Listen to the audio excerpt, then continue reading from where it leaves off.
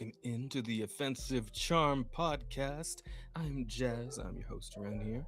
And of course, I'm joined by my beloved friends, Rada, Bear, Asta, all here Yo. in attendance. Yes. Reality is splitting behind you. Is it? Yeah. It is. I was distracted. Also, I mean, you are green screen's absolutely awfully fine. dark today. Yeah, no, it's just a little bit of it's just kind of flickering in and out. Like, just. Is I mean, it I in can particular, probably or- fix it without. That's your thought, Bob. Yeah, no, it's just the upper left hand corner. Maybe if I. But if I'm I, just like, gonna do this, and this will make it go away. Hopefully. All right, it's gone. Okay, cool, awesome. Yeah. Apologies for the glitch in reality there. My apologies for that. I mean, it's bound to happen when you transcend the boundaries of 2D and 3D, you know? yeah, coming over to your guys' side is a little difficult still from time to time. But I think, it's Yeah. most times it's smooth enough, so we make do, right? But yeah. So we're here to talk about all kinds of pop culture goings on again. Get to that. Oh, is God that damn him it. or is that me? That's him. No. New Ethernet cords failing you already. It's just I don't know what's up with him. Yeah, Because, no, for a little bit, I was a little worried about Asta, but that now Asta's fine. And now, for some reason, we're just having some trouble with Jazz. It's not a proper podcast if we're not having. I think you Hey, should be yeah. okay right now, Jazz. It's looking like your signal has improved. yeah. So- Tough. I should hope so. Oh, you know what would probably help? So I actually had my fucking computer fan on. It might be overheating a bit. Let me see. That can have an effect, yes. yeah, is it Let me. hot over there in hell? Other hell? The other hell. In California, always. Yes. Okay. Yeah, no. Sorry. Okay, where did I leave off? Where was that? You were still introducing the podcast. Oh, yes. Yeah, I was just saying that we'll be going over all the pop culture goings on and whatnot. But before we get into that, Rada has some points that she'd like to go over with you guys. Yeah, so if you would like to ask us questions, just random stuff, you can go ahead and put it in the questions thing right there in the YouTube chat. Otherwise, if you're like in a hurry to have your question asked, or you just want to make us do something funny, or you want to force us to watch something, or whatever you want to do, feel free to throw money at us, and we'll make Jazz do most of it because that's why he's here. Otherwise, just we like your money. It helps us improve what we got going on here. We got a bunch of stuff in the works, and we would love to get it further along the pipeline so that we can show you what we got for you. Money good. Money very Right. good. Give us money, chat. I like that. Bloody good. Bloody good indeed. I think we ever went. Sorry, I'm also making sure to get the docket ready with everything we're going to need. But, I mean, while I'm Earlier. Oh, he's been so pressed for time. Robbie. You have no idea. I was doing something for my week, but yeah. While I'm compiling these, why don't one of you guys talk about your week? Surely one of you had a week that you'd like to share, right? Holy shit. Professionals, by the way, been doing this for a year. 106 episodes. 106. Yes, we've been at this for a little while. How about It's that? been- Eh? the show has been over 2 years. Hmm. 2 Yeah. years already? Yeah. I guess Yeah. so. Eh? Damn. I'm blessed. Yeah. Well, 52 episodes is technically a year, if you're doing one episode a week. So Yeah. November will True. be the 3rd-year anniversary. yeah, scary. So Bear, what did you do this week? Yeah, what do you do, Bear? You start this time. Yeah. I played a new game. Well, new for me game. I played a little bit of Graveyard Keeper. It's a game that I've Let's see. had on my radar for quite a while, and then it was free to keep for a weekend, and I was Nice. absolutely chuffed. So I managed to pick it up then, and I'm trying it out now. I haven't put a ton of time into it yet. So far, what I can say is it's kind of like your sort of Stardew Valley. Instead of quitting a dead end job at the start, you are actually in a good place. You have a loving family, and you get to meet Truck Coon. Question. Of course. Just Of a quick course you question. Is this Graveyard Keeper or Graveyard Keeper 2? Because I'm seeing It's a the Graveyard original Keeper. one. It's the original one. Okay. Yeah, there is a second one, which is why they came out with the free to keep week. Gotcha. Yeah. Wait, no. I saw something about this in the docket, right? Is this the ones who were talking about a like free for 4 days game or whatever? This is one of them, yeah. Yeah, and then Okay. they made a ton of money on their DLC sales for having been free. Shit, there you go. That'll do it, eh? Yep. Mhm. So yeah, no, I am way behind the curve as far as this one's concerned. It came out in like 2018. It's 2026 as far as I know. I'm behind. Bless you. Well, a little bit, yeah. Still, for a game I didn't have to purchase, I'm happy with that. Like I said, Yeah. it's kind of always been on my radar, but it's just kind of been sitting there in the background. It's not like it's a particularly expensive game. It's just I have, why do I want to have starter value there when I have starter value at home, sort of feel. But it's Yeah. actually I'm glad it did come out free. It's not quite the same. Like I said, there's a lot of similarities in that you're building up your home, you're trying to make money, and work on relationships with the townsfolk, etc. Yeah. Except that the relationships are a lot more shallow. You're not on a farm, and you do very questionable things with corpses. Oh, God. Oh yeah, no, the intro, the tutorial mode has you go and remove the flesh from a corpse so you can make food to sell. Cool. Yeah. Oh, we're Sweeney Todding a bit, huh? All right. Oh, we are doing so much worse than that. Because as you progressed, you were able to use all sorts of body parts for alchemy Ah. Alchemy. and make yes, of potions course. and the like. Also, sometimes you just want to take a body part or two because they're filled with sin. And having like- a big sinful graveyard, it doesn't look good. Sin. Okay. Yeah, and if you use them for alchemy right after, then what's the big deal? You're just removing sin. It's all good. Sure. I mean, sure. Who doesn't love a little bit of cannibalism, right? Yeah. Well, you don't have to eat them. You just sell them to the town. Oh yeah, Um, much better. Yeah. Well, it could be worse. It's after the first couple bodies, you start have to actually paying the communist donkey to deliver more. Communist Communist donkey. donkey. Okay. Yeah, the donkey comes from a very left-wing stable. Mm. Um, yeah, it's not a joke. It really is a communist donkey. Nice. And once you own land, he stops giving you bodies for free.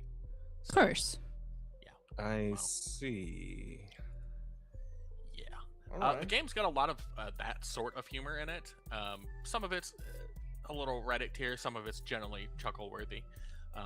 But it's been fun so far. I've only put about 4 hours into the game, so I'm not particularly far.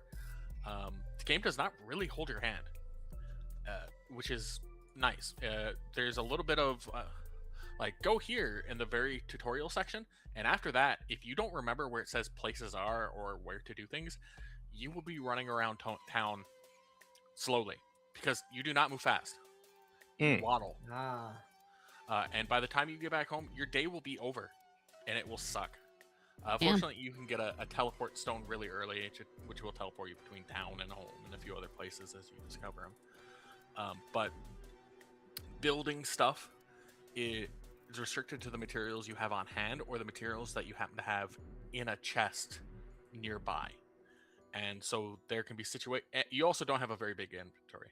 So there can be situations where you get to somewhere and you're ready to build like a bridge, but you're missing the materials for it, and so you gotta walk all the way back home and then all the way back there. And it's a little frustrating, but it's a lot of exploration, a lot of just testing the waters, and that's kind of unusual in a game, even a game that's 7 years old, 8 years old at this point. you just don't see that in games in the last decade or so, where they let you just make mistakes. Kind of appreciating that. And the whole definitely not at the time. Fuck that shit. But in the totality of it, it's fun. I'm enjoying myself 5 hours in. We'll see if that stays true to the end of it. I have not gotten any of the DLC for this game. There are 3 major expansions, I do believe. And I don't intend to pick any of them up because then that would make this not a free situation. And also, I'm broke. Yeah. So I'm hoping to have a fun full experience. We'll find out here in a couple weeks. Other than that, I've very pulled back, but I've still continued the grind and slay the spire because I have a problem. Look, I mean, there are worse problems to have, I'm sure. Yeah. I only put a couple hours. You should change the word problem for opportunity. You don't have a Slay the Spire problem. You have the Slay the Spire opportunity in your hands. Right. Mm-hmm. Well, I keep increasing my opportunity time by not winning. So game is fucking hard. I imagine. But yeah, other than that, I haven't done a ton. March, May, and June will all be kind of slow months for me. So I'm not upset about that. Yeah, it's good to slow down, take a breather, relax, Yeah, I would say so. Just maybe cycle out a few other games here and there, just to keep things fresh. Yeah. Well, I'm doing something that most Steam users don't do, which is looking at their backlog. Shit, that I haven't played and playing a new thing. Yeah, damn, he got me there. Yeah. That fucking. Hey, he got all of us with that one. That's a crit. That's a crit right there. It's fucking shocking how many games people have just sitting there that they bought or picked up and just sit there, collect dust. Can we check that? Filters.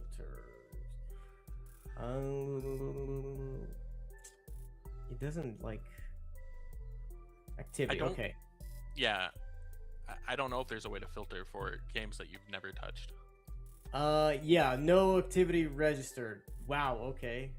58 games for me. 58 games in my Steam library that I never even opened. Wow. Well, there you go. There you go. Okay, so no, that's not entirely right, Asta, because I am. Oh yeah. Okay. Yeah, I have activity at least a couple of these. No, okay. So for me, it shows also from libraries for my friends because I have a Steam family, So my cousins and sibling game are here. Yeah. Okay. Those I didn't have. Okay. So okay. But still, it is quite a few that I never played. Yeah, looking at it, I've got about 30 games in my backlog too. So, yeah. But yeah, no, I don't feel too bad about that. And that's, like I said, that's kind of what I've been doing. It's what I will probably be doing for the next couple. What did you do last week's?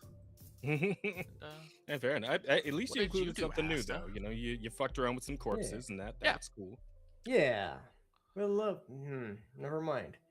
Yeah, no, and like I said, I'm absolving them of their sins and their tasty meat. Of course.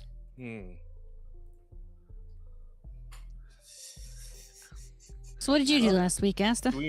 Sweeney Bear, everybody. What did I do? I'll do much of the same, I guess. I finished, I don't know if you guys ever heard of this anime called Summer where Hikaru died. Yes, actually. I do remember something about it. It's like a guy who literally gets fucking murdered and then his body snatched by an alien or some shit. Yeah, right? It's like a ghost shape changer, skinwalker kind of thing. Yeah. So yeah, basically it's this anime about this boy died, and then his friend noticed that he was acting strange. Yeah.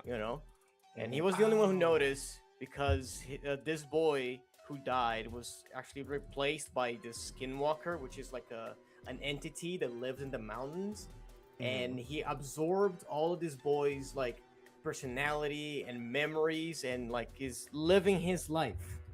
And then when his friend is like, "Yo, you're not actually my friend, are you?" The entity's like, "Damn, I thought I did such a good job. Man, you're not gonna tell anyone, right? Because I don't want to kill you. I actually like you." And the boy, and the boy is like, "Fuck. I mean, if you put it that way, I guess.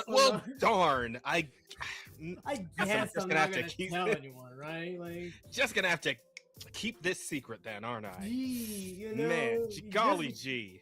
Just because you're so nice about it, And then the stories about how like this like ghost who's like it's not really a ghost. It's more like an Skinwalker, entity. like you said, right? Yeah. Yeah.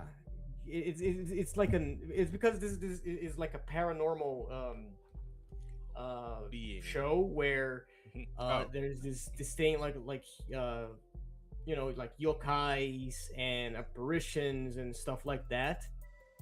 Yep. And this entity, she was kind of the one like protecting the town from these things from coming down the mountain.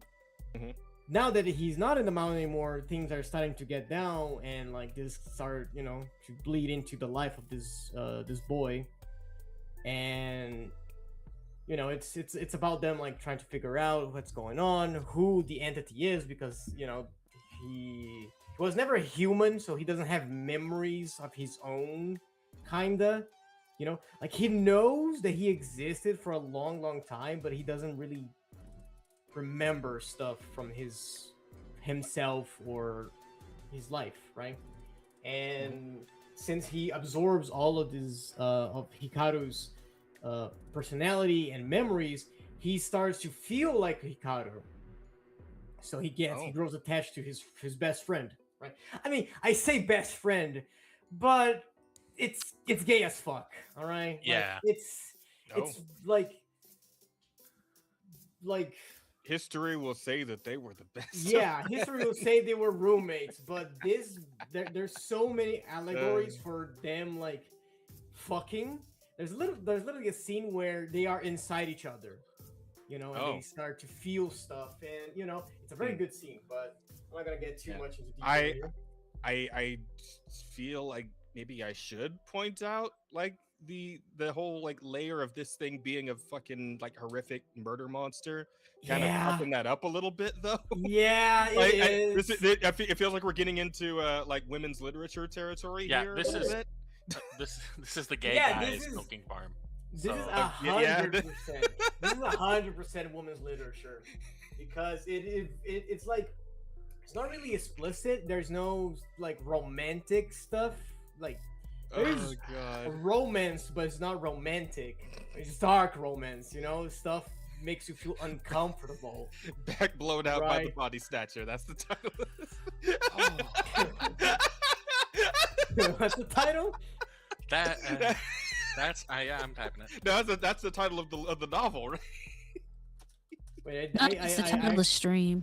I didn't actually hear what you said. Would you say? I said back blown out by the body snatcher.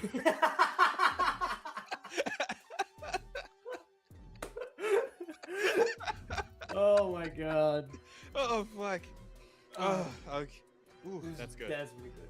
But yeah, it's a lot about like it's not cutesy romance. It's that thing where he's like in constant conflict of like, yo, this thing killed my friend, but I'm also kind of in love with him. But I might want to fuck it. I don't know. Yeah, and like there's a lot of like stuff where the thing doesn't know how to be human, so he's like, oh yeah, I killed those people.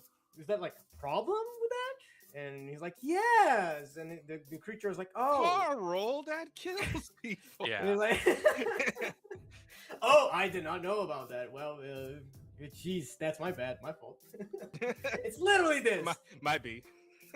And it's really good how the thing is party trying foul to on me, learn bro. how to Party be foul on me. human, and this high school boy like learning how to deal with grief and like actually coming to terms with like his best friend died, but now he's still in his life. So how does he process? Like he's the only one who knows that he's dead. Like does right? this end with like a friendship with what's his name ended? Fucking Eldritch Monster is my new best friend. Is it?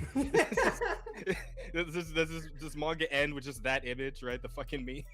I sure hope it does, because the fucking anime is not over yet. They ended on like on a cliffhanger, and there's no second season yet. I think there is like an announced second season. I don't know. Let me see. No, it's you can tell this is gonna go with him eating the guy too, so that they're together. Yeah, it will probably like.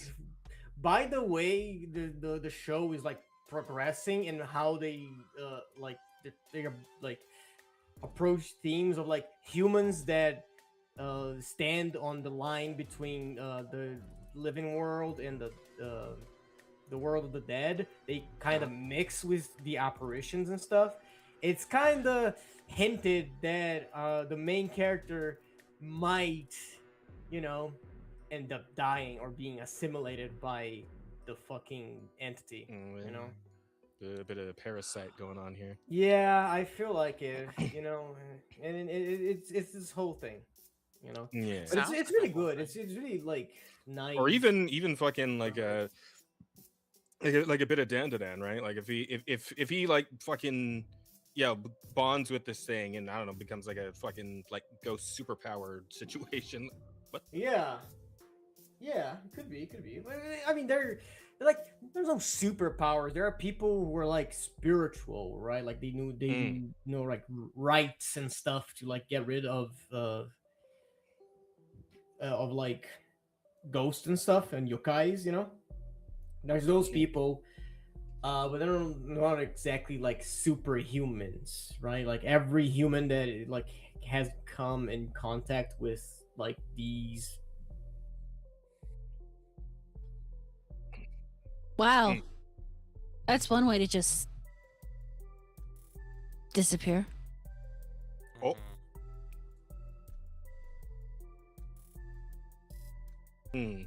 No, unfortunate. Nice comeback. Not as whimsical as Dandadan. Wait, what happened? It's very dark. There's a lot of like stuff because Is something going on, Rada? What's up? He disappeared. He came back, and it was just the way at that moment he starts talking again, and you glanced off to the side at something, and it was just like you were eyeing him down. It just caught me. Okay, like it's hard to know, like as far as like when I'm looking between like my two screens, like it's hard to like remember which direction I'm facing is like facing you guys. Yeah. Right? Yeah, it's just, way, right? It's that way. And that's the thing is you were looking, you'd kind of, because he's where he is, you'd kind of looked off to the left and up slightly. So it did look like you were looking at him, but your head wasn't turned all the way at the same time. So it was like you were side-eyeing him and this, what the fuck is this fucker doing kind of thing. Oh, okay. Yeah, that's good. Nice. That's good. But anyway, sorry, I asked to continue. You were saying? No, yeah, that's pretty much it. I feel like it's a nice thriller. It's interesting. It's very dark. There's a bunch of stuff like people did some fucked up things for this mountain to be the way that it is, right? Yeah, I can imagine. Yeah, it's really nice. It was a really again, good maybe a bit similar to the whole Dandadan situation. I immediately think of the arc with what's his name, GG and GG and the evil eye. And that shit. I was watching. Yeah, I was watching Hikaru, and I immediately had the same thought. Yeah, like, okay. Bro, this is exactly like the kind of stuff that they did with GG's and that whole town. Like it's the exact same thing. Like, people were killing each other, for gods and stuff, and kind of, just fuck things worse instead of like fixing stuff. But really good show. I recommend. The animation is gorgeous. Like the way they did The Apparition. Like it's like I'm not gonna fucking. Nah, it's fine. I might end up watching it later. I might look into it because I. It's really good. Yeah. I found something. Okay, so the art direction is really fucking good. You know, I posted in our no. This is D&D. Fuck. Yeah, I see it. I see it. Oh God. Where is the dog kid?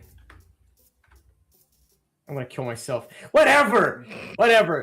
Jazz got to see it, and you guys are not gonna get to see it. And yeah, but I get what it's you're really saying, good, so. really nice like direction. The art is gorgeous. Very like as an artist, I very much recommend this because the way they do it, it's very pretty. It's unsettling, right? I found it. Okay, there it is. Really good show. Other than that, I did watch through completely legal means. Of course. Watch the Avatar movie. Yes. We forgot to talk about that last week, but yeah, the Avatar movie that is supposed to release in October got fucking leaked on Twitter, like the entire thing. And like, a lot of people saw it and also believe that the leaker may have been crucified by now. So was he? Well, so when because it got like posted several times to Twitter, but it also got copyright struck several times. So we know that Nickelodeon or whoever the fuck, okay. They're very much on that motherfucker's trail right about now. Oh, absolutely. If they haven't caught him already, bro, they're scouring the earth for him, I think. Bro, there was like a Google Drive link with the whole movie where I got to download it from. Yeah, that motherfucker is probably like holed up in a safe house somewhere right now, just like peeking through the blinds, right? Like it fucking like absolutely. Nickelodeon Black Ops with fucking slime guns, or just scouring, just scouring the neighborhood for it. No, because bro, you know what? That motherfucker's a hero. Fuck Nickelodeon. Oh shit! Hang on, we got our first dono of the night. Thank you, Chaos Smash. Said, hey guys, and my favorite Chilean, Sir Nacho Libre. I think he means you, Asta. That's okay, I guess. That's a new one. Yeah. That is a new one, and I think that's supposed to be Senor Nacho Libre. Yeah, Senor, not sir. Well, isn't that like a movie too, like Nacho Libre? Yes, it is a movie too. Yeah, that's a movie. Yeah, it's a fucking Jack Black. He's a Mexican wrestler. Yeah, there it is. Not even Chilean then. What the fuck is this comment? Get your fucking nationalities right, bitch. I believe. Asta, I believe this was the goal. Your reaction right now. I believe. Fuck you. I believe that you are being rage baited as the Chaos Smash. Fuck you. But we appreciate the $2 though. Thank you. Yeah, I appreciate the $2. It was very, very much appreciated. That's gonna pay my lunch tomorrow. Yeah. Anyways. Speaking of, how's your work coming along? You already got paid, motherfuckers. I mean, it's coming along. I sent you a fucking. We did. We saw the sketch, but that was like a week ago, man. Was it a week ago already? Damn. I think so. I don't know how. Has it already been a week? How long? Damn. I feel like it's been it was over a week actually. Oh yeah. Damn, I'm so late on commissions. My fault. It does look good though. I like where you're going with it. I almost want to show chat, but chat can't see yet. It's done. But just so you know, chat, Asta is working on a new mascot for our podcast, and I think you're gonna like her once he's done with it. So, let me see. This was the 13th. It's been a little bit over than a week. Yes. Yeah. I'll work on it. All right. Get off my dick. Just kidding. No, you're good. I'm just kidding. I'm kidding. You can give a Brazilian money. That doesn't mean anything. Yeah. Nah, we believe in Asta. You pay me money. It's fine. You can be on my dick. It's acceptable actually. No, we have faith in our Asta though. That's all I need. He will deliver. No. Get on there. Just pay me. Easy. Anyway, great movie, 10 out of 10. I fucking love Avatar. It's like one of my favorite shows of all time, and they did justice to it. All right, it's a fucking gorgeous masterpiece. Really? Okay, From what I heard, the animation work is absolutely fantastic. How about like it the is. actual story and whatnot? Is that solid too, or? Yeah, it's solid. Yeah? It's pretty interesting. Like Alright. like so the story is Aang is like rebuilding the Air Nomad temple, Mm-hmm. right? Yeah. So he's scouring the world for like relics and stuff like that have been lost during the war. Yep. So it starts off with him finding one and going back to his like home temple, you know, like I think it was like the south one. Yeah, and then he's there and he has like a bunch of stuff. And he gets attacked by these like ninjas sort of stuff. They're non-benders. Mm-hmm. So he's like, "Yo, what the fuck are you guys doing?" And they don't really. They're non-benders. They're non-benders, yes. So are these guys with Throwing hands? They're throwing hands and using like weapons and nunchucks and stuff like that. Right? Yeah. So I'm wondering if these guys are the fuck. What do you call them from like the first season of Korra? Fuck. What were these? Fuck. What are those guys called? Yeah, Damn it! Like the non-bender guys though, and like their leader, Yeah. the guy with the mask. You may be Fuck. dropping out in a second, Asta. You're not looking too hot. Oh no! Uh-oh. What happened to me? I don't know. No one knows. Oh, my fucking internet is dying. That's shit. what happened. Oh, that's less than ideal. Yeah. Equalists. Yeah, that's the one. Equalists, Amon of yeah. Equalists. Thank you. Yeah, Thank you, yeah, Andrew. yeah. Appreciate that. No, they're not. They're not. They're not complete. equal. They're not equalists. They are the.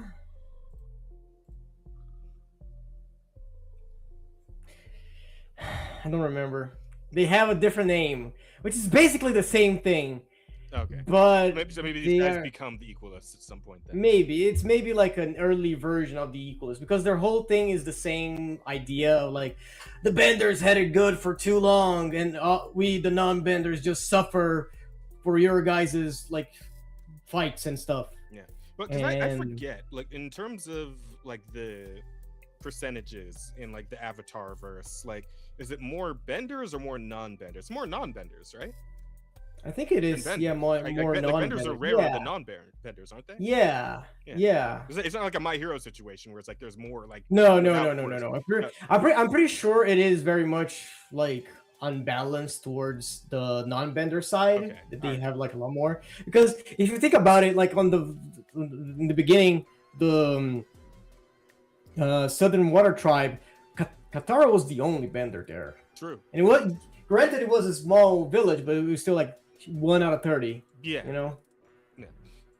It's so yeah, I'm pretty sure. I mean, and like most other locations, I feel like that's usually the case as well. Yeah. And obviously, most of the time we're seeing Benders because we're seeing the fights between Benders and Bender-related shit. Yeah. Like most of the times we're seeing people who are Benders, but there are also a lot of background people who are just kind of like going about their daily lives, and they're typically not throwing rocks or fire around or anything.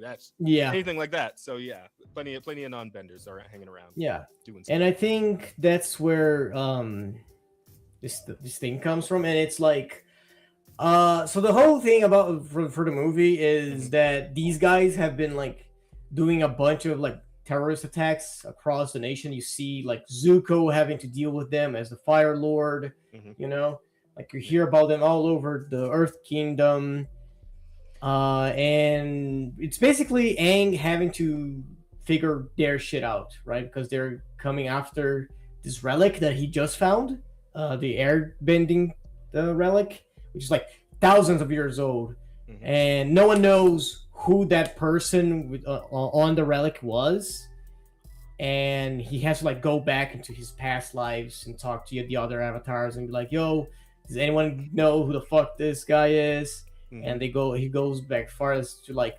5,000 years ago to find who the person is and figure out why the equalists, the pseudo equalists, are going after this person. And you know, it's really solid. It's kind of like cliche in a way, you know. Yeah, I mean, but it's still a kid's show, so you know I can't give them too much flack for it. It's still like pretty good world building. You know, the characters are still like to the point who they are. You know, it's watching this movie is like a fucking nostalgia wave. Yeah, I mean, voice actors, withstanding. Not the same. Because and it's like, it's kind of. I got a little bit weak. sad. That's I got weak. a little bit sad. I'm not a big Like, fan of that. It's like to be fair, I think just one voice actor should have been changed, and I feel like Aang specifically from his prepubescent state in the original series to now, where he's like pretty much a young adult. That makes sense. Everyone else, I feel like they could have got by keeping their original voice actors. Yeah. Although the person who voiced Aang was a prepubescent, kid, so now he should be. Oh yeah, definitely. By now, they probably have gotten him back as well. Yeah, that's you make a fair point there. Yeah. But still, the voice acting is still great. Like, it's not the original, but it's still really solid work, right? Like they did a fantastic job.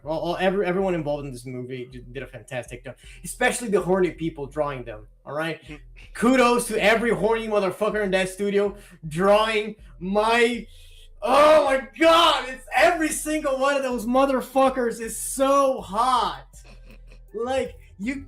Any scene of that fucking movie, you can make a TikTok edit out of them. All right, every single character. I may have seen a few pass by my timeline on Twitter. Yes, I'm somewhat aware. Like, even Aang. Like, I was never an Angie girly, but dude, he is so fine in this movie. Oh, that bald head, let me polish for you, baby boy. Oh my god, he's so fine. Okay. You good?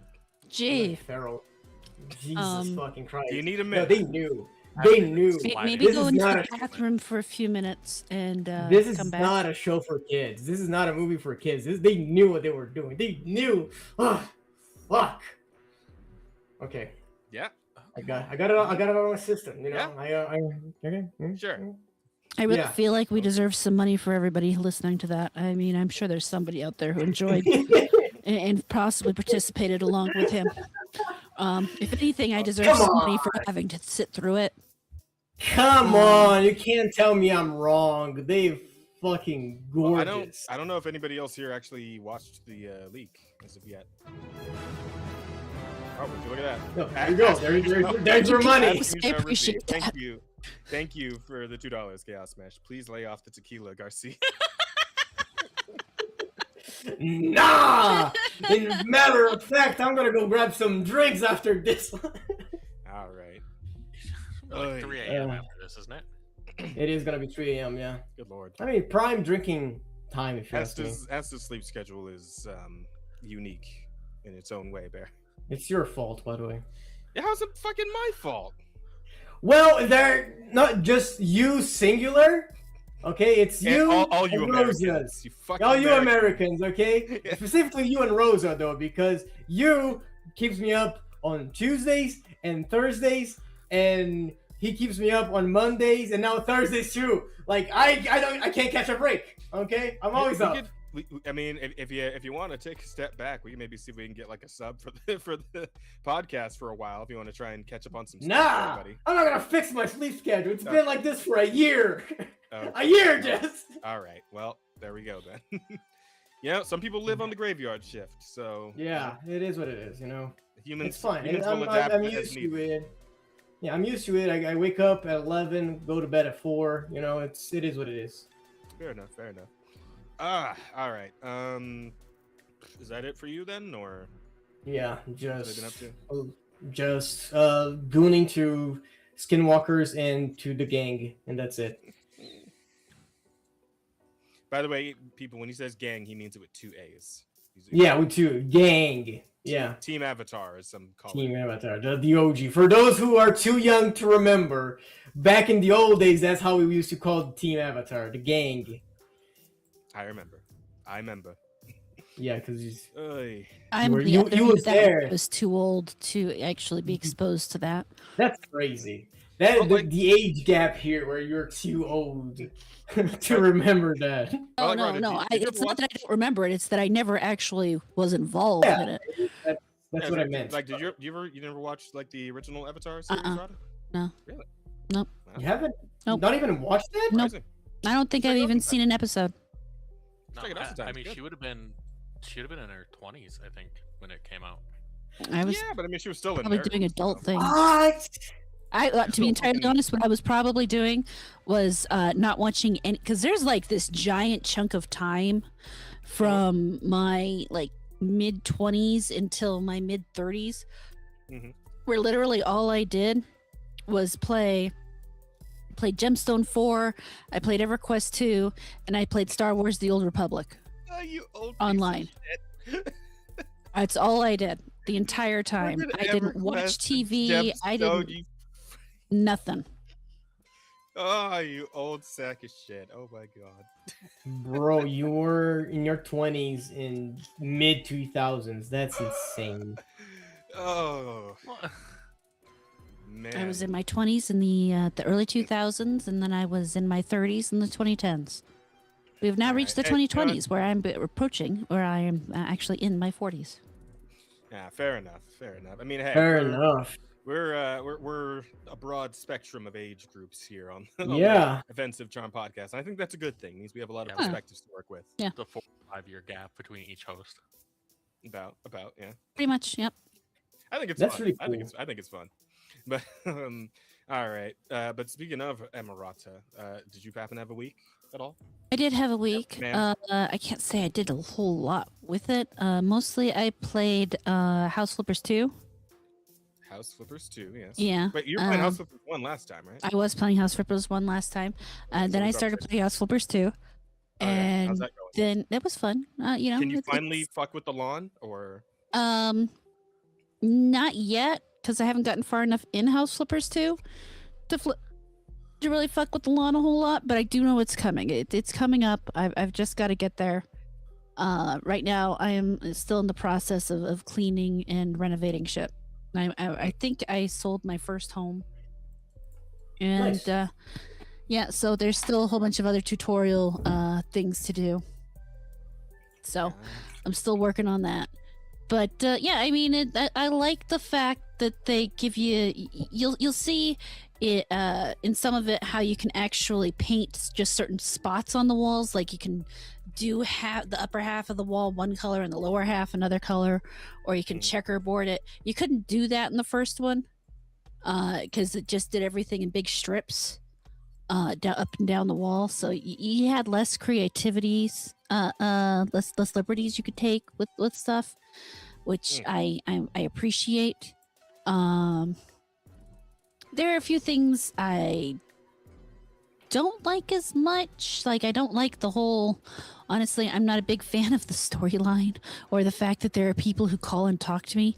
I don't like that. I don't play these games to pretend to be social with anybody. I don't want to be friends. I don't want to hear whatever stories behind this. I don't want to have some kind of grand story arc where apparently I'm saving the community center. I don't give a fuck about the community center. I just want to clean the houses, Fuck the sell community them, center, and said move Rhonda. on. This is what I want. But, Just like you know, that. it's just, it is how it is. I appreciate your feelings on the matter, Rada. I truly Yeah. do. So, but yeah, I've got that going on. I did that. Then Sheep and I on Friday played a game called TikTok: A Time for Two, as a kind of co-op thing, and is actually a kind of an interesting thing because unlike, Is it spelled like I think it's spelled, or is it? it's the proper way. Okay, got it. TikTok. So- 2, you said? TikTok: A Time for Two.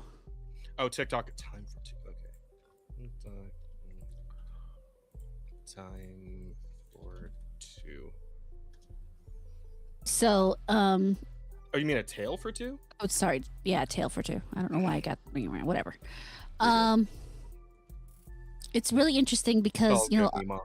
unlike a lot of games, these co-op games, you don't have to try to connect over the internet. You know, Mhm. you actually you're just make sure you can communicate with the other person playing the game. You have to have, you either have to have two things playing the game, or you have to have two people physically playing the game, because you each pick, he was player 1, I was player 2. And what the game does is each player gets a different kind of version of the game. So he would have, we would kind of have the same environment, but we would both go into like the clock store, and because I was player 2, I got a different what was in the clock store was different from what was in his clock store. And then we have to figure out what we have and how to solve that together. So there's a lot of communication. If you're not telling people what's on your screen, you never know what could be important. You need to be very communicative, and because it's in no way connected online, like you don't have any kind of Steam invite or anything, you're both just kind of running it simultaneously. Like this one, you see how that person has the musical box, and the other person has that train. He's got to do what he's doing, and get all the words, and then tells the other person how to solve Open the puzzle box. Yeah, so Okay. and then he's got to turn the light on, because that's what Sheep had to do to get the rest of the words. There we go. You go. And then so then the other person has to do it with the puzzle box, and you kind of you bounce back and forth like that. One person has to do one thing and the other person has to do the other thing. And so it was really interesting, and in some ways really challenging, because if the other person isn't thinking, well, maybe I should tell the other person about this thing, or, oh, this isn't important, so I'm not going to say anything, y'all both get stuck, and then you get kind of pissy at each other. Now, there was one or two puzzles where, I won't lie, we did have to go online and cheat a little, just because there was one spot where they didn't really have a good communication, for the fact that, or they didn't have, I don't really think they had a good enough hint for what you were supposed to do. And then the other spot, we went on a cheat, but I should have figured it out, because it was just stupid once we figured it out. But it was fun. It was a good time. It only took us about 2.5 hours. It's definitely all about communication and time. It was fun. It was cute. But That's after, always good. yeah, it was a good time. It's nice. It's a challenge for sure. And then over the weekend was our wedding anniversary. So Hey, congratulations. congratulations. thank you. We took a trip to the hot springs nearby. Nice. Spent the weekend there. Unfortunately, that bed at the hotel was so hard that any relaxation you got from the hot spring was immediately destroyed by sleeping on that bed. That is so unfortunate. Even he thought it was too hard. It was like sleeping on a goddamn. It had no give to it whatsoever. I might as well slept on the floor. That sucks. Damn. Sometimes that's good for your back, though. Yeah, no, not my back. Not my back. It's not. If you special, no, like a really hard sleeping spot can be good sometimes. Yeah, sometimes if you need to flatten your back, sure, but if you want to have like comfortable, sort of relaxed. Yeah. But not after you've been sitting in a nice, warm, hot spring, where you've been submerged up to your neck in this just gorgeous water that taking a bath in a way you couldn't normally take a bath. That hot water just about up to your ears. You could literally just lay back in it, because it's not like a tub or anything. It's an entire goddamn swimming pool full of natural hot water. Nice. Rada, you sold me at being able to take a bath. and No, that's well. that's enough. Yeah. So, It's all the bear cares about. but I you know, wish it after could. you do that, and your entire body's just fully relaxed, and you go and you lay down on the bed, in about 2 hours after you've fallen asleep, you're waking up because it's just too goddamn hard. You have to roll over, and then it's another 2 hours, and it's too hard, and you have to roll over. It's been another 2 hours, and you have to roll over. Now it's been about 15 minutes because you've rolled over on all sides, and all sides kind of hurt. And so you have to roll over again. It was awful. But if I had about $25 million, I would totally buy it and renovate it. Oh. Yeah, Some good old, Some good old easy IRL money. house flipper. There you go. It is for sale, but it costs $15.5 million. Yeah. And for everything, I want to say for what I would want to do to it, it would cost me between $5 and $10 million because the whole thing needs a whole renovation. I know all the rooms need to be updated, and It'd be a pretty solid investment though if you like turn it into like a proper ass, hot spring resort. Yeah. Yeah, you see, I was thinking like a rustic nerd retreat out in the middle of Montana. Wait, like you getting some cabinets, putting an arcade up in there, or what? If I could find, it depends on how much space, because it does actually come with quite a bit of land. Because there's actually some regular hotel rooms, and then there's some like cabins with kitchens and all that in it. And so if there was enough land, then you do a little arcade setup. You do like a couple rooms that have like streamer accessories in them, because it's also like just down the hill from a ski slope. Okay. So I could imagine a bunch of influencers actually liking the fact that they can go do their vacation and then come home and drop the rented green screen and stream right from their room, and nobody know the difference. You rent out some selfie sticks, just. No, they have to get their own selfie sticks. I'm not the selfie sticks kill more people than sharks, so I'm not contributing to that. That's fair. What? Is that a real? Yes. I could imagine, like in our current world, I could imagine that absolutely being a real statistic. People I can absolutely definitely see that. die more because they're using selfie sticks than they do to shark attacks. That's wild. You got people doing Wild. stupid things like walking backwards off of cliffs and shit. So I guess so. if they're using a selfie stick during like a fucking shark dive, like which one does that?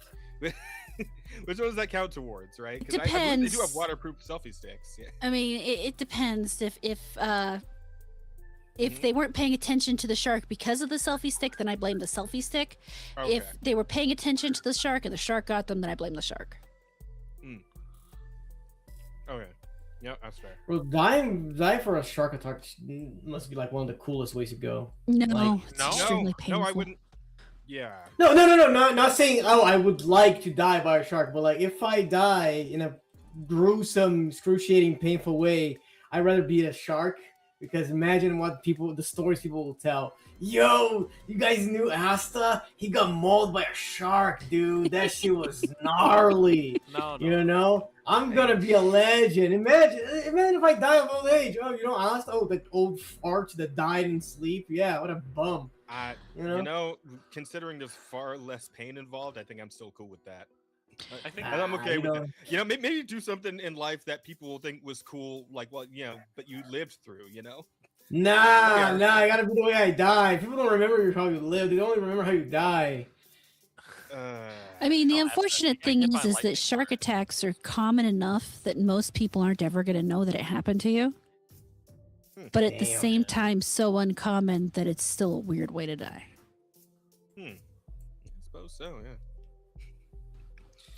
Damn. I don't know, man. Can't even go like a legend. No, you'd be totally forgotten. No one would ever know that you died of a shark attack. You'd become a Fuck. statistic. What about a Sharknado then? If it was a Sharknado and I died in the Sharknado, that would be cool. That would definitely be cool. Everybody would know about that. I feel like the Sharknado itself would like kind of overshadow your specific death in the event. though. Nah, you're right. You're right. No, you You're see, right, what'll right. happen is the people who die in the Sharknado will actually get like their names on a wall because they're so weird and rare. Oh yeah. So there will be a Sharknado Sharknado wall. A Sharknado memorial wall. Yeah, That's the title. Fucking Sharknado Memorial, man. They put it right next to like the fucking World War II memorial. Absolutely. Absolutely. Just Asta on the wall. It's just me. I'm the only one motherfucker who died in the Sharknado. Yep. It's specifically the wall where Asta hit. Oh god. The Sharknado Memorial, though. That's a strong fucking That's concept. strong like title. that. I fuck with Yep. it. But Like that should be the next Sharknado movie. It's like they have a Sharknado Memorial for those who died, and then as they're unveiling it, another Sharknado happens. Right? yeah, that'd be fantastic. Everybody at the Sharknado Memorial Wall dies. Yeah. Oh my Yeah. god. And now they need Perfect. another Sharknado. They need a second one. Sharknado Memorial 2. Fuck. There. Oh. Another. Rest in peace to Pablo. Died to a Sharknado. Pablo, you're getting creative. Thanks for the $2, guys. Asta, Pablo, Rosier. Yeah. That's Rosier. What a name. But so we did that. And seriously, if I could get it together, $20, $25, $30 million, I would totally make a nerd resort. That'd be cool. I come visit. Absolutely. But unfortunately, I do not have any of that money, nor do I know anybody for which I could access said money. But on the other hand of things, after we got back Monday, we went to the local shelter, and I am going to be getting a kitten. Hey, Woo! Let's go, kitten. I love And kittens. the hilarious thing about this is, we're sitting at my uncle's house on Friday evening, getting ready because we do a family dinner every Friday night, and we're gonna eat, and talk of kittens came up, and talked about the fact that the local shelter hadn't had any kittens in it, and we're coming up on that season where there are a whole bunch of kittens. And so I just randomly pulled open the website, because you can check the website to see what they have. And sure enough, there is this 9-week-old kitten, and his name is Chuck Norris. Oh, this is gonna be the coolest cat ever. Now, what you have funny to, though, because I feel like with the kittens, like, don't you get to name them when you go? I mean, you can always name them when you get them. You can always rename them when you get them home. But in this case, we won't be doing that. Just rename it, whatever. Yeah. Just But just keep it Chuck. the funny thing you have to keep in mind is that my dogs are named Sophia Loren, Oh, okay. Sydney Poitier, Yeah, you told us this. Rudolph Okay, Valentino. So the cat's gonna fit right in. Yeah. With what he's already got. Yeah, so there's really no reason to change his name. But even Fair. better is he's described as an extremely feisty little animal. And that is what I need for these 5 evil little dogs who have a tendency to chase anything that they find exciting. I need a cat that is going to turn around and bop them the fuck across the nose and tell them, yo, calm your ass. So I get to go meet him, do a meet and greet with him tomorrow at 1, and assuming everything goes well, he should be coming home with me shortly after that. Nice. You're gonna meet this cat, and it doesn't even have a tail. It's just like a human arm ending in a fist. Oh, no. We've technically already seen him. We went and saw him through the glass. They just Okay. won't let you handle him because there's a whole process that you have to go through. And, in this case, because it's the city animal shelter, they're not nearly as fussy as the regular animal shelter. Mhm. So it'll be what you have to put in the application, and then anybody ahead of you in the application line gets a chance. And then if they don't follow through and then they get to your application, there was one person ahead of us in line. They didn't call back in time to secure their meet and greet. So they called me and I said, yes, I'll be there tomorrow. And there we go. So hopefully by the end of the day tomorrow, I will be showing everybody pictures of, I can't decide if we're going to call him Chucky or Norris, but we will discover that when he gets home and reveals his personality. My vote's for Norris, but yeah, I can't wait. I was thinking, I was also thinking of getting a cat this year, but then I kind of looked at my financials. I'm like, let's try and get this shaped up a little bit more, and then maybe next year we'll go ahead and get ourselves a cat. But yeah, I would like a cat too.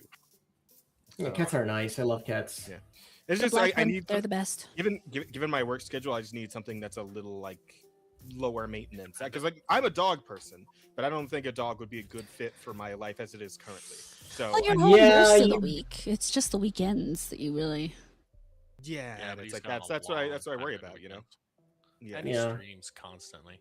yeah. So it's like a cat would probably be better because they don't need Yeah. quite as much attention. Yeah, they're more I mean, independent. Get an old a cat. I Get will an say- old tired cat. You know. Yeah, senior cats are always. I mean, if it wasn't for the fact we have the 5 dogs and it would basically give the cat a heart attack, we'd have taken because there's like 3 senior cats in the shelter right now. We'd probably have picked one of those, but you know, you can't do that to them. They have to be young enough to adapt to the fact that they're going to be living with these animals for the The dogs, Yeah. for the duration.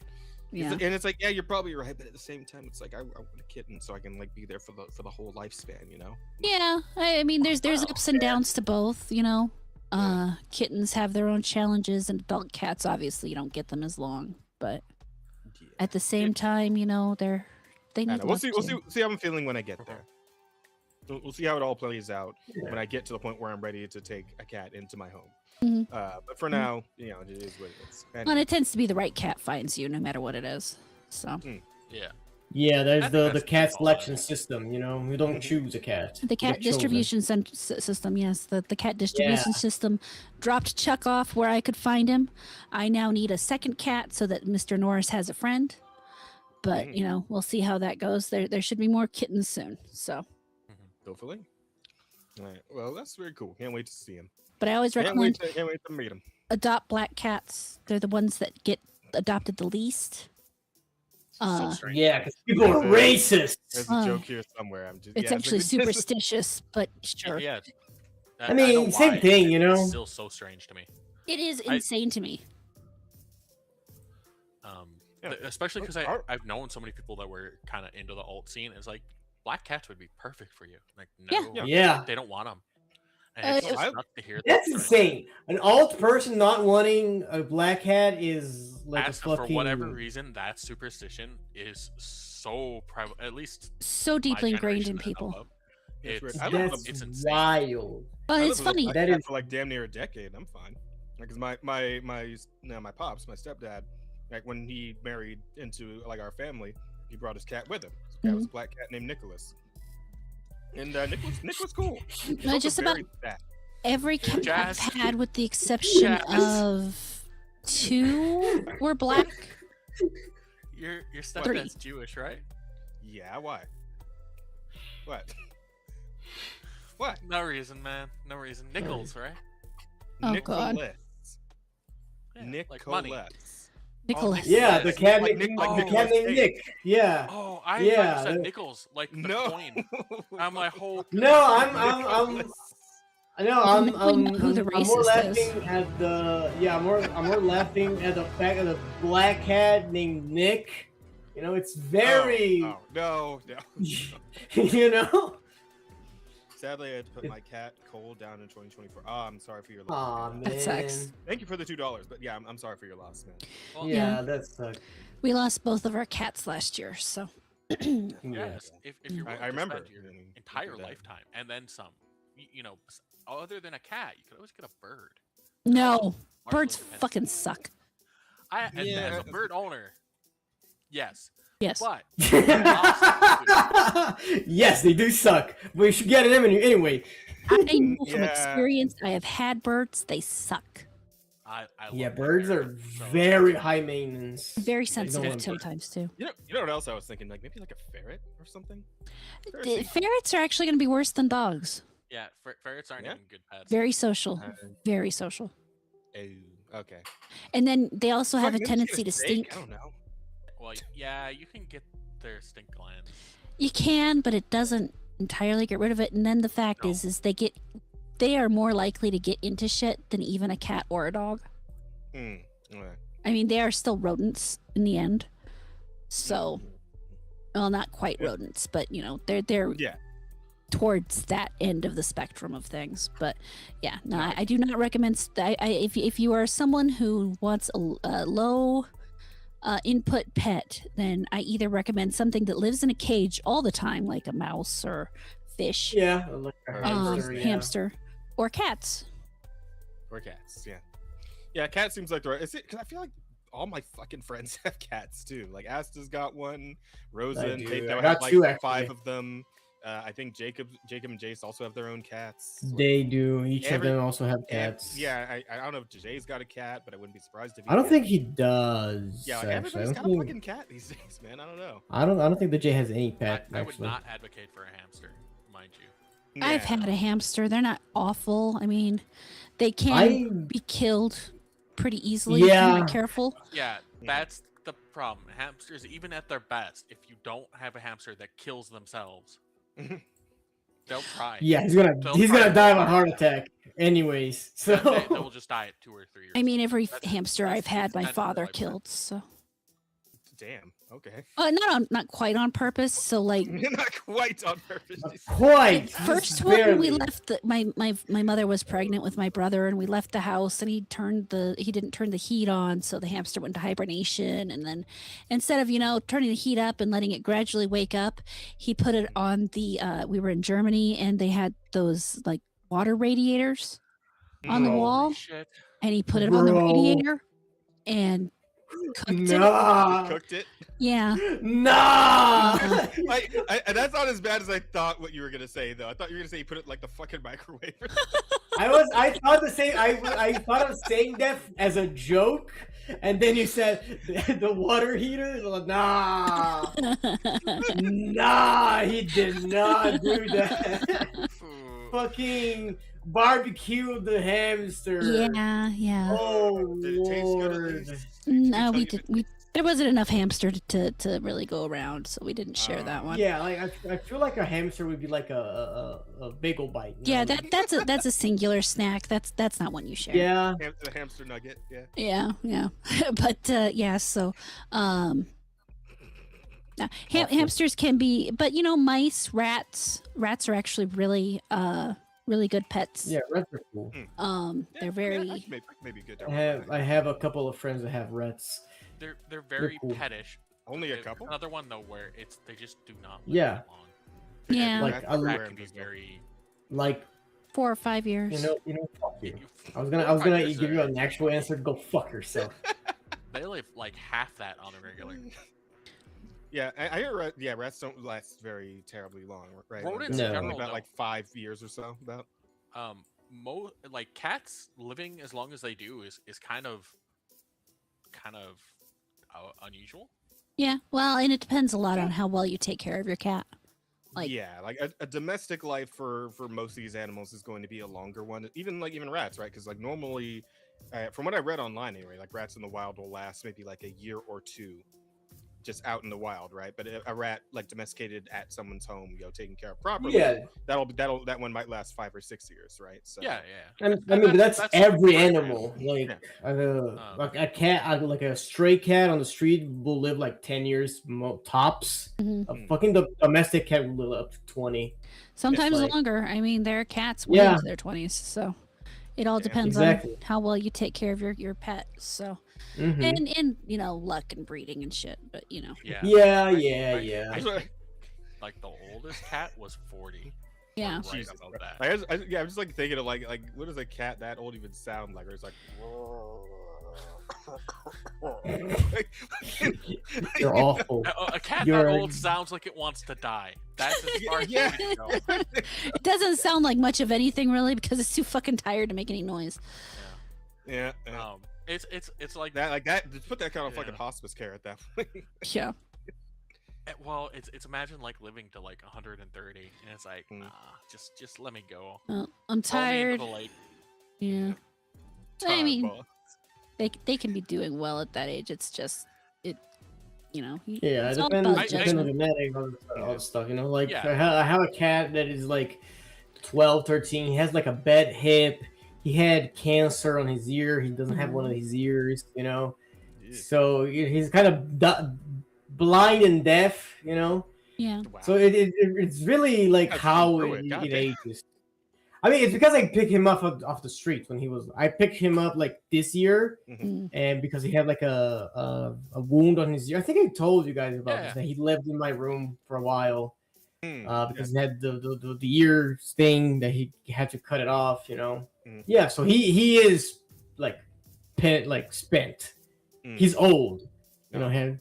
No, poor baby. But he's a docile. He's a sweetheart. I love him. But yeah, it depends on how the cat lives. Yeah, their quality of life and all that. I Yeah. mean, that's part of why I put Alex down this year because Whoa, hey, what? the cat, not you. Okay. Obviously, I you're wish it still was here. him sometimes, you know. You know, your time is limited. the vet All of asked our me time's if I was limited. sure he was doing the right Alex, and I'm like, you know, we're still doing the show, so we should probably let that one live a little longer. But Well, Yeah, he still has his uses, you know. It was the right Alex. Christ. God, they'd kill me if they could. Saw him in the dark.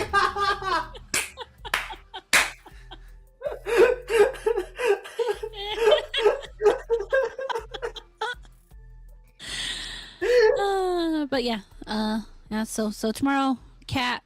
Hopefully, everybody should adopt a black cat because black cats are awesome. Yeah. And yeah, That slightest pause between black and cat. I mean, I already got a black. Now I just need a cat. So There are rules against the other one. You know, you're gonna be a little.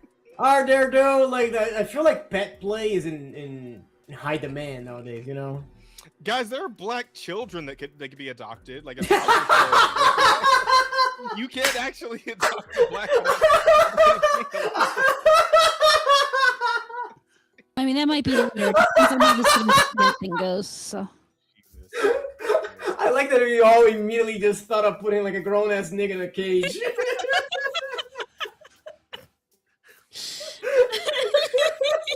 That's how your Portuguese is showing.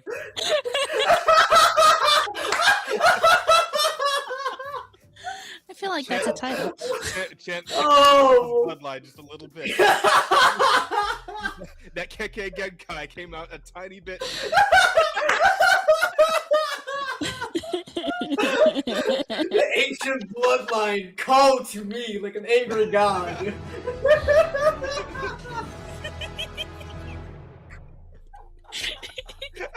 I'm dying. Oh fuck.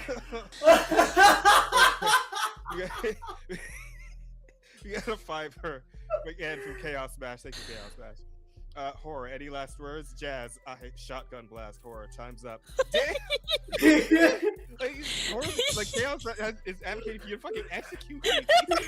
This fucking role playing your execution. No! I'm just like Chaos got me just sitting here like, and I get to pet the rabbit. Chad, think about how much I'm getting fucking leadied over here, bro. Oh my god, how many people understand that reference? Not enough. Not nearly enough. That's a deep cut at this point. It really is. Fucking hell. Oh. Oh god. I still, bro. 2 nights in a row, I laughed this hard. I will get to that in my week. We gotta talk about it. Yeah. That shit was fucking hilarious. Yeah, I'm a very lead for now because I want to get to that when it's my turn to talk. But I want to let Rada finish her read first. Oh no, I am actually done. That is okay. it. All right. Okay. So as far as I go, I'm up to a whole lot new. More Crimson Desert, obviously, and I did more overtime last week. I took up a lot of my time, but no overtime this week. So I finally get a little break from the overtime, which is nice. Means less money, but I got 2 weeks overtime in, so pretty solid little boost to my financial state. Good stuff there. See it. But yeah, more Crimson Desert. I finally got back to the actual storyline. gathered up a bunch of the old gray mains that got split apart. Those guys are great. I met Yen. He's a bit of an asshole. He got arrested like twice in like the one session I was playing, and this motherfucker got arrested 2 times for completely different things, both of them involving heavy drinking. But yeah, he that's the kind of character he is. He's fun though. I do enjoy him as a character, so that's good. Plus, he helped me discover the fucking like fist fighting pit, so that was cool. I got to beat the shit out of a bunch of dudes with my bare hands, so that was fun. Yeah, it's like there's like a fucking mini game where it's just like, hey, do the combat but only barehanded, and the other guy's also only barehanded. But it's actually kind of sick because like the hand-to-hand combat in this game is actually fucking awesome. It's hilarious, right? Because like again, this game is made in China, right? I believe the band is Chinese. But like at the same time, it's like the whole setting is kind of this like medieval European kind of thing, right? This is I know what you're talking about, yeah. But like because it's made in China, like they I guess they're kind of going off what they know, right? So when you fucking like go hand to hand in Crimson Desert, you're doing like kung fu and shit, right? Yeah, I saw that shit on Twitter. Yeah, yeah, as this fucking like you got like this Jethro beard, fucking lumberjack looking motherfucker wearing like animal hides and shit, but he's also just breaking out like crane style kicks and shit, like doing dive kicks and whatever. It's like, yeah, it's like, you know what?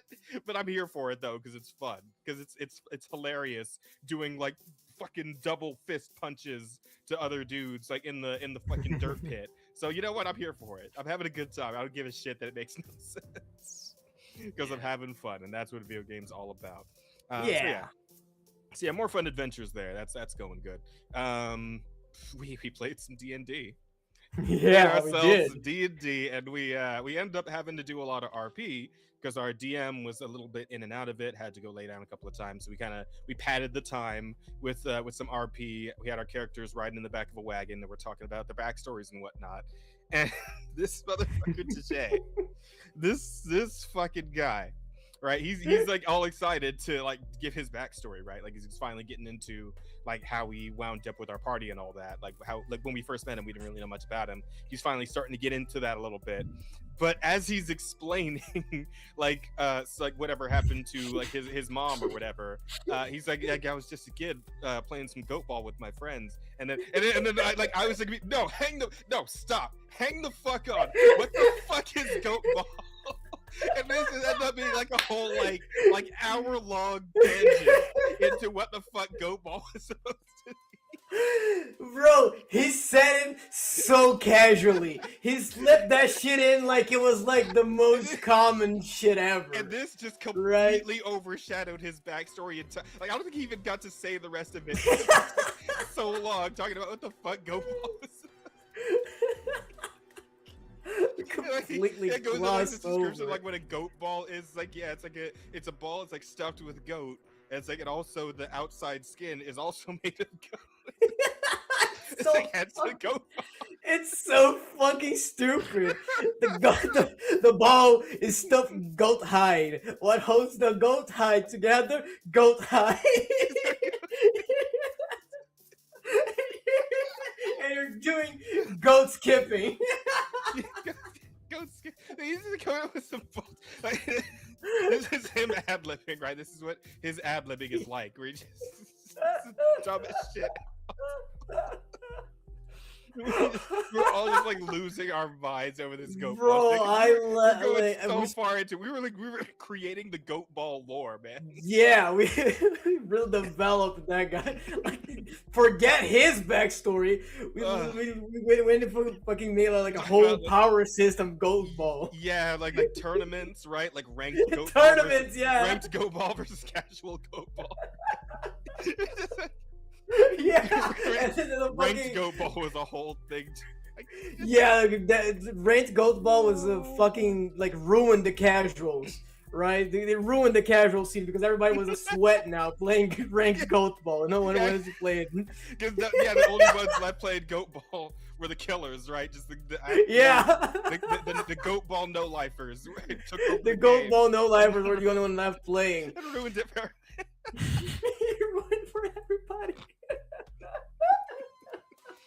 Yes, that shit ended up taking a whole hour of the session. We just could not get over. Oh my god, I couldn't stop laughing. That was a whole hour of me just think- laughing. I'm gonna get like ripped abs just from laughing that hard. Man. It was I beautiful. think we told like Rosa to fucking rename the episode like Goat Ball Origins or something. Yeah. I wonder Did she actually? I don't think. I think don't she know. did. I still think she should though. I'm gonna ask her about it again You tomorrow. should. We play Monster Hunter. Oh fuck. That shit was But yeah, fucking that was great. amazing. But yeah, we other than that, we also killed like fucking like 20 loot garos, so that was cool. Oh yeah, we fucking nuked them. I mean, you guys nuked them. Yeah.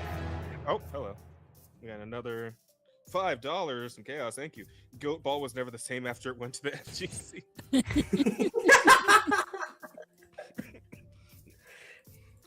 The God. Goat Ball lore. How I love Goat Ball. It's something else, man. That shit was crazy. I love it though. That's gonna live forever in our hearts. About the hearts of our D&D group. Goat Ball will never die. Oh fuck. Goat Ball never die. That's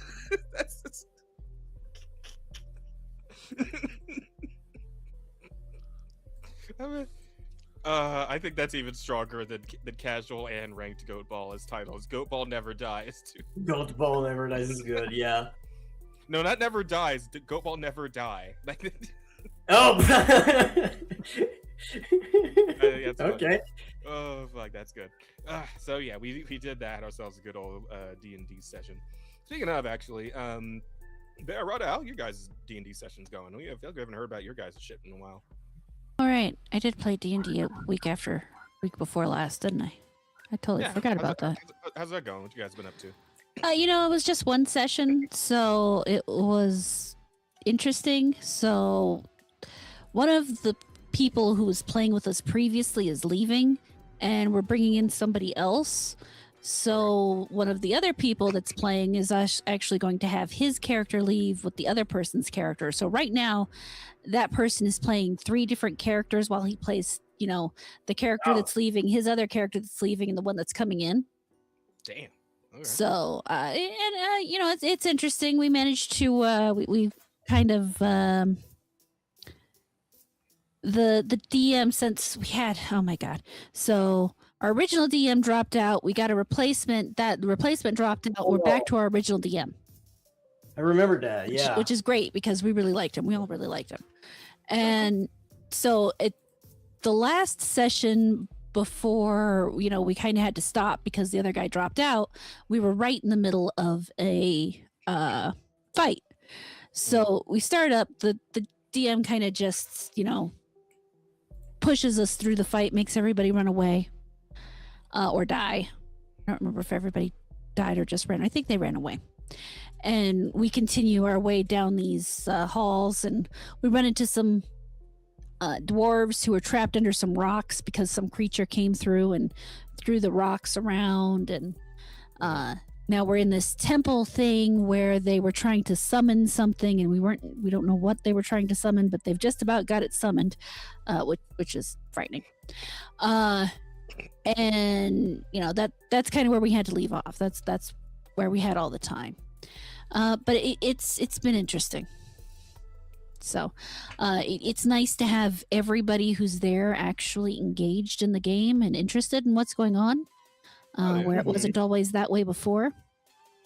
And I feel like the DM and the other friend who is kind of semi-DMing sometimes have worked out whatever their issue was between them, which kind of helps speed things up because they're not always going back and forth about, what about this or that. And yeah, it was a good time. Very Nice. cool. All right, that's going well. What about you, Bear? Share anything about your D&D ongoings or? Yeah, actually, I've 2 games on alternating Sundays. I play in both of those, and those have both been going well. I think we're nearing past the midpoint for the one adventure path thing we're doing. Mm-hmm. Yeah. And then the other campaign is starting to pick up with us actually exploring the rest of the world. So that's been interesting. We've been trying to figure out how to It's a very primitive setting, and we're trying to figure out how to sail, how we're gonna get across to a different continent, and we're all dumbasses. Yeah. So, Sounds like a Vecna campaign. we're all dumbasses. But tomorrow, I mean, that is very much the reiteration and like the quieter tone is like really kind of sells it, you know. we're all very good at what we're doing, but none of us are capable Smart. in that field whatsoever. Mm. And playing up the fact that we're not capable in that field, we've come up with ideas from other fields to well, how are we going to get there? Well, you just swim real hard. No, swimming real hard is not getting us there. It's like create a path of ice. You can do that up to 20 feet. That's it. That's not getting us there. Mhm. Do it again. After 10 minutes. Yeah. Okay. It's not getting us there. So yeah, lots of dumb ideas, but it's been fun. Anyway. And the other, like I said, the other one, we're reaching just past the midpoint. We've gone down several layers in this super dungeon, gotten our asses kicked repeatedly, and we're persevering. Nice. Somehow we've avoided permanent death. We've gotten real close. Like we've had death tickling our taint a couple times, but he hasn't quite managed to commit. So okay, that's good. Sometimes it's like, man, if I could just die, I could come back. If I could just die, man. Just like, die. come on. There have been situations where I'm on the ground bleeding out for like the third in a row combat, and it's just like I could come back at something that makes the party better, that fits this better. There's like, no, we'll save you. Don't save me. Just let me make a new character. God damn it. Let me die. Very much understandable. I felt like that with Shunsui multiple times. If it becomes a real problem, I'd say just talk to the DM about it, and they'll come up with a way to just fucking execute you. You know. If I absolutely wanted to be done with the character, you can your character can be the tone setter for like the next boss coming in, right? Like they just drop in and crush you or something. I actually I have a rule imposed upon me, which is that my characters can't just walk off into the sunset. Oh. Because. Well, are you enslaved? The 12 years. Are you enslaved? No, we're at 2026.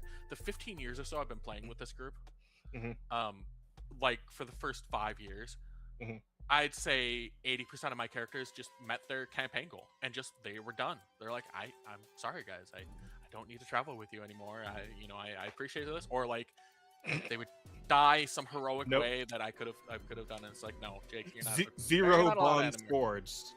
All friendship ranks are 0. I'm leaving. Yeah, I'm leaving.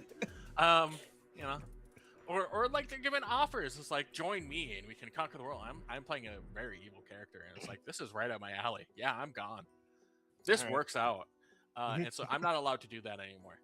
Okay. Now my only out is actual death, and I have to not kill myself. You flaked too hard. Your flaking privileges have been revoked.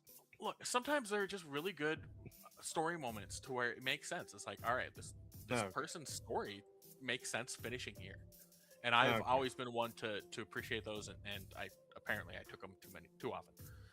I was given too many outs, and I took them, and you're not supposed to do that. So yeah, I'm not allowed to do that anymore. So yeah, this character would have to actually die.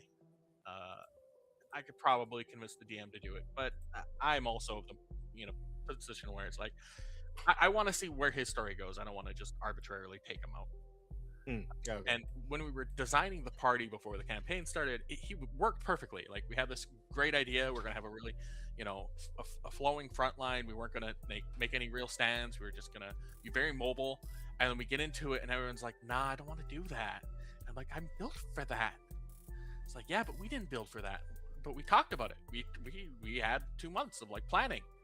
No one else did it. So now I'm a very mobile, frontline monk." Who's now the tank. I'm primarily tanking for the party. My poor little monk. My I poor mean, little do you at monk. least have like that one fucking monk ability that lets you like up your AC? Or not AC. The opposed disadvantage.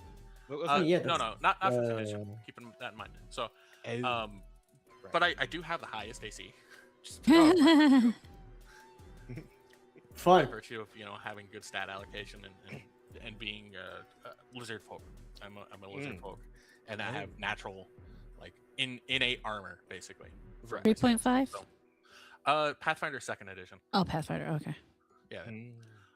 So I have the highest AC in the group, so I just get to be de facto the tank, and I'm a pretty strong martial class, so I have more or less this highest HP, or at least tied for high HP. So I'm capable of it, but I'm still not built for it. I can dart around the battlefield. I'm set up to be able to make attacks without any. With only a single action, I can make multiple attacks, etc. So I should be able to run away from enemies, get in there, or run into enemies, smack them around, run away, and then force them to follow me. Except if I do that, my party wants to stand in a line, and then I'm behind them, and they don't like that. Fellow tank, what's up, bro? Yeah. How you doing? But that's me griping. Yeah. Tomorrow I'm DMing. I've spent the last 2 weeks now prepping for all of the other potential stupid shit my party could do, because they chose not to do the inobvious thing last time. And that sounds wrong, but normally that's just what they do. They go for the least obvious option, and I've done my best to normally prepare for I remember. Yeah, you said that they got you by surprise last time we talked. Yeah, they caught me by surprise by following the breadcrumbs and actually doing the obvious thing. Yeah. Which you weren't ready for. Which I wasn't ready for. Yeah. But now I am. Now I'm ready for so many other things. It's funny though, because like on my end, like I wish I had more opportunities in our campaign to like be the tank that I'm supposed to be, right? Because at this point, I'm pretty fucking solid at like in my options of like being a giga tank, right? So for example, with the Luke Garo fight we just did, they had a pretty decent to hit, right? I think it was like a +9 bonus. But me, they also have an advantage because of Blood Frenzy. Yeah, the Blood Frenzy, whatever. But with me, with my current, fucking fighter bard mix that I have going on here, that is, I mean, obviously not optimal because it's my first time making a character and I barely know what the fuck I'm doing, but it still kind of worked out because I have this armor set that I'm wearing. It's called like the Dusk armor or some shit. Actually, what the fuck is it called? What is this fucking armor called? Because I always forget the name and now it's bothering me. Fell Iron Plate Armor of the Warhound. Okay. That's the one. So this shit has like blur built into it, right? Nice. If you know what blur is. Yeah. And so I can use that. It takes an action, but obviously that just imposes disadvantage for like a full minute, which is like 10 rounds of combat. And typically our combats never last longer than like 5 rounds. So yeah, pretty much the whole fucking thing, right? But then I also am a College of Swords bard, which means I've got the flourishes, and one of my flourishes is the one that lets me add the damage done by that bardic die, the inspiration die, to my AC. And my AC is already 26, right? So if I rolled like even decent on that, I could get an AC up to like 30, 31, 32, right? I think, and I even in that fight I rolled kind of rough, and I only got it up to like 29 AC. But at that point, with their like +9 bonus, they would actually have to hit nat 20s to actually be able to hit me. Like that's how good my tanking is when I actually get my like when I ramp up to my maximum tankiness. Jeez, fuck, I don't know why I'm coughing so much. When I ramp up to my maximum tankiness, though, like I become really, really fucking hard to actually hit. So, but I need more opportunities to actually use it. Urgh. But yeah, we gotta fight more bosses. True. We do have to find more. That's what we gotta do. We still have to deal with the fucking barbarian Terminator that's currently after us. Yeah. Then you're gonna have to use your tank abilities. Yeah, good old Kavan. It's unfair because last time we fought it, you didn't have your armor on. So yeah. You wasn't the tank back then. Yeah, that wasn't this session, but in season previous, fucking Rosa sent a goddamn undead super vampire barbarian who is fucking immune to radiant damage after us, and this motherfucker has a spear that he can throw that returns to him, and he can throw it at someone and have that person return to him as well, right? On the spear. And he did that shit to me through a wall as we were getting up in the morning to start the day, and I didn't have my fucking armor on. So I just got absolutely like dusted in like he did like fucking god, it was like more than half my health, and my health's like 213 right now, so I think he ended up doing like 170 damage in that one turn. Absolutely kicked the shit out of me. First thing in the morning, like, damn, bro, chill. But you know, that was fun. But they do make for the more interesting moments of our campaign, so I can't be too mad at it. Plus, I'm sure we'll get our get back later whenever he tracks us down again, which he will, because he's a really good tracker apparently. So is what it is. But yeah, aside from all the D&D shit, what else I get up to? Oh, so Jan got in touch with me saying he wanted to do some collab stuff next month, and he proposed Blaze Blue Entropy Effect. Now, you may be familiar with the Blaze Blue, anime fighting game. Yeah. Entropy Effect is a little bit of a different thing, though, right? It's a side game that is a side-scrolling platforming roguelite. All right, and it obviously includes Blaze Blue characters, and you got your typical mainstays. Ragna's there, Jin Kisaragi's there, Noelle, Taukaka, Kokonoe. Yeah, Kokonoe and like Bullet's there, Mai Natsume's there, a few others. And essentially, you are this little weird robot guy who is undergoing mind training to, I don't know, strengthen your mind for something else later. I didn't get too far into the actual story of it, but what the whole thing is, you're just kind of doing runs through, again, a roguelite session where you're playing as each one of these characters, and you kind of just go through and get upgrades as you go in like roguelite fashion. You just fight through shit tons of enemies, and it's pretty fun, honestly. The game feels really good, and it looks fucking amazing. Like the lighting effects, I don't know if you kind of like seeing what's going on screen here, but yeah, like just the lighting effects they do with this game, really nice. All the effects, really, like the hit effects. The game recently that looked similar to this. I was saying we talked about a game recently that looked very much like this one. What was it? Can't remember the life of me what the fuck it was called. But it was the same sort of 2D action-y. I think it was one you played. One where the person had dual guns and the girl had dual guns and the guy was shit. Yeah, I know what you're talking about. The one I played a couple of weeks back. Hang on. Yeah, it was. It looks very similar to that, or same general vibe. Was it this one? No, not Ringash. No, not that one. Fuck, what was it called? Yeah, I still have it here in my fucking demo list. Let me see. It looks interesting though. That's not it. How many dudes? What the fuck? Yeah, it's gonna bother me. What the fuck was this game called? It was bothering me, and that's why I had to bring it up. No, I got you. I'm glad I could spread it. Motherfucker. Son of a bitch. Oh, excuse me. Bless you. Yeah, Thank you. What the fuck was it called? I did not play this that long. Maybe I just go through my like recently played games, because it was not that long ago that I played this. Hang on.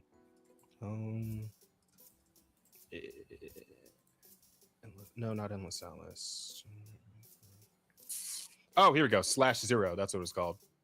/0. Yeah, apparently, I guess that was a beta test situation that I was playing on, because now it's telling me that I can uninstall it. So I guess that wasn't actually like a demo. I guess it was just a play test. Also, yes, $2 again from Chaos. Thank you. Is it Blaze Blue Entropy Effect? Yeah, this game we're looking at now is Blaze Blue Entropy Effect.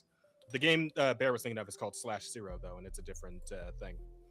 And what I played was a play test and not a demo, so can't play it right now. But it'll be coming out soon, I think. But anyway, yeah, this game's pretty cool. I think it's pretty all right. The upgrade trees and all the different stuff you can get is pretty cool. You got your usual elements. You got shit like light and dark. You got blade, ice, lightning, all this sort of shit, right?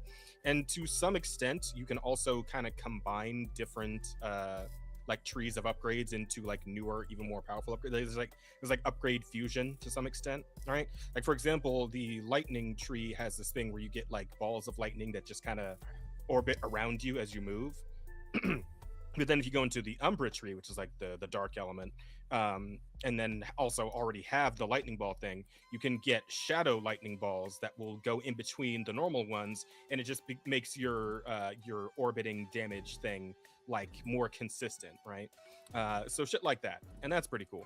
But the other interesting thing I saw about this, and Asa, you'll probably immediately kind of clock this as very similar to something else that we both play.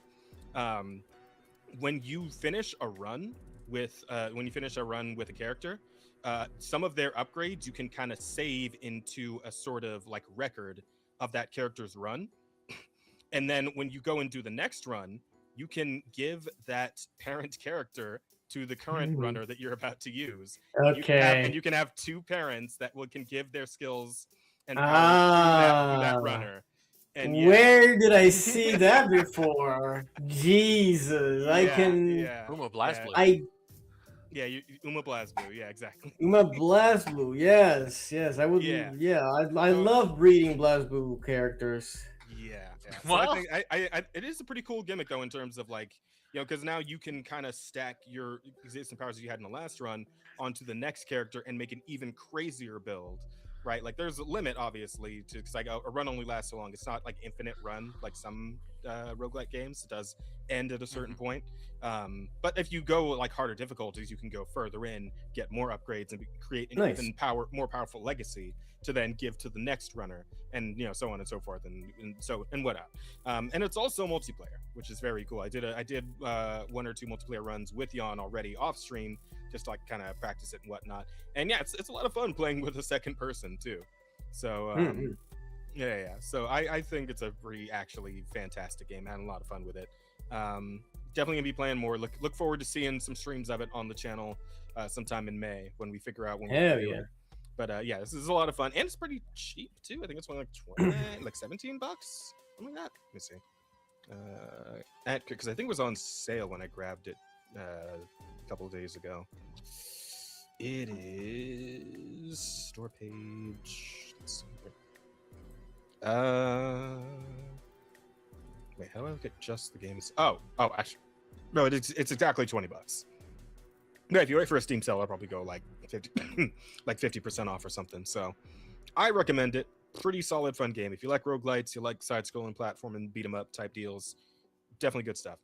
I also thought it was very interesting in the way they decided to go about like the like unique upgrade trees, right? Because like on top of the ones that are like elemental and all that shit that you can kind of just get for any character, you also have the characters themselves having unique upgrades to their actual like attacks, their special moves, all that shit, right?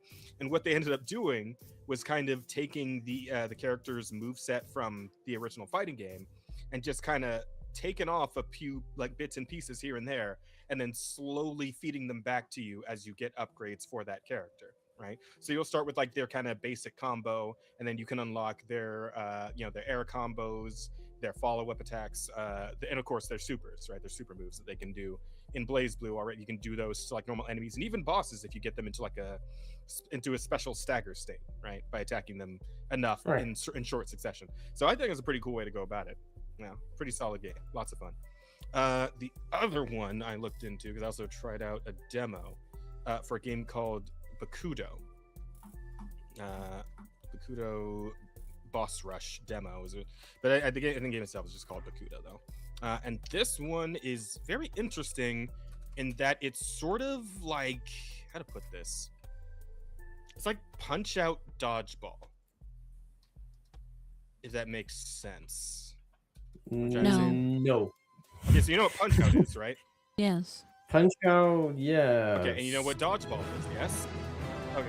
I know what those two words are, like, separately. When you put them together, they don't make sense. Okay, hang on. $5 from Chaos Match again. It's pronounced BlazBlue. Did I not say BlazBlue? No, and that's not the right message. Oh, I know. I'm sorry, I was looking at the other thing. But by the way, SNK has released a 1-minute 30th anniversary retrospective of Metal Slug. You should check it out. There's even a surprise at the end of it. I mean, I don't mind. Yes, yeah. I mean, he says $5, Yeah. so we could look at it. Yeah. Okay, Yeah. we'll look at that before we get into the news, Chaos Smash. But let me just talk about For this $5, yes, we're gonna do that. yeah, but yeah. So Bakudo, like I said, it's Punch Out and also dodgeball, kind of, right? Because like the way it works is that you have the ball, you're on one side of the court, and then the enemy is on the other side of the court, and they've got like special throws they can do. Ones that, like you have to dodge specifically, ones you can catch, and some that you can parry, right? Like spikes you can parry to like knock it back at them, do damage, and then some bosses, at least the one boss that I fought, like will do specific animations. That'll be like, okay, this is where the opening is. Now is the point where you attack, right? Now you counterattack. But it's like you really gotta kind of learn the animations in that same like Punch Out way to know what you're about to be dealing with and how best to like counter it to get the hit in.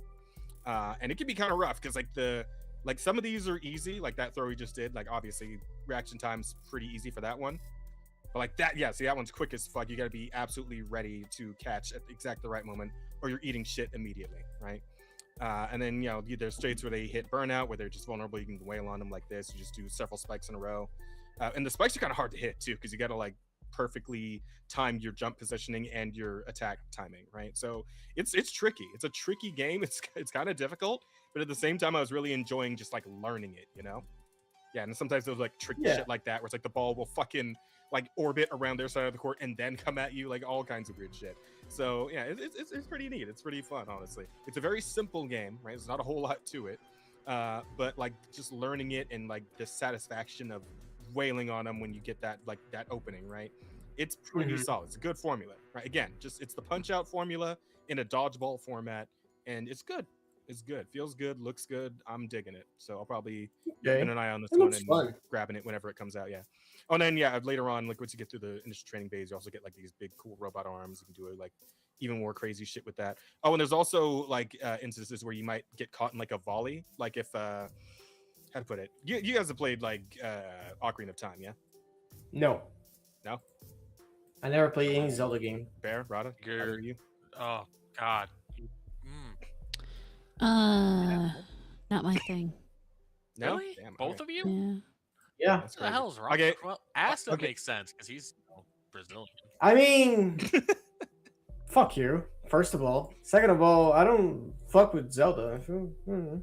Oh man, that sucks because like we had a story related to that later. Yeah. Yeah, no, because like, well, then Bear, you know the bit with the fight with Ganon at the end where he's like knocking the energy ball at you and knock it back over and over and over, like the volley, right? So this also has a mechanic like that where you get caught in a volley with the boss character and you just have to like keep hitting it back with good timing to knock him on his ass, or you get knocked on your ass if your timing is bad. So that's that. I feel like that's... Yeah, see it right here, right? There's your goes. Ba, and then anyway. So lots of fun little mechanics, lots of things to look out for. And just like learning the fight is kind of the whole thing here. Learn the fight, do it right, have a good time. But it is tricky and it can be pretty tough, pretty challenging. But that's the fun. Also, I appreciate the enemy designs. I like this robot design. It's fun. You know what it reminds me of? It reminds me of that fucking was it Shark Boy and Lava Girl that had like George Lopez with the robot, where it's like his face on top of Yeah, was that it? Okay. Yeah. Shark Boy, that's a golden movie. Yeah, that does it for you. I mean, I laugh a little bit, but it's like I love the Spy Kid movies as a kid. So yeah, like they suck. Or like objectively, they suck. But watching it as a kid, growing up watching that shit, it was the bomb. Fucking Shark Boy and Lava. Like I completely lost it when I found out that Taylor Lautner became Jacob in fucking Twilight, because I was like, there's no way Shark Boy turned into this gay werewolf. Yeah, he did. And it's like, I remember so cool. And I remember like fucking Spy Kids 3 or Spy Kids 3D as it's called, because like 3D was starting to become the fucking gimmick when that movie came out, and like being so excited. It's like, oh, it's 3D, that's gonna be so cool. I'm gonna get the glasses, I'm gonna watch it at home, it's gonna be awesome. And it sucked so fucking bad, but I still was like, it's still pretty cool though. It's cool, it's a good movie, fuck off. listen, it's okay to like trash on some. It's okay to like trash. Everybody's got some bullshit that they love, unironically, even though they know it's terrible. Right? Yeah. Everybody's got one of those. It's called a guilty pleasure, you know. Yeah. But yeah, so that's Bakudo though, and I would recommend like at least trying this because this is a demo. It's a free demo out on Steam, so I recommend giving it a shot. I think it's a good time. Bakudo. But keep in mind, it does demand a little more from you in terms of player skill level. So yeah, be ready for that. But it is fun. It's and I love the style of it too. It's got a lot of style. It's good. But yeah, other than that, right, we got to look at this this retrospective. I'm actually excited to check this out because I love Metal Slug. I don't think I've ever played Metal Slug. I think it's it. Oh, I think I know it from. Dude, we should play it together sometime. Metal Slug's great. I know like by name, but like I never actually played it. Okay. Like if the surprise at the end is that they're coming out with like a new Metal Slug game, I'm gonna be like absolutely incredibly excited for that. But here, let me go ahead and unmute it. Do full screen. All right, here we go, Chaos. I play these games all the time. My brother and me, I played back in the day. Metal Slug. Heavy machine gun.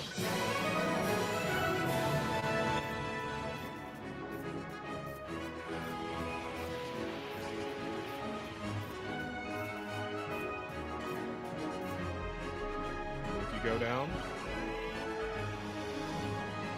you press continue. All right.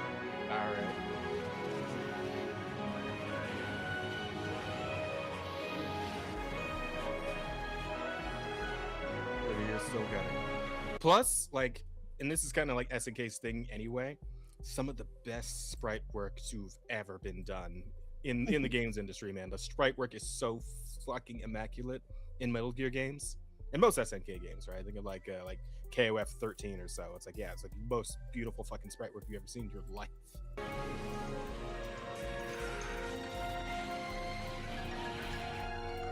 "30 years, still running."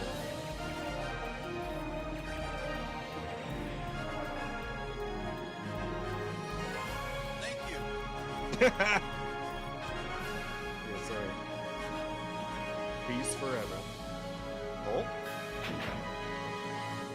Mission reboot. A new mission. Oh. A new game. Motherfucker. Oh, okay. All right. You know what? I'm excited anyway. Like no game, no hype is the rule, but I'm still excited. If a new Metal Slug thing is happening, I'm kind of in there. I'm ready. All right. It's gonna be a mobile game. God damn. They already made a Metal Slug mobile game, actually. Oh yeah. Okay. Yeah. They've already done. Never mind then. It could be. Could be something new, actually good on a console. I can just buy and have fun with it. That would be ideal. But yeah, man, I'm excited. I'm looking forward to it. We'll see what's going on. Dude, Metal Slug is the best. Yeah, I'm gonna have Ass to play it with me. I'm sure there's like a Metal Slug on Steam that we can play together. Let me see. Yeah, maybe. Let's see. Yeah, like just do fucking game share or whatever. Oh, hang on. Metal. There is Metal Gear. There is Metal Slug 1, 2, 3, and oh yeah, I actually already own Metal Slug 3 on Steam. Yeah, 1, 2. There's 3. Metal Slug Awakening, Metal Slug Tactics, Metal Slug Defense, and a bunch of DLC and soundtracks. Metal Slug the toilet paper, Metal Slug the. Sorry. yeah, exactly, right. Attack Reloaded, which is like the tower defense game, where I had that on my Switch. Yeah, no, there's a shit ton of Metal Slug games. Like the ones you want to play though are usually like the mainline ones, like 1, 2, and 3, X and Double X. Like those are the classic Metal Slug games, and they're fucking fantastic. I don't know what the fuck Awakening is though. Is that also like a? Oh, okay, no, this is actually like kind of. Is this a fucking gacha game? This feels like it might be a gacha game. Hang on, let me see. Yep, it's free to play. That's a gacha game. That's a fucking gacha game. All right, and it features like some characters from like King of Fighters and shit. Okay, yeah, I see what's going on there. We love gacha. Let's go Gamba. I might still try it though, because it looks like it plays like classic Metal Slug. So I'm like, of course you do. That's still kind of cool though. That still might be worth checking out. Yeah, you know what? I'll check that one out with you. I'm gonna try it later. We'll talk about it next week. Oh, I guess not. 'Cause All you right. won't, you won't be here. We'll talk about the Wii after get to that. I'll save it. I'll save it for the week that you're back. Bet. We'll both try it and we'll talk. All right. All right. Anyway, I suppose with that we can actually get into the proper news cycle of the week. I mean, We it's good to been go? 2 hours. Yes. Yeah. Fair. We should. Oh yeah, this one's fucking wild. So I know we talked a little bit about. Wait, actually, did we talk about the Crafton guy? Was this the About guy with what? the Dave the Diver thing? Crafton? Hold No. on. Crafton. Oh, maybe not then. we've Oh, but this story's mentioned still Crafton. fucking wild though. Yeah, because like fucking Bublik over here just gave like a little recap of what exactly the hell happened here. Oh, it's a Subnautica thing. Yeah, we Yeah. talked a bit about that, right? Yeah, a CEO asked ChatGPT how to steal 250 million from game devs. Big mistake. So the points: Crafton buys Subnautica Studio for 500 million, promises 250 million bonus if the sequel sells well. Sequel is about to sell really well. CEO panics, asks ChatGPT how to get out of it. GPT writes Bro. him a takeover plan called Project X. CEO ignores his lawyers and executes the plan. Delaware court reads his ChatGPT loss. Oh, Brother. fuck. Judge calls it out by name in the ruling. CEO loses. Dev gets reinstated. $250 million still owed. You got to be special for that. Yeah. Conversations with AI are not privileged. Executives haven't figured this out yet. Yeah, so Bro. Oh my god. How can it be so stupid? here's the whole thing in a little bit more detail. CEO of Crafton create a corporate takeover strategy to prevent a company they acquired from hitting a revenue target within a certain time window, which would trigger an additional payout.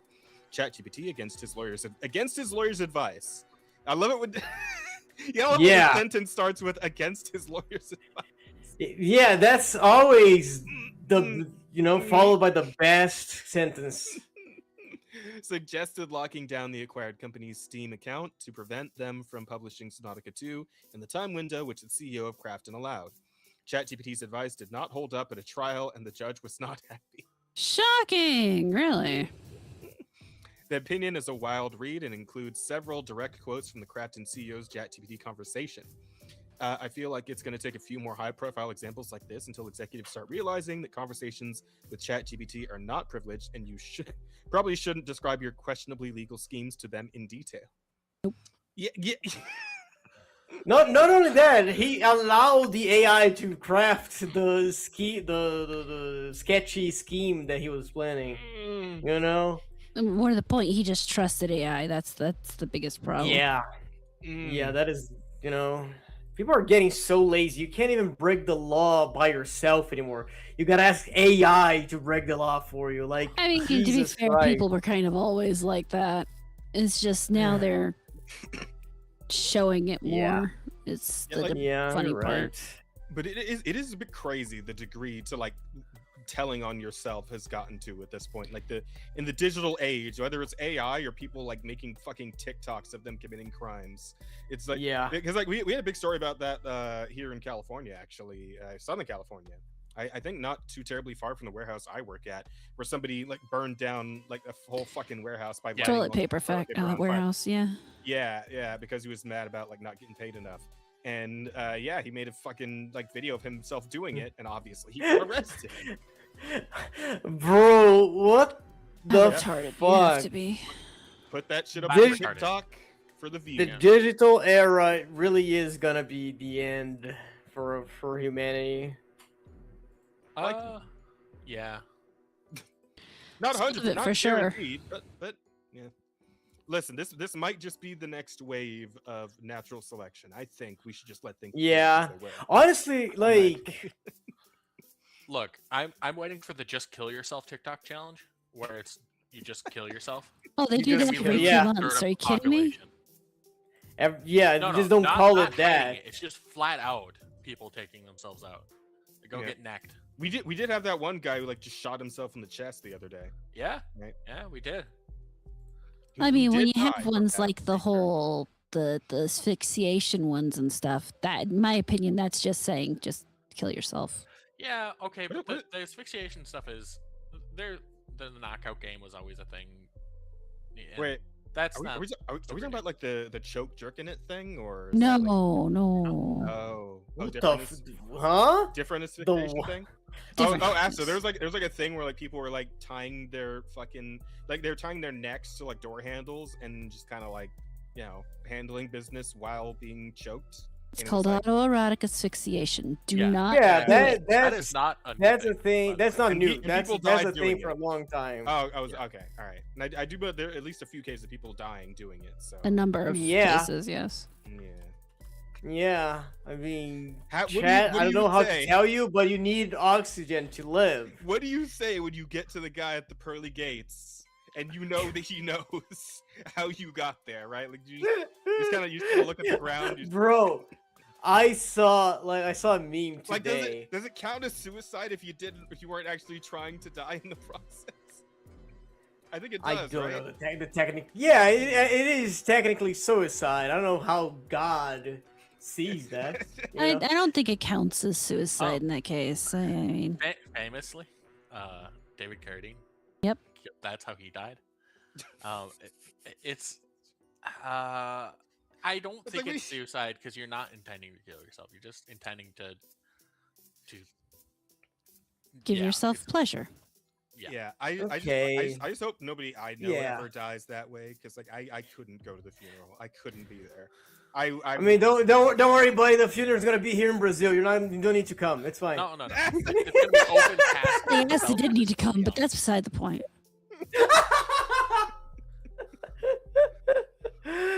They're gonna have the belt on like it was a tie. Oh God. See this how Asta comes back. That's just how Asta comes back to streaming, right? Asta's choke jerkathon only on Kick.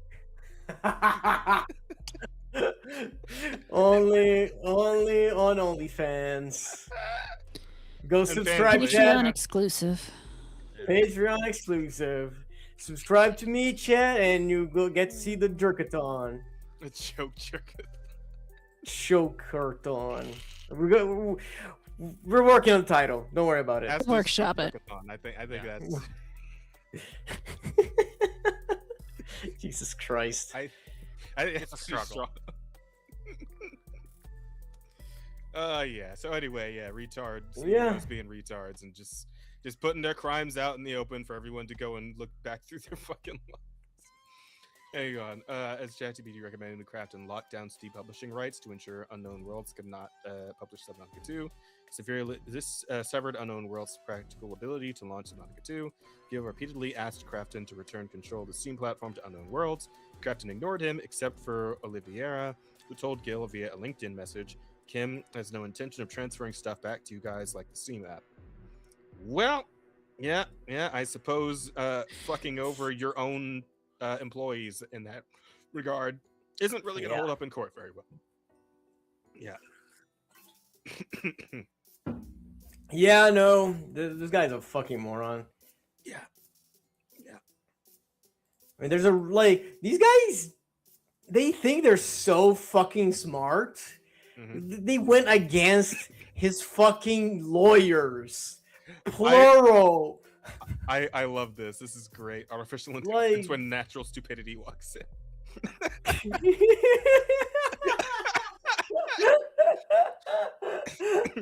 AI versus NS is that's a strong, AI versus NS. Hell yeah, that is the that's fight a of all strong time. concept, man. I love it. That's just great. Good stuff. Yeah, so he is getting his just desserts, and you love to see it. Hey, speaking love of to getting see their it. just desserts, you guys want to hear another feel-good story? You want to hear about Yes. it?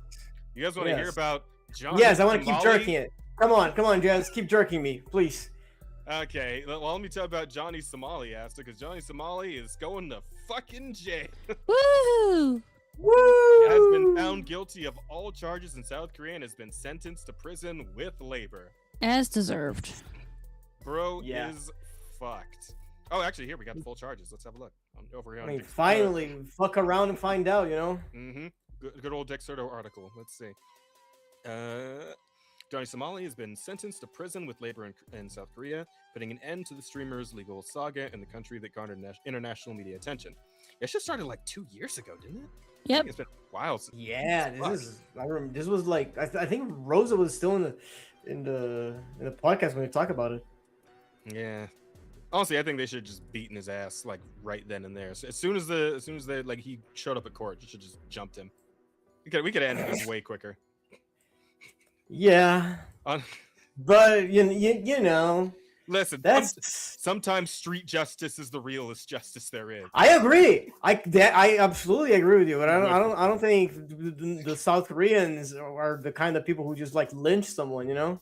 You say that, but I he mean, did get jumped several times in South Korea by like random vigilantes. Really? So yeah, deservedly. Okay. deserve it. I mean, yeah, obviously, fuck this fucking asshole went about like disrespecting their culture, their country, and everything they, you know, And the people, yes. and the people, yeah. All of it, everything, and he fucking made weird like AI images of him like kissing someone. Like he did like a weird AI deep fake of somebody. Oh, and he, Yeah. more than one somebody. He did that one of him kissing somebody, and then the guy who's been helping him in Korea, he did an AI deep fake of him making out with another guy. The guy that's helping him? Yeah, the guy who's basically been footing all his bills and giving him money and paying for his lawyer and all that shit. He did that to him. I guess buy the hand that feeds you, I guess. Oh damn. Oh fuck. Anyway. On April 14th, the judge in South Korea sentenced Johnny Somali, capping off one of the most documented influencer trials to date. In his penultimate court appearance, Somali upset the judge by claiming the law was unfair. Oh, boo fucking who, buddy? That's unfortunate. Sucks to suck. Rest Yeah, cry me a fucking river. Rest in piss won't be missed. Because another Korean streamer, Bong Bong, shared the same deepfake videos he had and wasn't facing consequences for it. Oh yeah, maybe that is a fair point. Maybe Bong Bong should go to jail. She was the one that he was in the videos. Or she, I should say, was the one that was in the videos. She wasn't sharing them as, this really happened. She was sharing them as, what the fuck? Oh, okay. I see. Okay. Yeah. So she was the victim, in other words. Okay, so he's being facetious with that. Okay. No, he's just trying to be cute. Yeah, okay. Yeah, fuck that. All right, the prosecution, meanwhile, recommended 3 years in prison with hard labor for the American, causing Somali's mother to file a petition asking for leniency. This is Bro, if this is my child, I like disowning them immediately. If that was my mother, she'd have written asking them to kill me, so. Yeah, it was like, nah, you guys are being too lenient. Kill this motherfucker publicly. Just go ahead and rid the world of it. Yeah, because it's fucking... Dude. Like, dude, come the fuck on. Fuck. What are you even doing at this point? As per lawyer and YouTuber Legal Mindset, who has been documenting the trial since the very beginning, Somali was found guilty of all charges, including the deepfakes, which come with the biggest penalty. Legal content creator has also called for Somali to receive a longer sentence. Hey, based Legal Mindset, man. Fucking love that guy. As such, Somali will reportedly be going to a specialized labor prison where his phone will be confiscated. He will receive offender status. Good. Judge Park Ji-won of the Seoul Western District Court's Criminal Division 1 sentenced Johnny Somali to 6 months in prison and 20 days in detention for business obstruction and distributing fabricated video material under the Special Act on the Punishment of Sexual Violence Crimes. The court also ordered a 5-year employment ban at institutions related to children, adolescents, and people with disabilities. That should be a lifelong ban. Yeah. That should just be a lifelong ban. Once his sentence concludes and he's deported, he will be required to register as a sex offender in the United States. Womp fucking womp. Womp womp. Yay! Well deserved. Well deserved. Yeah. The defendant repeatedly committed these offenses against an unspecified number of victims in order to profit from YouTube broadcasts. The degree to which he disregarded the rule of law is severe, as he broadcasted the situations while committing the crimes, the judge told the court. Although he appears to have suffered disadvantages such as being banned from leaving the country and being unable to return to his home country for an extended period, the court considered the possibility that similar crimes could be triggered again when determining the sentence. All right. One final attempt to avoid prison, Somali told the judge, "I have family back home. I need a chance to change my life as a young person and a second chance to do better." Throughout the court proceedings, "I have not done any acts to offend anyone, which shows I learned a lesson." Oh my god. Fuck off. Nah, bruh. The judge was unmoved, based as fuck, and proceeded Of course, it wasn't. proceeded with the detention order. Somali will have the opportunity to appeal the ruling within 1 week. Prosecution will also be able to appeal, as they recommended a much longer sentence. Yeah, I still think he should get it. And yeah, He is getting a chaotic longer South I Korean think he's saga. gonna. Yeah, he's. It looks like Yeah. it's been because it was 6 months, and it looks like it's being moved up to a year. Oh, Yeah. is that like Legal Mindset? I Or don't- something about it or what?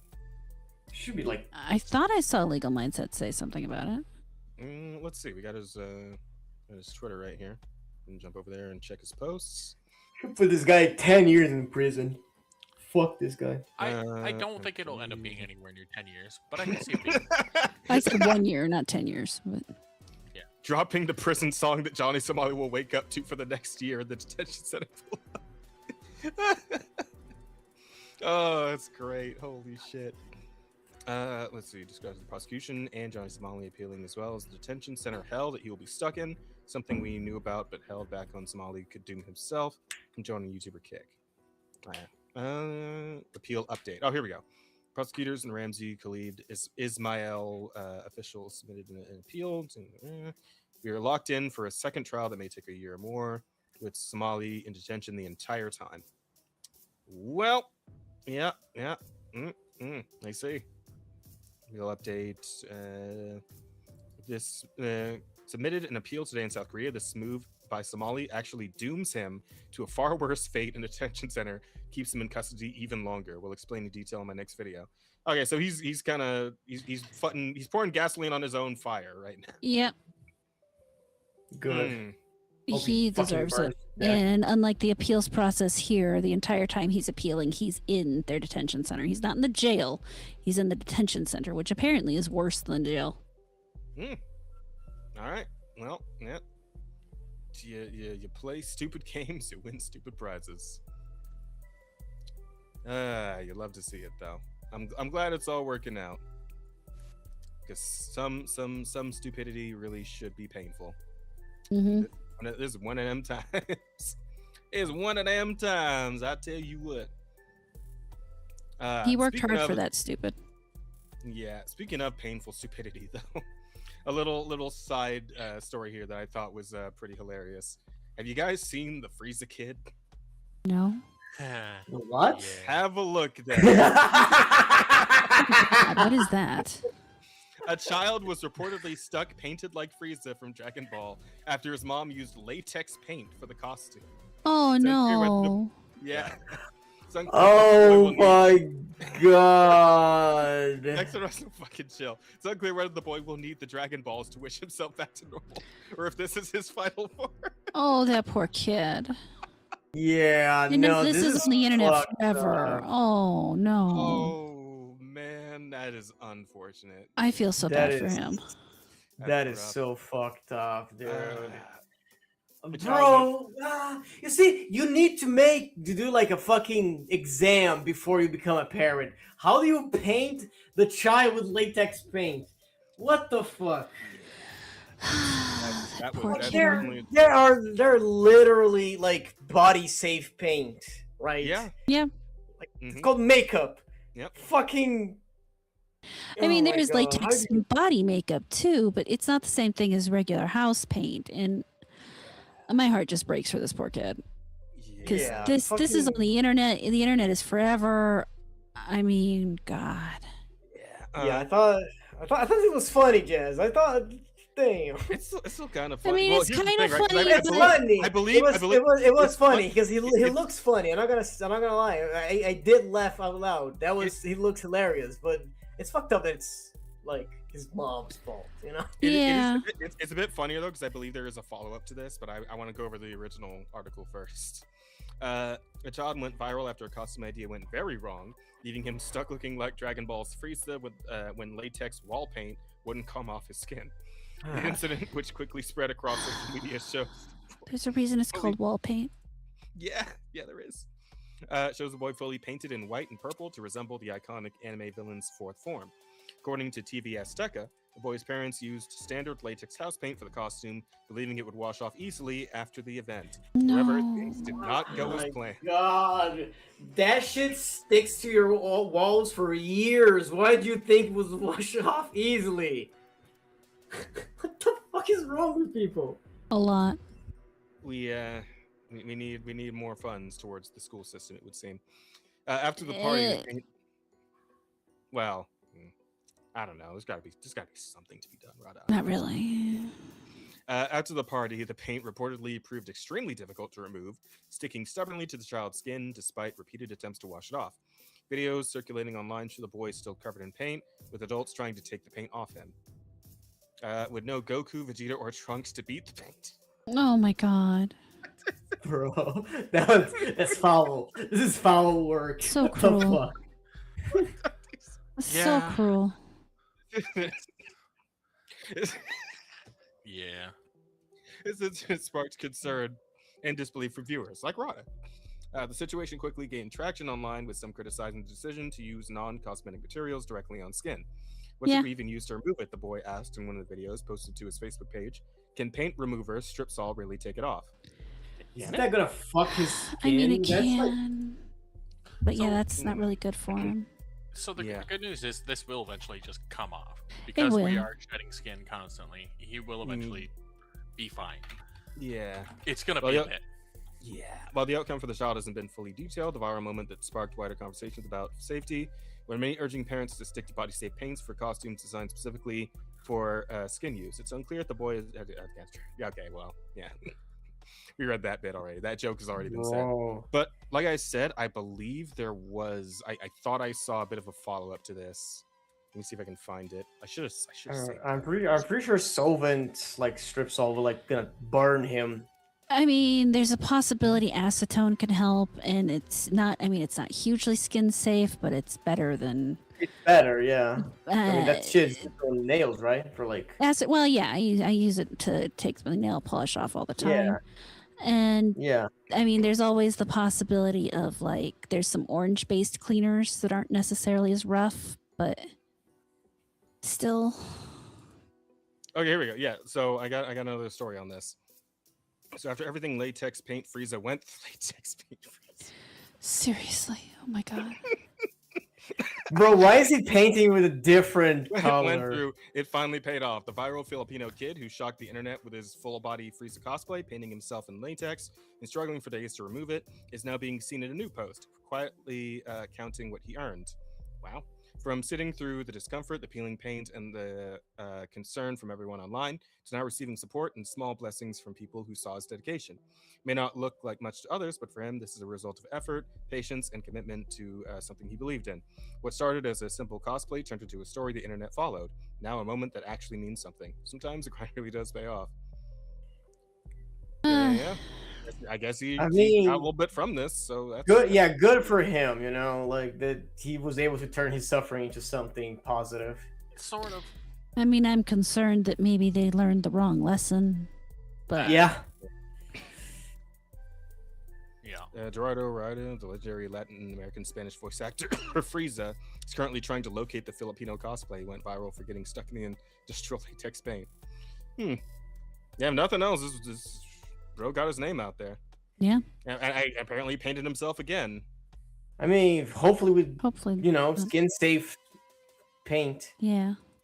And revolved into Golden Frieza. The trend didn't stop there. It actually pulled in more people. I'm assuming that the Gold Frieza paint was not latex. Yeah. Times. Hopefully he learned a lesson. Yeah. Unfortunately, that's an awfully bold assumption. And he's got a Majin Buu and a I actually have no idea who this is supposed to be. Is that supposed to be like A Jiren? dragon? No, Jiren's not. Not red. Red. No, he's a gray. Could it be Is it like all- that mustache guy, Topo? Yeah. After finally removing latex paint from his first cosplay, he came back and took things even further by transforming into Golden Frieza, driven by the massive attention online and encouragement from people around him. What started as one viral moment has now turned into a full trend. Others have begun joining in, painting their bodies as well, and recreating different forms, turning it into a growing community moment online. Many are finding it hilarious and entertaining, especially seeing how far the evolution is going. Fans now jokingly waiting for the next form. Black Frieza. Oh my god, that's true. That's real. That is Yeah, in the true. fucking Black manga, there's Frieza. Black Frieza as a thing. Oh dear. Yeah. However, I mean, he's Filipino. He can blackface. Mm. on transformation trend. What's next? Some some are raising concerns about the risk of using latex paint on skin, especially after his first struggle removing it. With others saying it looks like he still hasn't learned his lesson. Well, I assume he's Wait. not using wall paint again for this, is he? I would hope not, but there's no guarantee, like I said. There's no way he used latex again. Because like the paint like looks different with like the gold Frieza, so I feel like maybe he just found like some actual body paint this time. I would have to. Yeah. We can hope. Yeah, that shit's pretty fun. Like it does make it if he did use wall paint again, I feel like that makes it even funnier. If he used wall paint again, I'm not sorry for him anymore. You know? Exactly. That It's point, it's like, yeah. That's great though. That's I fucking love that Majin Buu is just like the M is painted on his belly. He doesn't have a belt for it. yeah. It's just that's a canon Majin Buu. Fucking badass. I dig it. I love it. That's great. Oh fuck. Okay. Well, But they don't have they're not committed as the kid is. Look at their feet. Their feet are not painted. oh, it's true. Yeah, they still got just normal brown legs. Yeah. He's like full body paint. Johnson He was is fucking full toad. bodying. Fucking hell, that's great. I love it. I think it's great. It's a great story. It's a fun story, you know. And It certainly is a story. Like, it was funny, and then it got concerning, and now it's just Funny again. What the fuck? Yeah, it's funny again. But like, you know, what the fuck kind of sense? Like, did he learn his lesson? It's, Did he not? Find out next episode on Dragon Ball Z. Dragon Ball Z. Dragon Ball Super. Oh fuck, that's good. Bit of an emotional roller coaster that one. Yeah, pretty much. Fuck. It's But, very, very good side story. Very good side story. Thank you. I thought that'd be a strong one. But coming up next, we got something a little more, normal, and that is a story about Steam. I believe you shared this one, Rada. So I don't know if you want to go over this with us. I'm with you. I'm not sure what that means. Well, I don't know if you want to take the lead on this one. Oh, tell people about it for you? I mean, yeah, you're the one who shared this story. You're one of the fucking hosts, Rada. I can't believe you're gonna make Rada do work. Right. I already do everything else. Yeah, just read it, Des. You're the reader. You literally have the narrator voice All here. right. I'm opening it. I just have to remember what it was. Oh, okay. Oh, I mean, have it up on the shit. Yeah, I know, but I'm old and I need things slightly bigger. Without full because then I full size that, and then that gets in the way of other things that I'm keeping track of while we're streaming. And so if I just open it in my own tab, it works better for me. Okay. All right. So it says Steam is adding better price info for games. New code shows that they will put the full 30-day price history right on Steam store pages. This includes a 30-day low label and helpful discount tips based on the real lowest price in the past month. It has been required in the EU since 2023. This gives Steam the same easy price tracking that GOG already has. So what this means is basically when you go on to buy a game, you can see how the price has been for the past. So like, for example, I just got House Flippers free. So I would be able to go on and see, like a month, like 20 days ago, they had it for free. And right now they have it at the normal price, or right now it is actually at the lowest price in the last 30 days or whatever. So it gives people a better idea of how deep the current sale for the game is, if it's something that they really find worth it or not. Which I just think is pretty nice. A lot of people are down in the comments saying, Steam does nothing, and when Steam does something, wins more. Yeah. That kind of thing. But I mean, it's just one of those little things that Steam does, and it's something that kind of mirrors something that happens on the back end that I recently learned about. For example, an indie game dev can every 30 days put their game on sale for 30 days. So they have to wait. They have a 30-day cooldown period in between, but it gives people an idea of how often someone puts their game on sale and you know, things like that. It's nice to have. Oh, absolutely. I like this one. Our Gabe, who art in Valve, hallowed be thy games. Thy updates come, thy patches be done. And Steam as it is in beta. Give us this day our daily sale and forgive us our backlog. As we forgive those who spoil for us.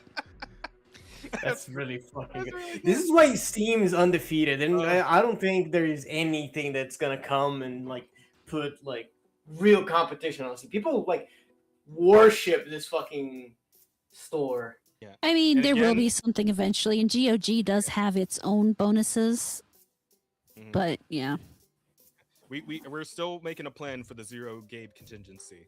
We don't really have anything concrete yet, but whenever he goes down, we're gonna. We need to be able to freeze his head in a jar. Look, Yeah, we just got telling Futurama you. his ass. Yeah. Steam is going to be, you know, all networked together, and we'll have Gabe I once he's gone, and Yeah. he will run Steam and your computer. and everything else. Yeah. You know, Gabe AI, I would just, I'll acquiesce. It's the one time. It's like, Yeah, it's the one Gabe time AI, I will be on AI? the side of AI. Yes, if Gabe is Okay. still around even after he passed, you know what? Sure. Let his We- legacy endure for the sake of all of us, you know? Once he dies, we soul transfer him into a 5090, and then we just put him in a PC, and we just let it run. See what happens. Let him cook. few people knew that the Great Machine Spirit would have been Gavin the entire time. Yeah. Oh, Whenever he's gone, we gotta find the next one, the cycle of his, his next life. You know, like Yeah. an avatar reincarnation. You just implant the Gabe I into a body. God. I just love the fact that like his phylactery's got to be like a fucking PC component of some kind, right? Like it has to. Of course. I mean, yeah. Be. Like PC Master Race only exists because of him. You know. Mm-hmm. Uh, I don't know, but this is a cool little update though, and it's nice that Steam is doing this for people now.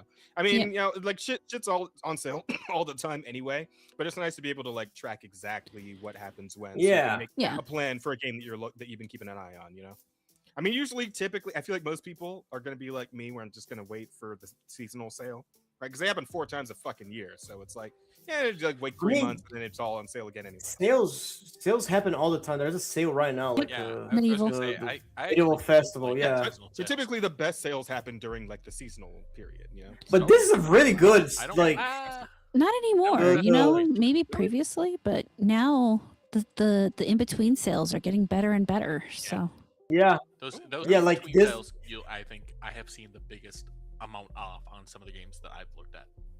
Yeah, like right now, Dark Souls 3 and Dark Souls Remaster are both 50% off. You can buy both of them for like $60 or less. Actually, I feel like 50 That's pretty good. That's solid. Okay. if I did my math correct. So it's like, yeah, really good deal. No, 2 for 1. Absolutely. I mean, hey, Steam stays winning. That's all Yeah. there is to it. That Really. is really what Steam's it winning. boils down to. Steam But just continues to win. The best gets Yeah. better. How about that? But yeah, speaking of little Steam things, specifically though, we're getting a bit to a specific game here. There's been a little bit of a rumbling around Dragon's Dogma 2. Apparently, received a Dragon Dogma. received a mysterious 77 gigabyte update on SteamDB today, so people think it's a DLC or an expansion. The new depot appeared briefly and was much larger than the game's 65 gigabyte base install. Then we removed and replaced with tiny placeholder files. Was removed and replaced with tiny placeholder files. It could be doing internal testing for new content. Capcom has not commented. I would say that, like, why? Because I feel like Dragon's Dogma 2 overall didn't do that great for them, did it? did okay. I mean, it didn't flop straight out, but Yeah. I mean, there were it was like problems. mid, right? I mean, it did okay enough that I can understand why they would give it some more, because there are diehard Yeah. Dragon's Dogma fans that will absolutely get it. Okay. You know, Like I can imagine them doing a similar thing to they did with the first game, where they made like that whole dungeon crawling like a DLC mode. I forget what the fuck it was called, but like if they do something like that Arisen. for Dragon's Dogma 2, that would make sense. Yeah, the Dark Arisen bit, right? Yeah. But yeah, I can imagine them doing something like that for Dragon's Dogma 2. I just didn't think they would bother given the game's sales numbers. But I mean, cool. I mean, people who enjoyed it. So yeah, if people Million like fans. it, people play it. Yeah, That's Might as still well. a sizable amount. yeah, I mean, I did like the gameplay well enough of Dragon's Dogma 2. It's just the story it kind of lost me along the way. But the gameplay I mean, itself, it's- is all right. yeah. I'm sure some people enjoy playing it. Yeah. As Rada said, the diehard fans. Some didn't like. I know Rosa hated it. So I haven't played it, but I did watch Rosa play it, and I would say, having really liked Dragon's Dogma 1, it looked like a failure in terms of keeping shit going. Oh, hold on. Hey, baby. How'd you feel about Dragon's Dogma 2? Go ahead and just tell the audience. A sheep. I liked it. I wish it ran better on PC, but I liked it. Okay. Oh, there Like, you go. like story and gameplay, no Story and criticisms at gameplay? all. The story is not nearly as it's not nearly as what's I'm looking for, in depth as the first game. The gameplay is way better though. Okay. All right. Yeah, So so that's your opinion on it. yeah, and he really loved the first one, so that's why I bothered Fair. him. He rolled his eyes as I asked him his question, but I didn't roll my eyes, that's what it looked like from here. but I didn't. If you say They're so. about to. Oh shit! They're about to have a domestic I onset. mean, we don't have any proofs. We gotta believe Rada, whatever she says. Yeah. We don't have visual proof. Yeah, you guys gotta have my back. He's just my husband. Yeah, Oh my god, I thought it was something horrible. Not gonna say Yeah. it. No. Come on, say it. No. Ask I already led the Portuguese we don't- won once. We don't today. want the house. I niggas to can't forget give its them place, two. That's the. I can't give them 2 wins in a day. Okay, let the Portuguese rest. Damn. I disagree. About what? With what? Yes. His rest. He needs to tell us whatever's going on. You can't just say that and then expect me to not know. Yeah. Or not want to. Not to not Uh. want to know. Well, if you really want to know, I was gonna say we gotta take the wife's side. She's the white one. Yeah. Okay. Oh, you went to a dark place. No, he Yeah. yeah. Place to be fair. Yeah. I was thinking more, domestic violence, and stereotypes and stuff, It's awful, I know. That's why I didn't say it. That's why I didn't want to say it. You're a bad person. I am a bad person. It definitely seems like the general opinion around a possible DLC is also kind of divisive. From what I'm seeing in the comments here, seems like half the posts are about like hopium, copium, and the other half are like, I don't give a fuck about this. That game sucks. So I guess we'll see how it goes. Yeah. People who like it are gonna like it. The people who didn't is just gonna fucking hate. It's Twitter. That's the way that goes. I wouldn't I be mean, surprised it if seems was a fairly DLC. split down the And middle. like I said, yeah, but I mean, I think they had enough sales that a DLC, even if you got like half the people who bought the first game to buy the DLC, probably still going to be a good deal of money. Especially since nowadays you really kind of expect most games have kind of taken stuff out or have planned their DLC well in advance. They have all those sorts of stuff done.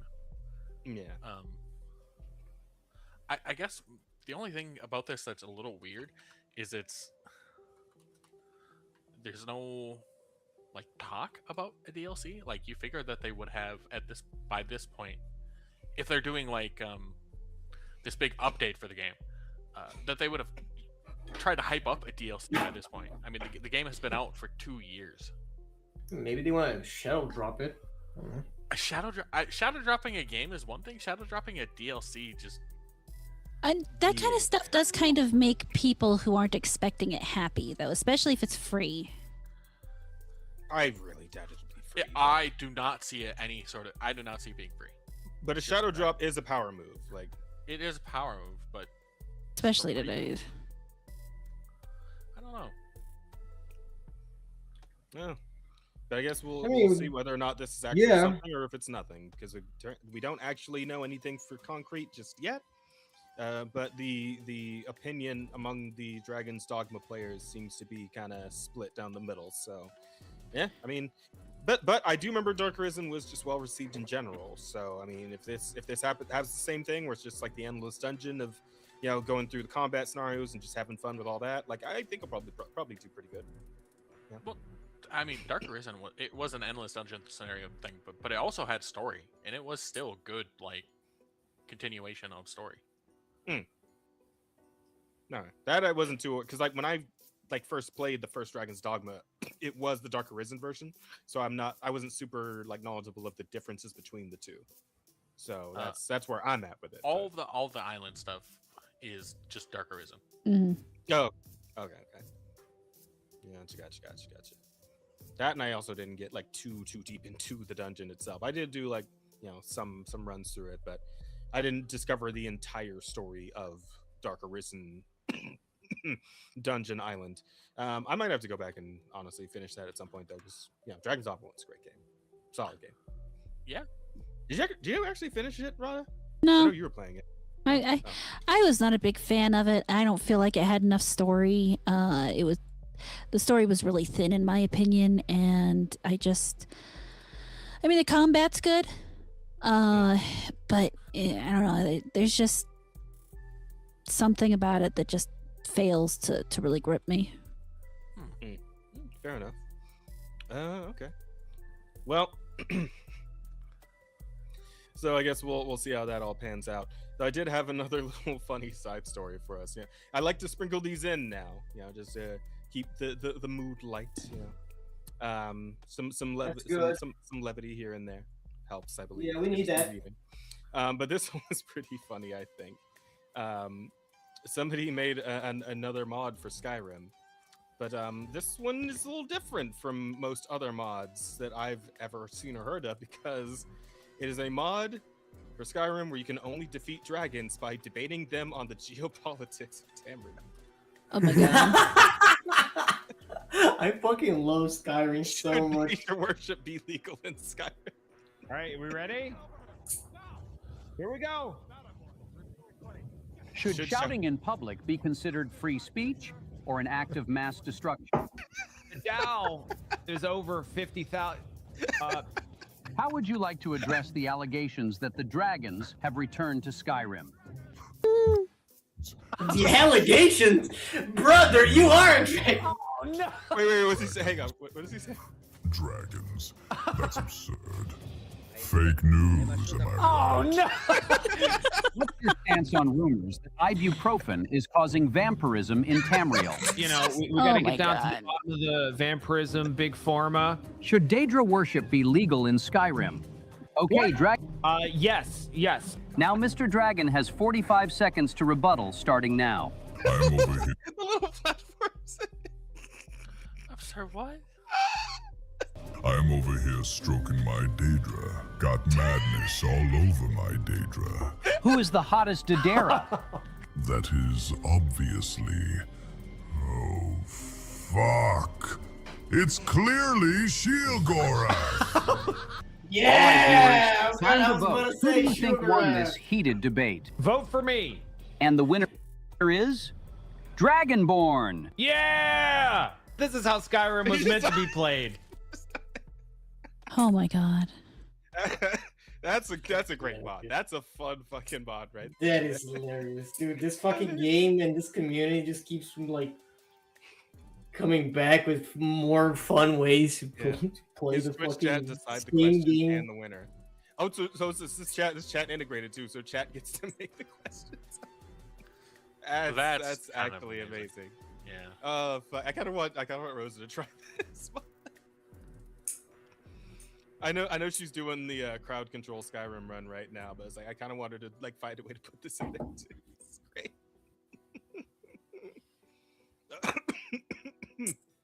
Oh fuck. Sorry, yeah. So I just thought that was a fun little thing to. All right, are we ready? Yeah. Among the other stories, because that's just too fun. That's too good. Holy shit. Okay. I want to know who had that idea. Who sat at their table and was like, Well, you know what? There's an article here. We can see. Let's see. You know what? Skyrim lacks political debates. Oh, I think the YouTuber himself was the one who made. Yeah, YouTuber Blurbs has created a mod for the Elder Scrolls V Skyrim that replaces traditional dragon fights with timed debates on the politics of Tamriel, turning one of the game's most iconic encounters into a battle of wits and words. Beautiful. Was Shout wits out in, to in Blurbs. quotation marks by chance? No, it's not. Darn. Okay. Yeah, hang on. Sorry, let me share the tab so you can see what I'm looking at here. According to the creator, Hold the on. mod works You're by. back. Oh, okay. According to the creator, the mod works by locating a nearby dragon and spawning it beside the player, along with a podium thrown in for good measure. Oh my God. I did appreciate the little podium they put in the script.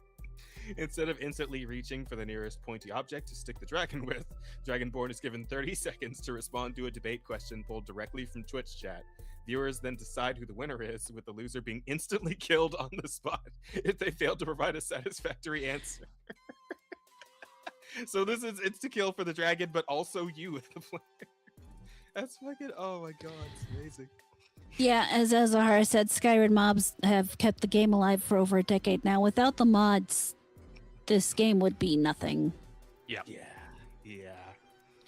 Absolutely. Holy shit. So you can imagine the debate questions were just as unhinged as the scenario, with topics questioning whether the return of the dragons was fake news, while others tackled whether shouting in public could count as free speech or an act of mass destruction. My God. One prompt even went as far as to ask about rumors that ibuprofen causes the ibuprofen causing vampirism is too fucking good. Oh man. Big Pharma was to blame. Let's see. The Dragon's rebuttal gave the monolithic monster the edge when he simply replied with, "Nonsense. Buy more ibuprofen. Use my sponsor code."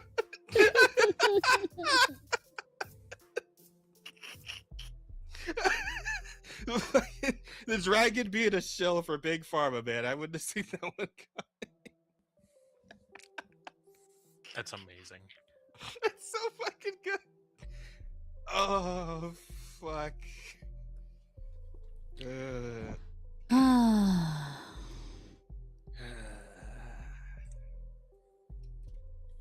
Dragon shilling for Big Pharma is a really strong title in my opinion.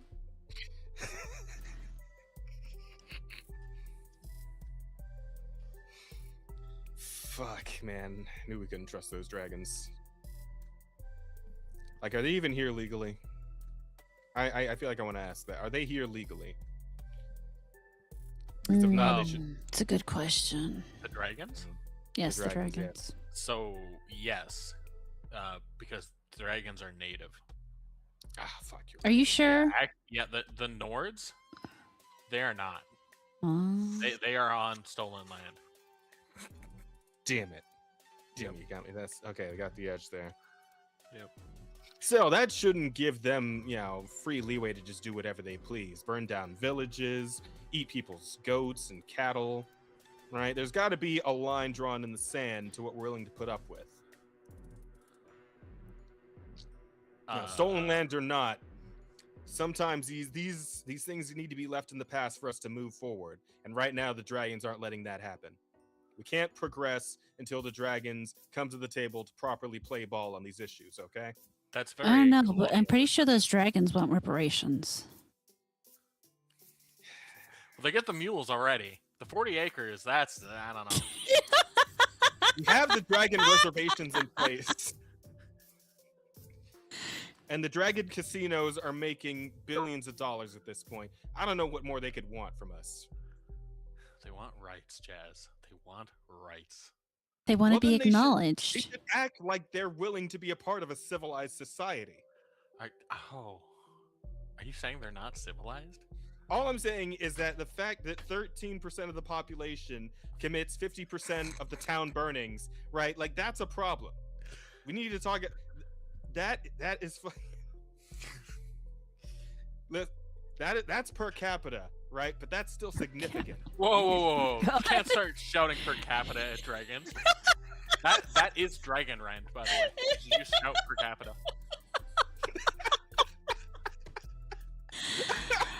Oh God.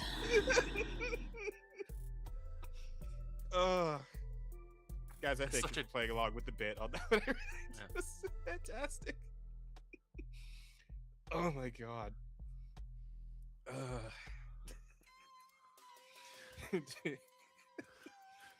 I fucking love it. That's so good. That's so good, man. It's great. Okay, but enough fun. What else? What other serious topics are going on these days? You know what? You know what's serious? The fact that a certain someone has a message to share with us. Let me share this tab so you guys can find out what's going on. Because there's something crazy happening in Hollywood right now. Something you never would have seen coming. Check this shit out. Nearly 40 years ago, a promise was made. God willing, we'll all meet again in Spaceballs 2. Search for more money. Money, you know? Hold it. Wait a minute. It's me, Mel Brooks. I have a major announcement. Spaceballs 2, The Search for More Money, is not going to be the title of this movie. Why not? Because after all these years, I found the money. There it is, the money. It was in my basement.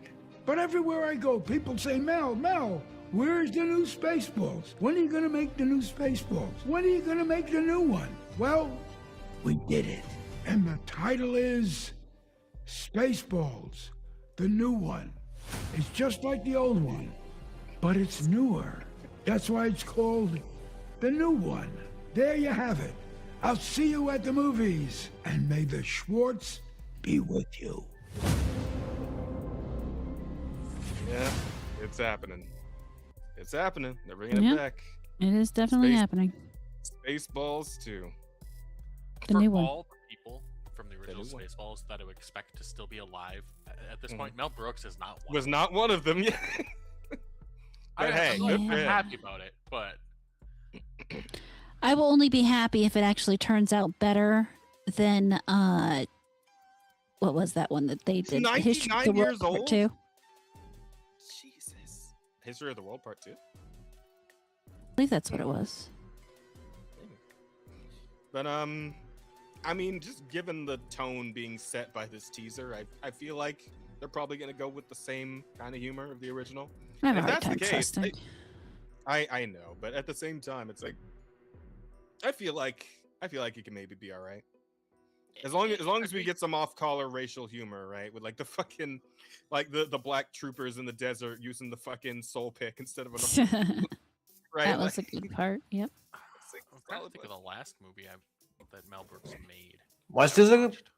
Oh, Spaceballs 2 is happening. That's Spaceball? Spaceballs 2. Spaceballs. He may not know what It's called that is. Spaceballs, the new one. Oh, he doesn't know about Spaceballs. No. We gotta watch that sometime. I want to know about Goat Bowl. It's an old like parody of Star Wars. Yeah. Yeah, but it's a fun one. It's a classic, cult classic. You should definitely watch it sometime and get the chance. We watch it together. I'd be down. Okay. But yeah, Mel Brooks came out with his 99-year-old ass to tell us that they're making the new one. So 99 years old, just no, he does kind of look it, but man, yeah, holding it together pretty well for 99. Damn. I mean, 99. If he's still walking, that's a great victory. Dude, okay, if they actually make a joke where someone says somehow Dark Helmet returned, that would be so fucking perfect. That would be hilarious. Oh man, I think wait, did Dark Helmet like die in the first No. Spaceballs? I forget. Not really. He got on that escape pod at the end, and they launched off. Okay. So I mean, he's not necessarily dead. I'm gonna need to brush up on the first Spaceballs. It's been years for me since I watched it, so I'm gonna need to go Good watch movies. it again. Good movies. Get ready for this one, yeah. Fuck. Rick Moranis, even he's in his 70s at this point. Yep. It'd be cool to see him come back, but I don't think that'll happen. He said the only reason he came back is because it was the only way he could get them to stop calling him. That's fair. Yogurt. That was his name. Yep, Fucking Mel Yogurt. Brooks' character, Yogurt. Well, he played Yogurt, and he played the president of space. President of Space. Good God. So good, man. I can't wait. I think it's gonna be a great time. Oh, I see his name in it, but it's hard to believe. It's hard to. It is. I know. We're all so cynical by now. They've fucked up so many things we used to love. But Are you talking about John I wanna Candy believe. as Ahara? You mean Barf? Oh, I wish. He's very dead. He's been dead for 30 So years. dead. But his son is coming back as Barf Jr. Yep. Oh, okay. Or his son is coming in as Barf Jr., I should say. Yeah, let's see. Key details about the sequel. Returning cast: Rick Moranis as Dark Helmet, Bill Pullman as Lone Star, Daphne Zuniga as Princess Vespa, and Mel Brooks as Yogurt, President Scroop. Yeah. New cast: Josh Gad, who is also co-writing, Kiki Palmer, and Anthony Kerrigan. Kiki Palmer is? Production: Amazon MGM Studios and Brooks Films. Film was confirmed to be a theatrical release rather than a direct streaming title. Good. Good. It should just be in theaters. Yeah. These people know what the fuck it's up. Yeah. Because whenever hopefully. you don't play stuff in theaters, you know what happens? Your movie get leaked. Well, wait, no, because the fucking Avatar movie was supposed to be in theaters. No, it wasn't. No, Yeah, it it got was. pulled from being in theaters. Yeah, the reason why they Supposed to be in leaked it October. was because it was supposed to go to theaters in October, but then Paramount was like, you know what? We're not gonna release it in theaters. We're actually only gonna release it in our streaming service. So sign up to that. Okay. And I didn't that- know about that. Okay. That was the motive of the hacker who got into their fucking stuff to get the movie and leaked it. Okay. I did not have that context of that whole situation. Yeah. Alright. That's why I think that guy's a hero. That's him showing fuck around with your public and find out. Fair. Actually, super fair. Honestly, yeah. Fair. That's solid work. Golf clap. Yeah, go for it. Yeah. I want to have some hope for this. I want to have a little bit of hope. Right. I want to hope for the best. I will still expect the worst, but I want to hope for the best. Yeah. So that's cool. Yeah, that's going on. Apparently, though, it's not all sunshine and roses over in Hollywood, and especially we talked a little bit about the Marvel Studios getting their asses beat, and it's apparently still happening. It's ongoing. Why? Wait, this is a positive story. Why are you framing this like this? Is Is bad? it? Layoff the Marvel Studios hard. Is this positive? Yes. Not for the people getting laid off. Okay. I see what you're getting at now. But I agree with Bear. Fuck Marvel and fuck Disney. Yeah. Because you're talking about the people who suck at making stuff. Yeah, they're bad at making movies. Oh no, they're getting fired. Don't get me wrong. I wish it was more from the top. But yeah, I take what I can get at this point. Yeah, fair enough. Walt Disney Company announced massive layoffs this week to streamline operation. Wait, didn't we read through this article already? Didn't we do something last week? I know we talked about this. Look at the date. Look at the date. I think we talked about it because it was right at the end of the week. April 15th. I think we talked about that last week. That was that was after. Yeah, last because week's episode. after, but yeah, last week I was think Tuesday. we mentioned the okay, so this would be a new article then. It's a new article, but is it over in the same thing that we were talking about that day? This will affect about 1,000 employees, some homes, including studios.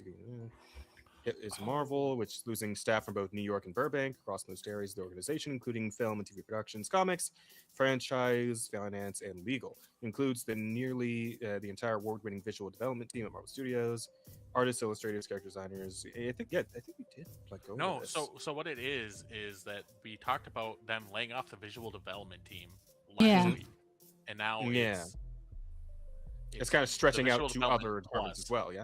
Yeah. It's other departments also got hit now. I remember seeing like at least a few posts about one of the guys like having to go in for the one-on-one of his firing into like a room with a mural that he himself made, like an art mural for Endgame or something that he like painted himself or something, and he ended up getting fired in that. Yeah, Ooh, that is insult to injury if I've ever heard of it before. Good lord. Yeah, much of the entire department has been let go, with only a small team of full-time production staff and artists remaining in place to coordinate the hiring of resources on a per-project basis. Yeah, I think I could have sworn we definitely this almost sounds like word for word the article we looked at last time, but the date is after the day that we looked at it, so I'm confused. Well, it might be an article about the same thing, but later.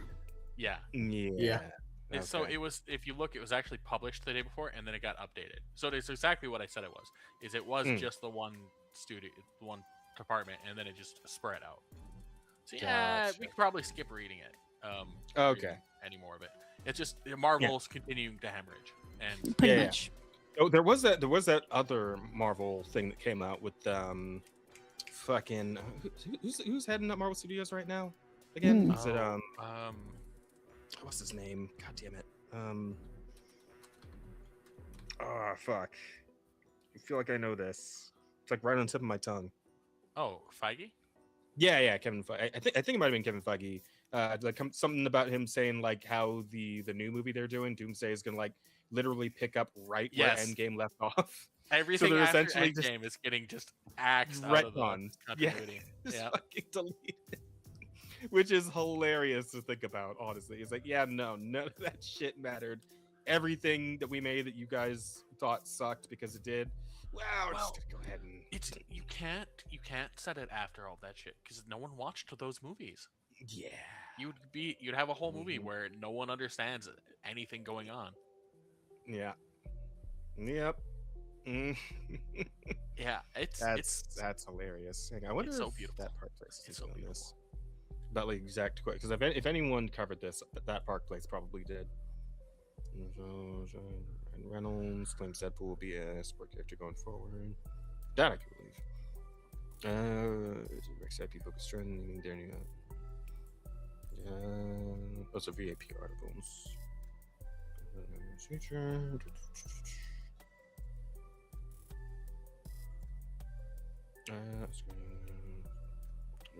Turns out it's a reshoot. Yeah, I bet if I just like search Kevin Feige up on Twitter, I can find it. Because I want to find I want to know what the exact quote was that he said. How do you fucking spell his last name again? Fuck if I know. Is it Feige? Yeah. Sounds close enough. Okay. Just make sure it's, that and not like Kevin Feige. You'll get a very different result. I mean, you might still find him. It's just people complaining about him. All right, here we go. Fandom Pulse. Also, watch out for not searching Kevin Faggot. That's going to be a completely different. That'd be a different thing, yes, entirely. That's the one that asked the autocompletes too. Yeah, here, Fandom Pulse got the quotes here. So Kevin Feige on how Avengers Doomsday relates to Avengers Secret Wars. People familiar with the comic stories see that they will relate, but I will say this, they relate in a very different way than Infinity War and Endgame. I think people are expecting a similar connection, and while one certainly does lead into the other, it's in a very different way. I will say that Secret Wars is as ambitious as we've ever embarked on. How are you expecting the two films to relate to each other? Yeah, as far as the ambition part, I feel like I heard someone recently talking about this, like how they're really like going all fucking in on Doomsday, like in terms of like budget, in terms of resources, like they're kind of Hail Marying this a little bit, which I guess kind of makes sense given the somewhat desperate situation they seem to be in with all these, cuts everywhere, and the fact that every fucking movie and show they've done for the last like half decade have all been terrible and done terribly. So they kind of need this to be like a massive fucking slam dunk. And I can't but feel they've been going all in on their budgets and everything for a while now, though. Yeah, but I mean, this one I think is more, significant in that regard, right? Because a lot of people are expecting something incredible from this, right? It's essentially the first like Avengers film since Endgame, isn't it? And the Avengers films are always like the big, marquee fucking... The ones people actually show up for? Yeah. Right? Or the ones people at least get the most excited for. I mean, people showed up for every Marvel movie once upon a time, right? Marvel used to be like the peak of cinema for a while there. Since, I would say, like, from first Iron Man all the way up to Endgame, pretty much. Like that whole era of Marvel films, like people were always excited of what the next one was going to be, right? And then right after Endgame, just kind of immediately fell off a fucking cliff into fucking mediocrity. But there was a point where people were real excited for Marvel, and I think some people do want to be excited for Marvel again. Like even fucking Drinker was like, I'm really hoping that they actually managed to get their fucking groove back with this one, so we can have good superhero movies again. People absolutely want them I'm to get it back. Yeah, and I'm kind of right there with him too. Like I would love it if this movie ended up not being dog shit. That would be great, I think. But what would be great if it does pick it up like right after Endgame. It would be so fucking funny to see Robert Downey Jr. die as Iron Man, and then the very next movie he comes back as fucking Doctor Doom. Yeah, I do wonder like how they plan to kind of explain that in universe, right? Because like obviously they honestly look exactly the same, so it's like are the other like characters gonna react to the fact that he looks just like their Iron Man? Nah, they're just gonna gloss over it. I am 100% sure they're just gonna gloss over it. Either they're gonna like not show his face, like do the mask the whole time. Yeah, like is the Doctor Doom of Doomsday actually Victor Von Doom, or is it like an evil alternate universe Iron Man, like Tony Stark? Yeah, actually, I was gonna say that variable could end up being the case. Is like he's one of the from the multiverse, one of the evil Iron Men who came out as who somehow became Doctor Doom instead of Victor Von Doom. Like, is that a thing? Is that like a comic storyline? I don't think that that is where Tony Stark becomes the Doctor Doom, where Mr. Fantastic is Doctor Doom, but as far as Tony Stark. I don't know, but it doesn't seem like Tony Stark has ever been Doctor Doom in like any comic. Yeah, you guys actually think it'll be anywhere close to the comics? That's cute. I don't know, man. I'm just trying to think about like why they would go with, like, I mean, obviously the body swap. Obviously, the actor himself is extremely popular in the Marvel universe because he was fucking Iron Man, right? And he did a fantastic job as Tony Stark. And he became what most people think of Tony Stark being, like personality-wise and all that. Like, so I can see why they would want to use him again, but this feels like the most awkward way to go about it, right? So I'm just very confused as to how they plan to really address that kind of like weird dissonance that they're creating for the audience, right? Okay. I need to correct myself. Apparently there are instances where Doctor Doom and Iron Man switch bodies. There is an instance where Doctor Doom takes the mantle as Iron Man while Tony Stark is in a coma. Oh, okay. Interesting. So maybe there's something to this. I get like if that's like Victor Von Doom in an alternate Tony Stark's body, and he's just doing Doctor Doom in the Tony Stark body, I guess. Maybe they're apparent. I mean, it's alternate universe. They can just pull whatever the fuck they want because infinite possibilities and whatnot. Yeah, but even so, I feel like they should try to explain this in a somewhat way at least. It would be nice, wouldn't it? If they're putting that much effort into it, just make it like a 3-hour-long movie and put a lot of exposition into it. You guys are so cute. We are, aren't we? Listen, I mean, we're hopeful. We're optimistic. Here's where I'm at currently. The only like Marvel thing I have faith in is Marvel Rivals. All right, Marvel Rivals is crushing it like every fucking update. They're doing a great work with like every character. That's where all my Marvel faith is currently. Everything else, I'm like, well, I mean, it's probably gonna be shit. Hopefully it won't, but it probably will. Yeah, fingers crossed. Fingers crossed. And we shall see how that all goes. But yeah, and of course there's that fucking Wolverine game that what's it? Insomniac is working on? Yep. Is it Insomniac? Yeah. I think it's Insomniac, same guys who were doing the Spider-Man games, which again, I was heavily disappointed in Spider-Man 2, so we're gonna see how that Wolverine game turns out. And if that leak of how Phoenix looks in that game is real, oh god. Christ. What does she look like? It's rough, Grandma? man. It's rougher than fucking Mary Jane in Spider-Man 2. Yeah. That leak. He's looking it up as we speak. And Yes, I'm pretty sure because they already showed off like the actual like way Mystique is gonna look, and like that was pretty rough too. So Oh wow, yeah. Why do you age her up like that? I don't know. I don't know, man. Isn't she supposed to be younger than Logan? This is the everyone woman. is younger than Logan. True, Yeah, but like yeah. look younger than Logan. Yeah, I don't know, man. It's weird. It's weird, and we'll see what they plan to do with that game when they are finally ready to properly reveal it. But I honestly am just not really. I have no interest or excitement for that game at all, to be honest. I just don't. I think it'll be fun seeing handsome Squidward play Mystique, and you know, as far as Phoenix goes, maybe she's just nearing the end. You know, maybe this is set. Yeah, because that's what everybody wants to see. Granny Phoenix, good. Yeah, amazing. Well done, everyone. I'm so glad I have no idea what's going on. Handsome Squidward is foul word. If you look her up, it is. I am looking it up right now. Yes, I see what you mean. Yeah. The sharp cheekbones and whatnot. Yeah, no. At this point, just give Marvel to China. Just No, fuck it. But yeah, but no. No, but yeah. But isn't that the isn't like? Did you guys fight wars to not give stuff to China? We still do, yes. we're Yeah, like now, actually. Funny how yeah. you ask. So, like, what the fuck?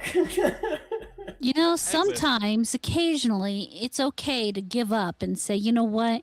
You can have this one, and we will win the rest of the war. Yeah. So I just want them at to this rate, stop. we won't. But yeah. Stopping would be nice. You don't have to give it up to anybody else. Just stop. Yeah. Yeah. Fair. That's it. Call it quits. Let someone else get the IP for a change. Maybe Sony can have a crack at it. They did okay with some Spider-Mans. Spider-Man 1 and 2 are great. Which ones? Which? You mean the ones based off like the Toby? Raimi films? Yes, the Raimi films. Okay. I say Spider-Man 2 more than 1, but yeah. I say 1 and 2. Yeah, more so 2. Spider-Man 3 was dog shit. Spider-Man 3. Wait. Yeah. Are you talking about fucking Tobey Maguire and Spider-Man? Yeah. And we're talking about the games of those movies, yes. Oh, the games. I wasn't of the talking about the movies. games. I don't care Okay. about the games. I was talking about the movies. Oh, gotcha. Yeah, that's what I thought. Okay, if we're talking about the movies, yeah, 1 and 2 were solid, and then 3 was weird, but yeah, okay. I'm It was fun. I like emo Tobey Maguire. The meme potential of that was fantastic. That was peak. Me at like 12. That's who I wanted to be like. I mean, I suppose it doesn't help that my first the hair and everything. That my first exposure to Venom was the Venom movie and the video games. Oh. So when you put him in Spider-Man, I was kind of confused because I don't know anything about the comics. So I was confused too, but because my first exposure to Venom, I think, was the fucking Spider-Man PS1 game. I think that was the first time I'd ever like become aware of Venom and what the hell he even is, or like he's supposed to be, right? No, I want to say I didn't. Oh, go ahead. I want to say mine was like a Sega game. It was still a cartridge that you plugged directly into the theme. Was it fucking it's Maximum called, like, Carnage, probably. Yeah, it was Maximum probably Carnage, that one. Yeah. Yeah. Holy shit. Yep, That's I played so that, cool. and I played the sequel, the Separation Anxiety. Those were my first exposures to Venom. Damn. Venom. That's wacky. What's Jack got to say about it, though? Good morning, guys. Good morning to you, Dolly. Oh, also, hi, Azara. I'm sorry, Azara's in chat. That was like the guy that played the Chewbacca. I forgot his name. Okay. Oh, that was Riley. Go. My bad. Jazz just ignoring chat. My bad, Azahara. I forgot to open the window that lets me see chat on my actual screens. I just have it up on my phone, which I'm not looking at terribly often. I mean, I gave him an entire freaking app that would help him with this, but does he use it? No. Yeah, I forgot to set it up. I'm sorry. Next time for sure. But anywho, so yeah, we'll see how things pan out for Endgame, but it's looking weird, feeling kind of weird. I mean, it seems like they're trying to just bank off the goodwill that they used to have, that they had at Endgame. Yeah, and just kind of especially try to carry that with forward from there. fucking. Yeah, especially with returning of the Robert Downey Jr. Like that's Well, it's like such a cash grab. Yeah, they're grabbing like literally everybody who is not like super duper dead, right? Like the only but the only one who's like you super know, duper dead is like Black Widow, I think. Yeah, well, that's like okay, right? Like the heroes would logically still be around, like Thor, Hulk, Ant-Man. You know, sure, bring them back. Captain Marvel, also, yeah, it's like she's like immortal, isn't she? Yeah. Sure, bring everybody in. But like you're bringing a dead character as a different character. It's like that one's just- well, it's more the actor than the character, right? But it's like people exactly. like but I think what you mean is that like people have kind of completely fused Robert Downey Jr. to Iron Man. So it's like the same. There's much no difference from saying reviving the actor or reviving the character in this context. So I get what you're getting at. But there's also the fact that they're planning to bring in the X-Men on this one. So that's also going to make things a little. I don't know. It feels like there's going to just be too much going on in this film, to be honest. Like they might just end up overplaying their hand. Maybe if they, you know, it would be funny if they brought the Fantastic Four and Chris Evans is Johnny. Yeah.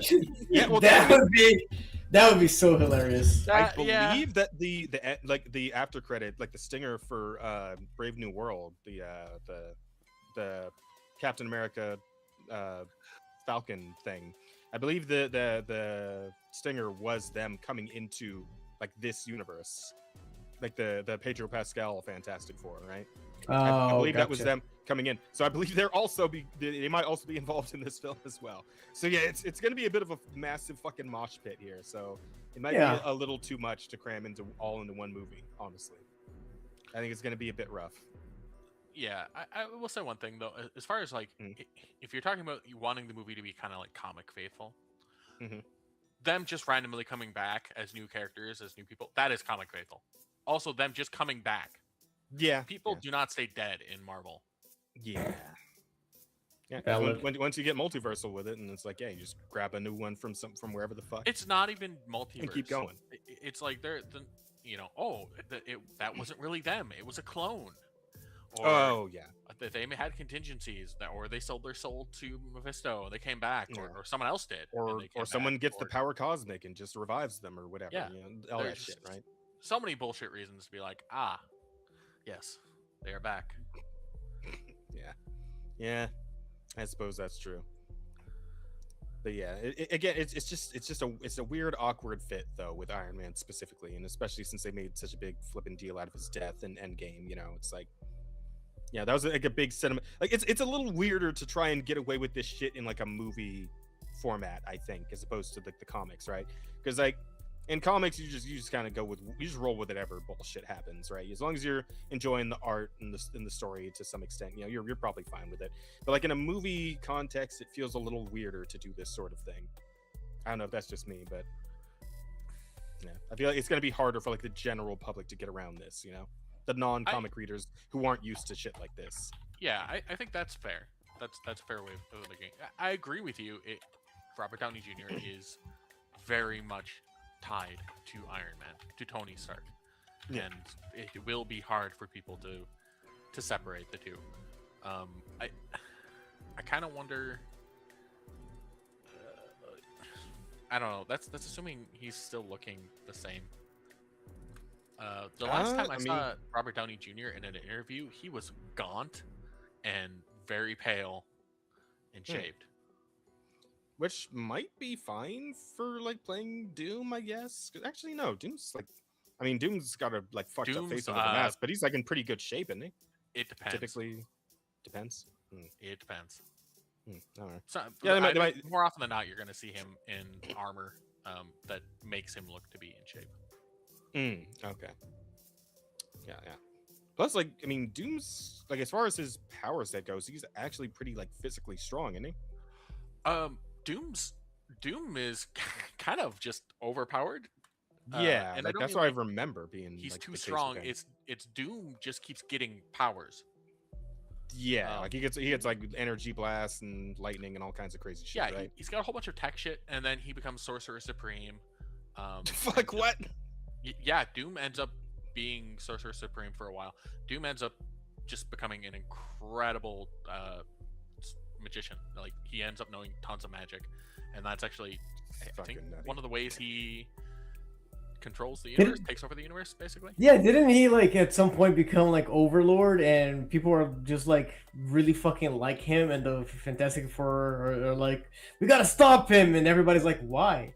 Yeah, he does that. He made the reality better. Why are you trying to stop him? You know? Well, yeah.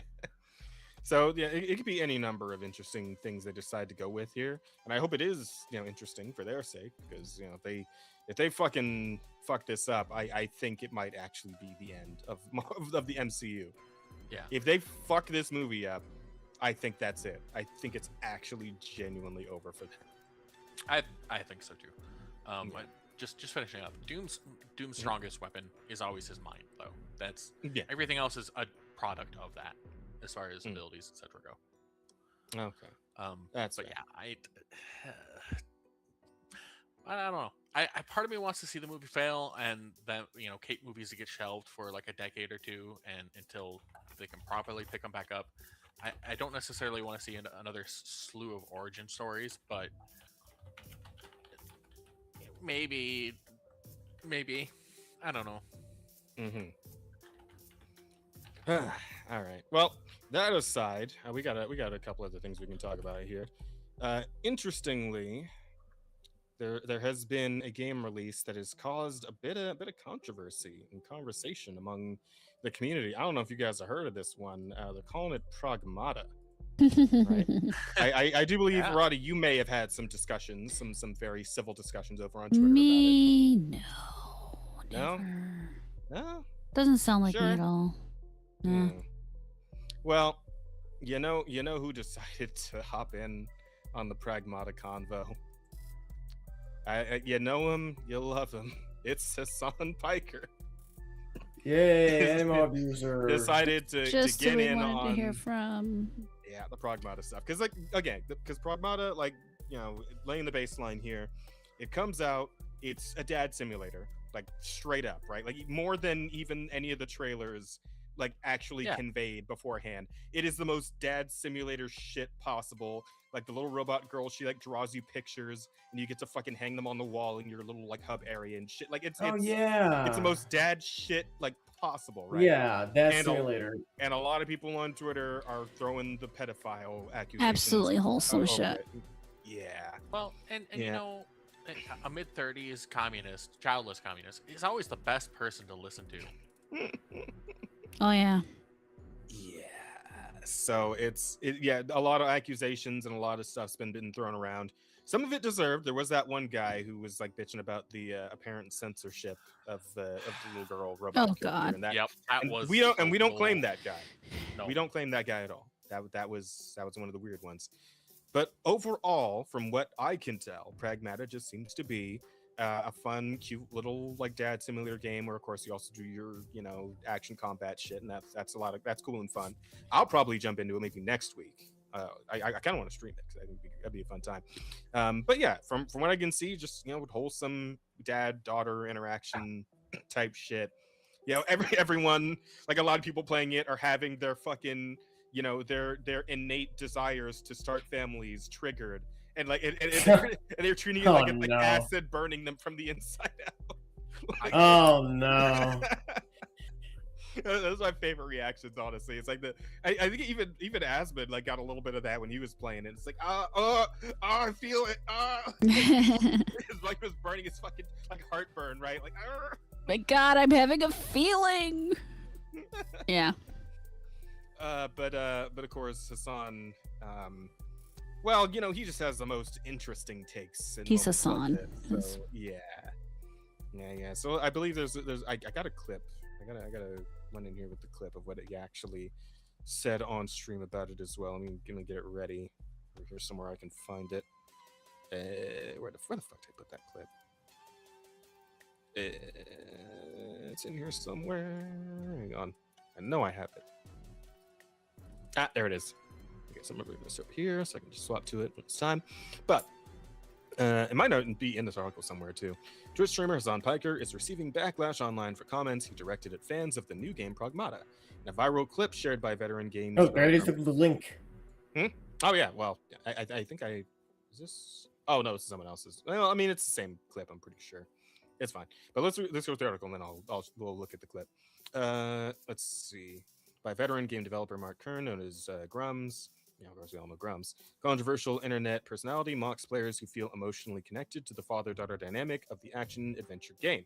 What began as a blunt critique has quickly evolved into a broader cultural discussion about storytelling, empathy, and who gets to relate to certain narratives. Yeah, you know what? Fuck it. Let's have a quick look at what he actually said here, and then we'll go through the rest of the article. So I believe in any case, what is this? Here we go. Turn this up a bit. In any case, what is this? Capcom's Pragmata.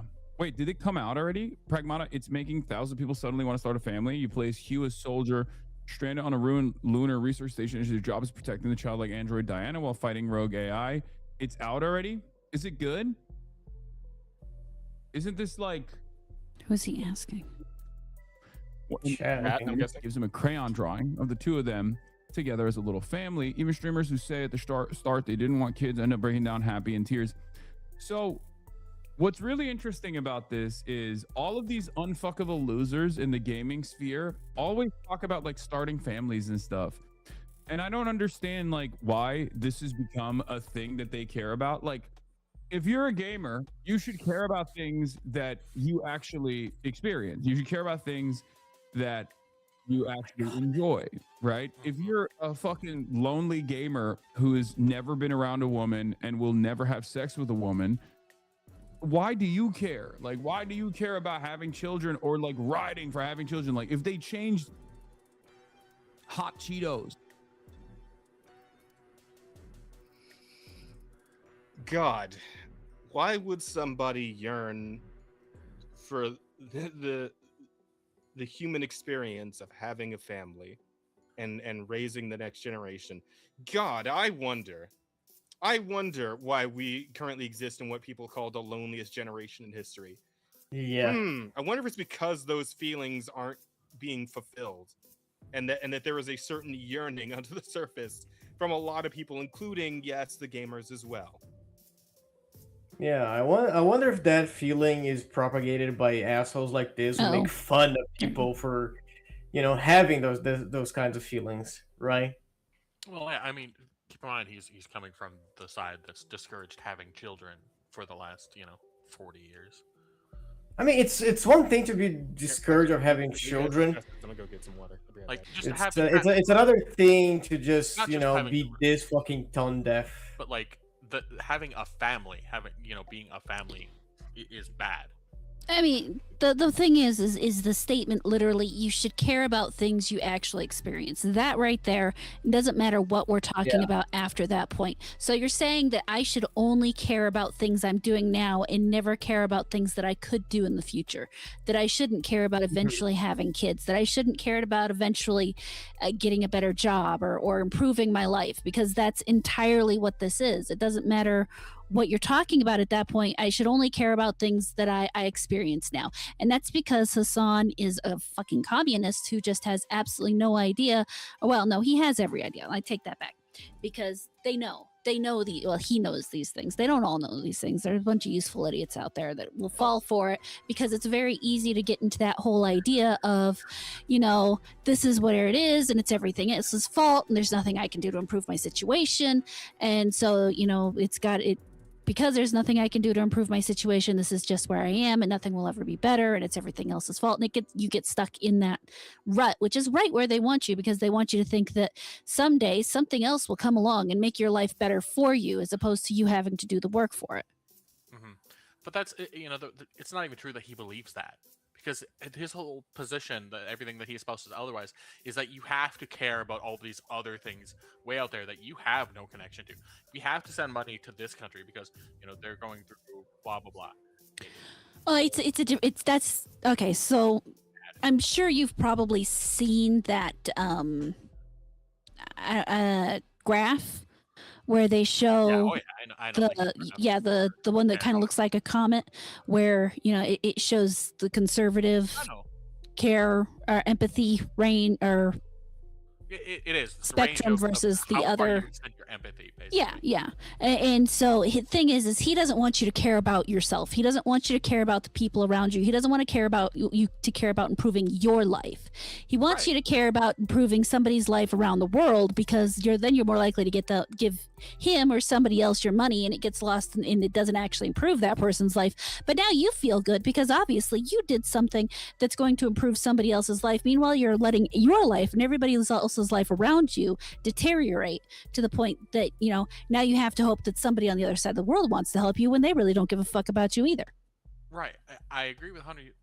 All I was saying is that doesn't track at all with what he was saying, which is you have to care about the things that are happening to you, that you have direct contact with. He's saying you should care about what you can experience. Yeah.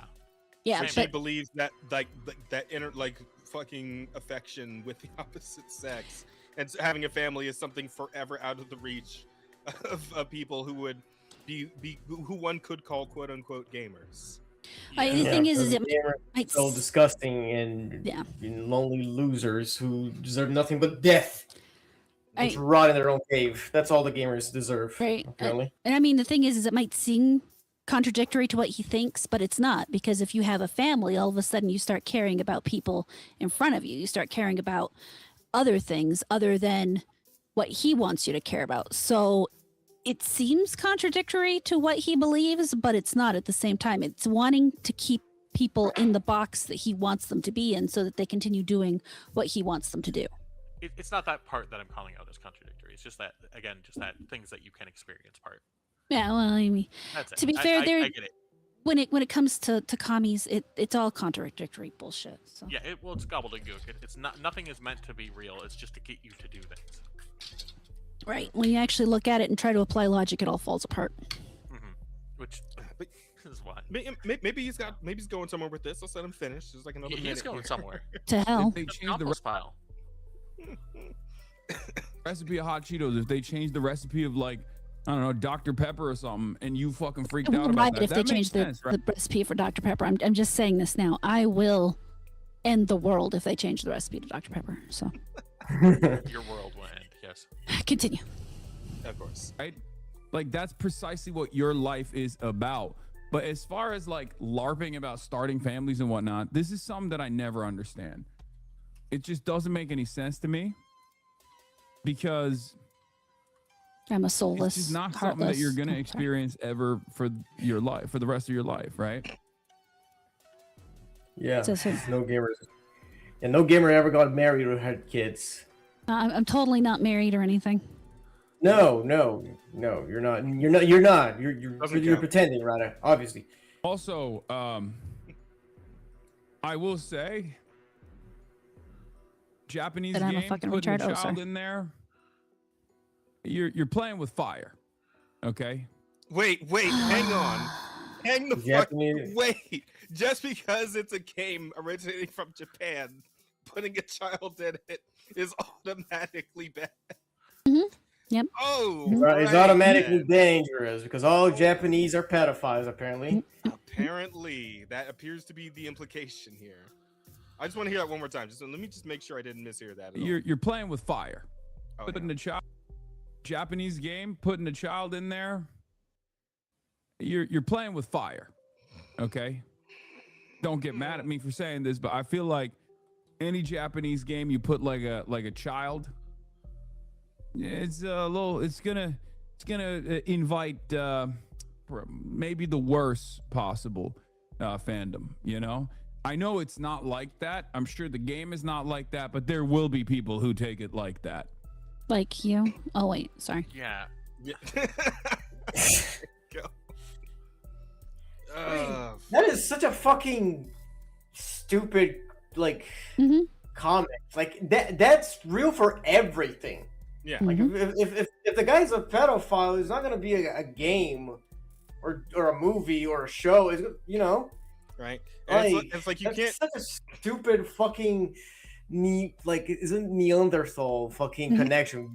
Japan anime pedophilia. Oh my god, you're inviting the worst, the lolicons. Oh. Yeah, and it's like in terms of like who enjoys your content, that's never something you're like gonna have control of, right? You can't just absolutely. fucking hang up a sign on your game or your movie, whatever the fuck, and just say no pedophiles, no murderers, no rapists, no whatever. Like you're gonna have like bad people are going to probably enjoy whatever it is you made. If you make something enjoyable, good people are gonna enjoy it and bad people are gonna enjoy it. You can't really do shit about that. But that's not on you, right? That's you're not gonna police. You're not gonna police your fucking because if you do that, you can't have children, you can't have women, you can't have violence or any capacity, because then you're inviting the wrong crowd. You can have animals like fucking. Are you insane? Like, no, who thinks of like that? Who thinks of like that? It is like some people say it's projecting. I don't know if I would necessarily call it that, but it is a really weird connection.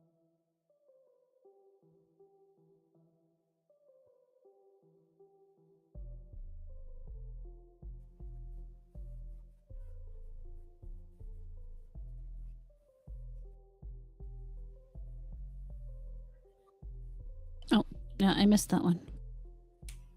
Oh, it just came in right away. Yeah. Well, I have to hit the sound.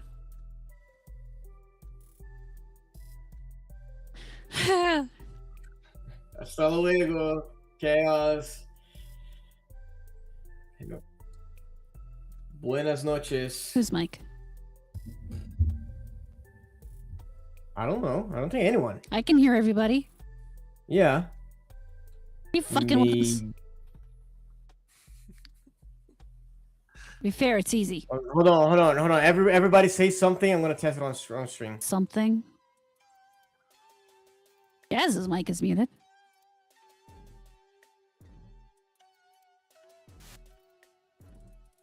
That's weird. Well, now it looks like... Nope. Now you're doubling up. Hold on. Something may have happened. Give me a second. Audio control via OBS. Yeah, it's probably on OBS because he... No, yeah, he's not... That's monitoring. You can't hear him at all at your end? Oh. Because... Properties. You're not coming out on stream. I can only hear you through the.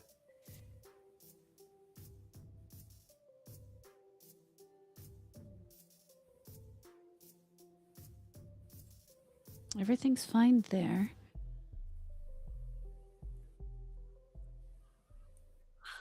Yeah, I can hear myself. I can hear Rada. Jazz. Yeah, I just can't hear you. Yeah, I can in hear this call, you yes, fine. we can hear you. But like whenever you speak on stream, I can't hear you. 1 second. Go ahead and say some stuff, Jazz.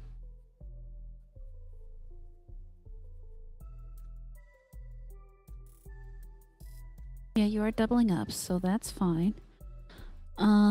Where is that thing? It's options. Audio mixer. Advanced audio properties. There we go. No, it looks like you're... I don't know that would make a difference. Because if we can hear you... I'm turning you up a little. Let's see what happens. Go ahead and say something.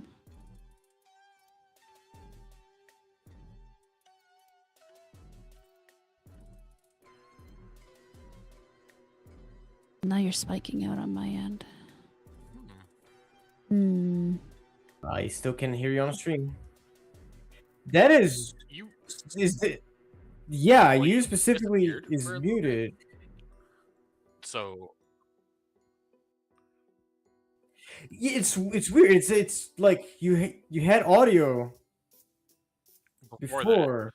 Yeah. Yeah. Hold on. Amazing.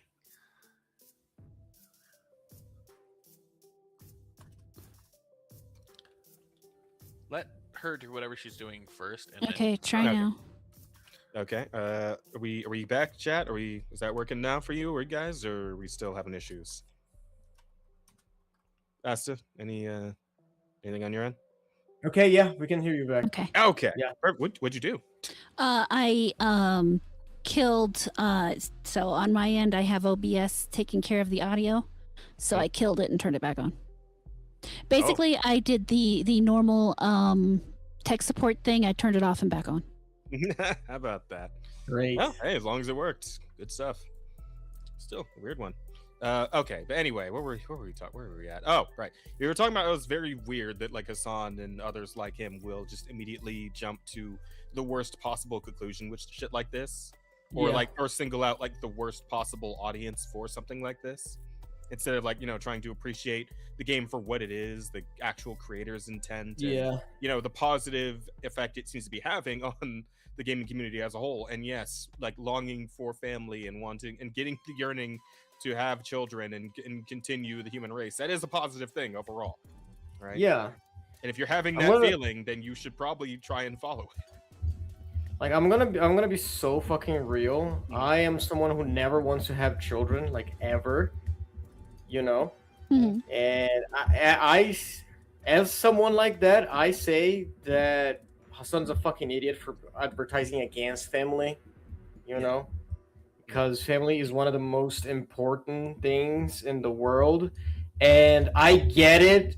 Oh, the traditional nuclear family of a dad, a mom, and 2 kids is like it is stupid, but it's like how can I say it? Like it's not that the dynamic in itself is stupid. It's stupid to think that every family has to be like that. That's always a right? problem.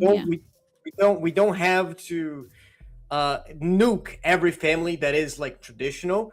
We have to like accept other types of families. Yeah, that's fine. I'm good with that.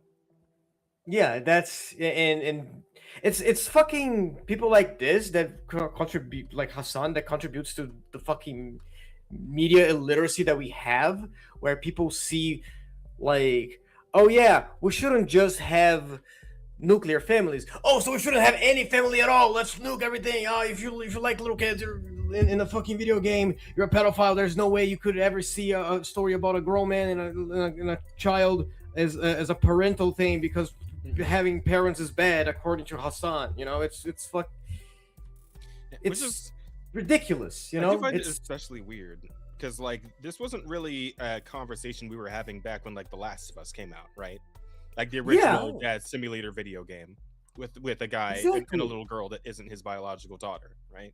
It's and that game is praised so much because of the relationship between fucking Joel and and it's fucking weird to say shit like that, because all the fucking time you see people like adopting characters to be their children, like especially Uma Musume, for example. Something that I am very involved. There are plenty of characters that look like toddlers. Like 99% of the people are like daughter immediately, right? But that is with any form of media. Like it's not the media that is the problem. The problem are the pedophiles. Like it doesn't matter if it's Japanese, American, Korean, Chinese, whatever the fuck. People that are weird, they're gonna be weird, and it's just not. It's not the game's fault. Yeah. Fuck off. Exactly. Let's see. Released earlier this month, Pragmata follows Hugh Williams, a hardened security officer navigating a devastated lunar research station. After a catastrophic AI malfunction wipes out his team, he forms a bond with Diana, a childlike android designed to resemble a young girl. Critics and players alike have praised the game's emotional depth. Yeah, I mean, again, like as far as the actual game itself, hearing nothing but good things. Well, comparisons have been made to the other sad dad titles like The Last of Us. The story of Pragmata is being called hopeful and life-affirming. Some games provide experiences that are incredibly immersive as players engage with and live out the narratives through the characters. Many players, regardless of whether they have children, report the story resonates on a deeply human level. Notably, Hassan Piker is not critiquing the gameplay of Pragmata, but the heartfelt reaction to the traditional values the game portrays. Yeah, see, that's a problem too. Yeah, that is very much a In problem. fact, I think that's a worse problem, to be honest. The virus. And also, Go ahead. this is not a traditional family value. This is a single dad. Like, I remember when that was like the outcast. Like, oh my god, this guy is a single dad. He takes care of, like, he's a girl dad. You know, that used to be something that is attractive because it shows like that he's not like a deadbeat. Yeah. You know. Absolutely. Like how? Like, Well, Hassan wouldn't know anything about not being a deadbeat. Yeah. Having children, like writing for having children. Typo or something. His remarks were delivered in a mocking tone, framed this type of engagement as inauthentic or even pathetic. Yeah. Yeah, like the way he talks about like gamers, like it reeks of like high school bully. Oh, you like Hassan video is- games? Fucking bro, it's so ridiculous. Like grown ass man, by the way, like making fun of people for having hobbies or having emotional attachment to media. An important thing to keep in mind about Hassan specifically is that this is the same man who ran for a while on the Young Turks, a show called Bro Science, in which one of the things he actually said on that show was old enough to count, old enough to mount. Oh God, yeah, that's Jesus Christ. So yeah, in this is trolls remorse on a whole other level, I think. Yeah, and in terms of someone who has room to talk about anything, he does not. Ever. Evidently. Jesus fucking Christ. Yeah, the Cheetos Dr. Pepper thing, yada yada yada. Online reaction was immediate. Grums and others in the gaming space pushed back, arguing that this perspective undermines one of the storytelling's most fundamental strengths, its ability to foster empathy beyond personal experience. Ultimately, stories, books, film, and video games included, allow people to step into unfamiliar roles and feel something real without needing direct experience. Pragmata demonstrates that paternal and family-centric stories continue to resonate commercially and emotionally, countering claims that such themes only appeal to narrow demographics. I mean, everybody wants to belong to something, right? And like family is one of the most traditional versions of having something to belong to, because you know that's something you're literally born into. On most cases, I mean, obviously some people have, you know, there's like found family and whatnot. But family is something that a lot of people do yearn for, whether it's directly, indirectly, whatever, right? And whether it's, you know, birth family or found family or whatever the fuck. But people want to have others that they can connect to emotionally on a deeper level and feel like that's somebody who's just going to be around all the time.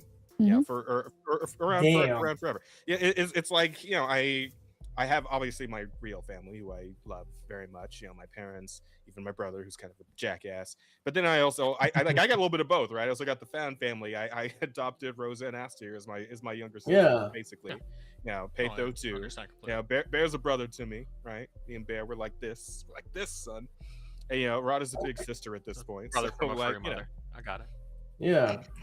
I said big sister. I didn't say it's almost like humans are social creatures, right? Yeah, isn't that a crazy thing? Isn't that a crazy someone should study that. It's a very strange thing to say, Asta. I don't know about that.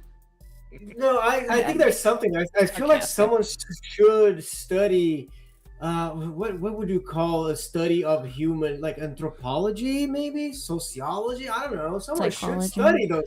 Psychology, yeah. Someone should invent those things. Good terms you just came up with. I think you just did, Asta. Good job. Well done. I'm gonna win the Nobel Prize. Let's fucking go.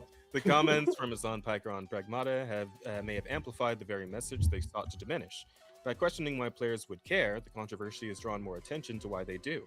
When a video game about safeguarding a child like Android makes players ponder real-world family and protection, the truly isolated perspective may belong to those who cannot fathom why anyone would care. In the end, the conversation around surrounding Pragmata is less about one streamer's remarks and more about a fundamental question: does empathy require experience, or is imagination enough? Yeah, good question. I mean, Yeah, empathy is actually very rooted, if you think about it, in imagination Yeah. itself, because it is all about using your mind to understand somebody else's point of view as opposed to necessarily actually feeling it. Exactly, like putting yourself into someone's shoes, like that is exclusively being imaginative, you know. Yeah. Like I don't need to starve to see someone who's starving, and like I know they're going through a rough time, you know. Understanding that really fucking sucks. Yeah. Exactly. Yeah, it's You like, know? it's like how would you feel if you didn't have breakfast today? You know, like that. Wow. Oh, God. That's a whole other Sorry, can of worms. Jesus Christ. The reference was right there. I had to. I'm sorry. What is that? There's some people who, if you ask them that question, how would you feel if you didn't have breakfast today, can't, they literally cannot conceive of if they had breakfast today, they can't answer that question. Their only response to that question is, but I did. They can't conceive of the idea that they didn't have breakfast what it might be if they didn't have breakfast today, because the fact is that they did. Those are the Hassan type of people, quite literally. Yeah, that is concerning. Yeah, it's certainly something else, man. But yeah, the whole thing around Pragmata is fucking dumb, man. Like it's a fun little game where you just get to be a digital dad, little digital daughter, and you get to experience the feelings, right? It's just this. This is what it's all about right here, and it's cute and it's fun and it's great, and people should just enjoy it for what it is. Because I think this is a good thing right here. This is solid. I actually have gotten to experience this to some extent in real life, right? Because I don't have like children of my own, but I do have nieces who I've known since they were born, right? And one of them actually drew a little picture like this for me. It was just her and me, like me and my uncle. I'm like, that's up on my fridge, man. No, that's still up on my fucking fridge. He's like, I was like. Like I got to feel it by proxy somewhat, right? You know, bro, it's because it's so pure, you know, like the unconditional love of a child, you know. Yeah, that shit resonates with anyone. That shit's special. You know, it makes the Brovaries engorge. I was okay. All right, you made it weird. You fucked it up. You made it weird, Bear. Fuck up my keyboard. Oh, Brovaries. Oh, all that. Was close. My God. I was so not ready. And yet I just barely hit the QTE just right to not fuck up my electronics here in front of me. But no, I get the same feeling. All my nieces and my nephews. It's just it's warm. I mean, I was someone growing up who, when I was a kid, I wanted to be a dad more than anything else in the world. And so I get it. I still want to be a mom more than anything. So. Yeah. I gave up on mine, but I just get to be uncle, and I'm okay with that. But I refuse to give up. It's even then being okay with it. There's still a lot of times where it's like, man, I wish things had gone a bit differently. Yeah. So, no, I will not be playing this game because I do not need that emotional torture for Bear. Yeah, it would be torturous. No shit. I mean, dude. I mean, it's... I figure though, man. And who knows? Maybe it's not a lost cause just yet, man. You never know what life's gonna throw at you. You're not that old yet. It's there's a lot of other reasons. Well, we'll leave it at that. Fair enough. But getting on to a couple other things, because we're already at like 10, so we don't want to go too much longer. I do want to at least get to the there's a couple of things I want to hit. One thing I just wanted to show you guys this because I think it's cool. But then after that, let's hit the fucking thumbnail story because we haven't actually talked about that yet. But check this shit out, man. We got some leaks from the Zelda movie, specifically this clapper here with some official Zelda art. And I'm telling you, bro, the Link with the cape, that's some serious aura shit right there, man. This looks awesome. It actually looks really good. Pretty good, actually. Like, I assume it's like concept art for the film, like the actor probably like in the costume and everything. This looks really fucking good though. Yeah. I'm super down for this, and from what I can tell, like looking at this outfit specifically, this looks like the Twilight Princess outfit, like the chainmail bits under the sleeve and like the under the shirt here. This looks like it's specifically doing like Twilight Princess Link. Is that just me? No, I kind of see it. It's hard to say. I mean, though. he didn't have the cape. That was more of like a Breath of the Wild thing, but like again, never played. I don't know. Like I know Link's design by fan art and stuff. I won't lie, I was only half paying attention before, so I have actually played Legend of Zelda. Enjoy it. I didn't realize until later what you guys were asking me. I just kind of kept quiet. So, yeah, I mean, I don't know. It's like somewhere between Twilight Princess and Tears of the Kingdom. It looks good though. Yeah, that's what I'm kind of seeing too. But it does look great, and I'm very excited. Like if this is like what costume design is going to be like for. Like, if this is the quality for the whole movie, like, if everybody's going to be on this level with costume design, I think we might actually be getting something pretty solid here. Yeah. It might be all right. It might be okay. Maybe we can hope a little bit, right? Maybe I'm huffing a little bit of copium, but maybe, like, looking at this, I'm like, okay, you know what? Maybe we're working with something here, right? I wouldn't go too far, but yeah. All right. What does umami mean? The film's working title. Okay. Does that mean something in Japanese? Is umami like a umami Japanese? is actually like the fifth flavor. Yeah. The fifth flavor? What the fuck? What? Yeah, it's salty, like bitter, sweet. I guess fourth flavor. There's got to be that one. Salty, bitter, sweet, sour. Umami. Yes. So umami is kind of that meaty, savory flavor. Yeah. Huh. I'm not sure how that would relate to Zelda, but okay. Fair yeah. enough. Interesting. How that, like, what the connection there could possibly be, I'm really unsure, but yeah. Unless they're gonna have a bunch of scenes of him doing like the cooking mini game for fucking Breath of the Wild, right? I mean, it could be a number of things, but we'll find out, won't we? Wow. Okay. Fucking no. What? No, what? I was trying to Google it, and then there's something. It's apparently an Hindi word. Is it? Okay, what's it mean? I mean, maybe partly. Well, it was all in Hindi. I couldn't read it because fucking Google was stupid. Yeah, I was gonna say umami is definitely a savory word for savory and meaty.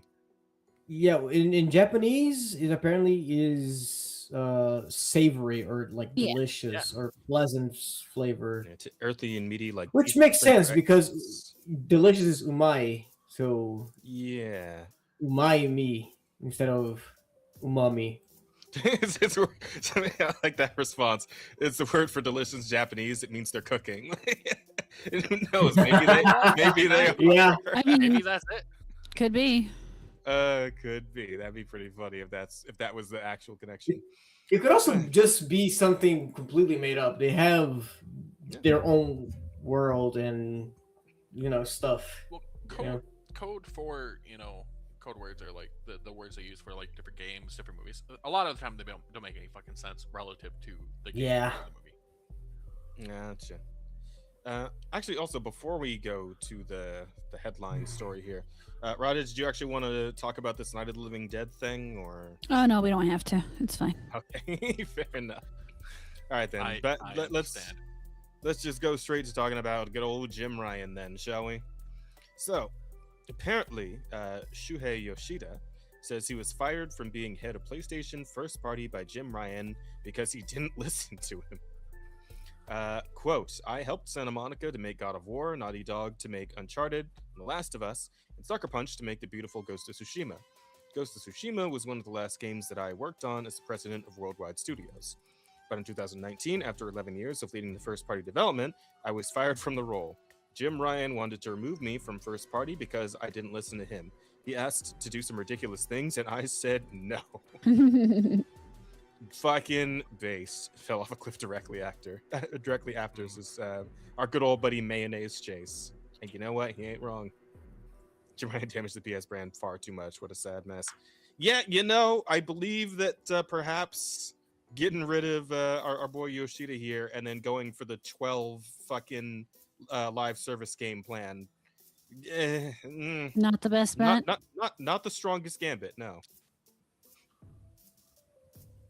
In brief, got the wow. There's a whole fucking thing here. There's quite a lot of info. Hey, let's go over it real quick. Why not? It's not terribly long. Shuya Yoshida, the former head of Sony Worldwide Studios, a division known as PlayStation Studios, has remarked that he was fired from the role by then CEO Jim Ryan because I didn't listen to him. Speaking at the 2026 edition of Australian Games Festival Alt Games, 31-year PlayStation veteran introduced himself by recounting his long career, including his transition from leading PlayStation's first-party studio efforts for over a decade to becoming the company's indie game evangelist as head of PlayStation Indies. I helped Santa Monica to make God of War. Okay, so that part we already went over. Yeah. Then in 2019, fired from the role, wanted to remove me from the room because I didn't listen to him. He said no. When Guerrilla Games co-founder Herman Holst was announced the new head of Worldwide Studios, Satan was vague about the terms of the transition, simply saying that Yoshida will leave his current position as president, WWS, to become the head of the newly formed initiative that will focus on nurturing external independent creators. Okay, so he still worked under the Sony umbrella then. I thought he was like just all the way out. Jim Ryan, who joined Sony Computer Entertainment in 1994, served as CEO in Sony Interactive Entertainment SIE from 2019 to 2024. During Ryan's tenure, SIE moved into film and television production, reorganized Sony Worldwide Studios into PlayStation Studios, acquired Insomniac Games, Housemarque, Nix's, Bluepoint Games, Haven Studios, and Bungie, and made a concerted effort to publish games on PC and develop live service titles, at one point targeting 12 new live service releases by 2025. We've already gone through like a quarter of those, haven't we? Mm-hmm. We had Concord, right? We had fucking was that one Highguard? Was that also No, that was their own venture. Oh, okay. I know Helldivers 2 was kind of under their umbrella, and that one actually Helldivers 2 was Sony. Yeah, and that's like the only one that turned out okay as far as I can tell. Fair Games, I think, hasn't come out yet. No, it's not out yet. I believe it's being reworked now into something else. I thought that's what I heard. I'm not surprised. Yeah, I'm pretty sure it's still fucked though, to be honest. But actually, okay, so Concord. What else? I feel like there was definitely something else that like they put out and it just immediately ate shit. What was it? Marathon. Marathon, yeah. And well, I mean that one's like doing okay, I think. Or is it still losing players like week by week? No, it's still losing players. I am gonna check that right now. We have 13K. 13.6. Yeah. A 19K or just under 20K 24-hour peak. So that's actually not terrible. Yeah. I mean, it's losing numbers, but it's not. Well, actually, this time last week it was at 23. So it's dying slowly. It's dying. Yeah.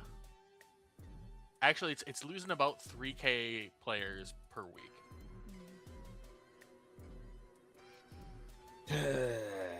That's something. I feel like somebody went over all of the losses. Fuck! I just remember where it was. Oh, you okay? I lost a sneeze. I was about to sneeze and it fucking went away. That always sucks. You got blue nostriled. Stare into a bright light if you can find one. I mean, the one above me, but I don't think. No, it's gone. Oh well, it'll come back.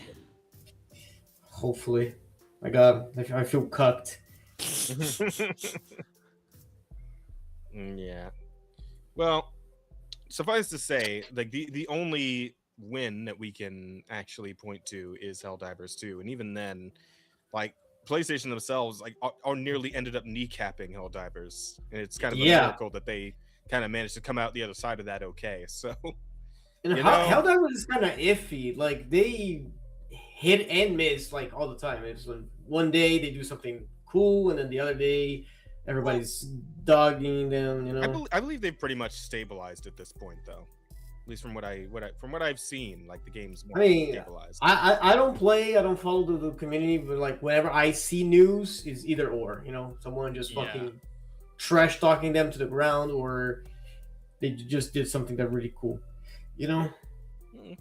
Yeah, I mean that's kind of how all like live service games go, especially once they've been around for a real long time. Like I know some of them just get shit on all the time, like Overwatch. Yeah, Fortnite's going through a lot of that right now. That's a live service game for you. Let's see. Where do I leave off here? Oh, here we go. Yeah, because I grew up with Jim from the PS1 days, you don't want to have one of your friends as one of your subordinates, Yoshida remarked. However, Ryan offered Yoshida the role to focus on improving PlayStation support for indie development, because everybody's in the company knew how much I loved indie games. Hey, I didn't say, man. Indie shit's where it's at. Mm-hmm. I enjoyed the role of promoting and evangelizing indie games, he emphasized. Yoshida eventually left PlayStation in January 20. Oh, so he did leave. Okay. Yeah. After 31 years with the company. And formed his own indie game consulting firm, Yosp Inc. See, this is the kind of consulting firm like indie and other companies should probably actually be talking to, right? Is this fucking guy right here? This guy knows his shit. Who has been making games for 30 years. Yeah. Making good games. Making good games for 30 years. Yeah, I want to see more consulting firms like this, like headed up by dudes like this. That's what I want to see. As he describes it, I was helping indie publishers and developers at Sony for the last 5 years, so I feel like I'm continuing to do the same kind of thing, but now I'm freelance. Hell yeah, brother. Yeah. Free to show up in any. I'm free to show up in any podcast. Rada, find him. You can get him for the show, Rada. You can only do so much, man. You're you're our best bet. You're our secret weapon. Do any of us speak Japanese? Oh man. I do not. I've tried. I've been practicing, but I could not carry a conversation. Yeah, I only got like Duolingo levels of Japanese. I also don't. Does he not speak English? I would imagine his English is probably okay, but maybe not great. I mean, I don't know. That's a fair point. Well, I don't know either. We'll do some research. We'll do some research and bring him here. We'll ask ChatGPT to translate for us. It'll be fine, I'm sure. Oh, he's fucking cash. Like, he's fucking to pay this guy to come in here is gonna be like fucking. Yeah. We don't have that money. Yeah. Any podcast. Now I can talk about Nintendo, Xbox, Steam. He said, to more audience laughter, and I get to see how Nintendo and Xbox support indies. So it's very, very cool. Rest of his talk, titled "What Makes an Indie Game Successful," Yoshida walked through 12 standout indie games that resonated with him as the reasons why. With him and the reasons why. They included Journey and Before Your Eyes for making him cry.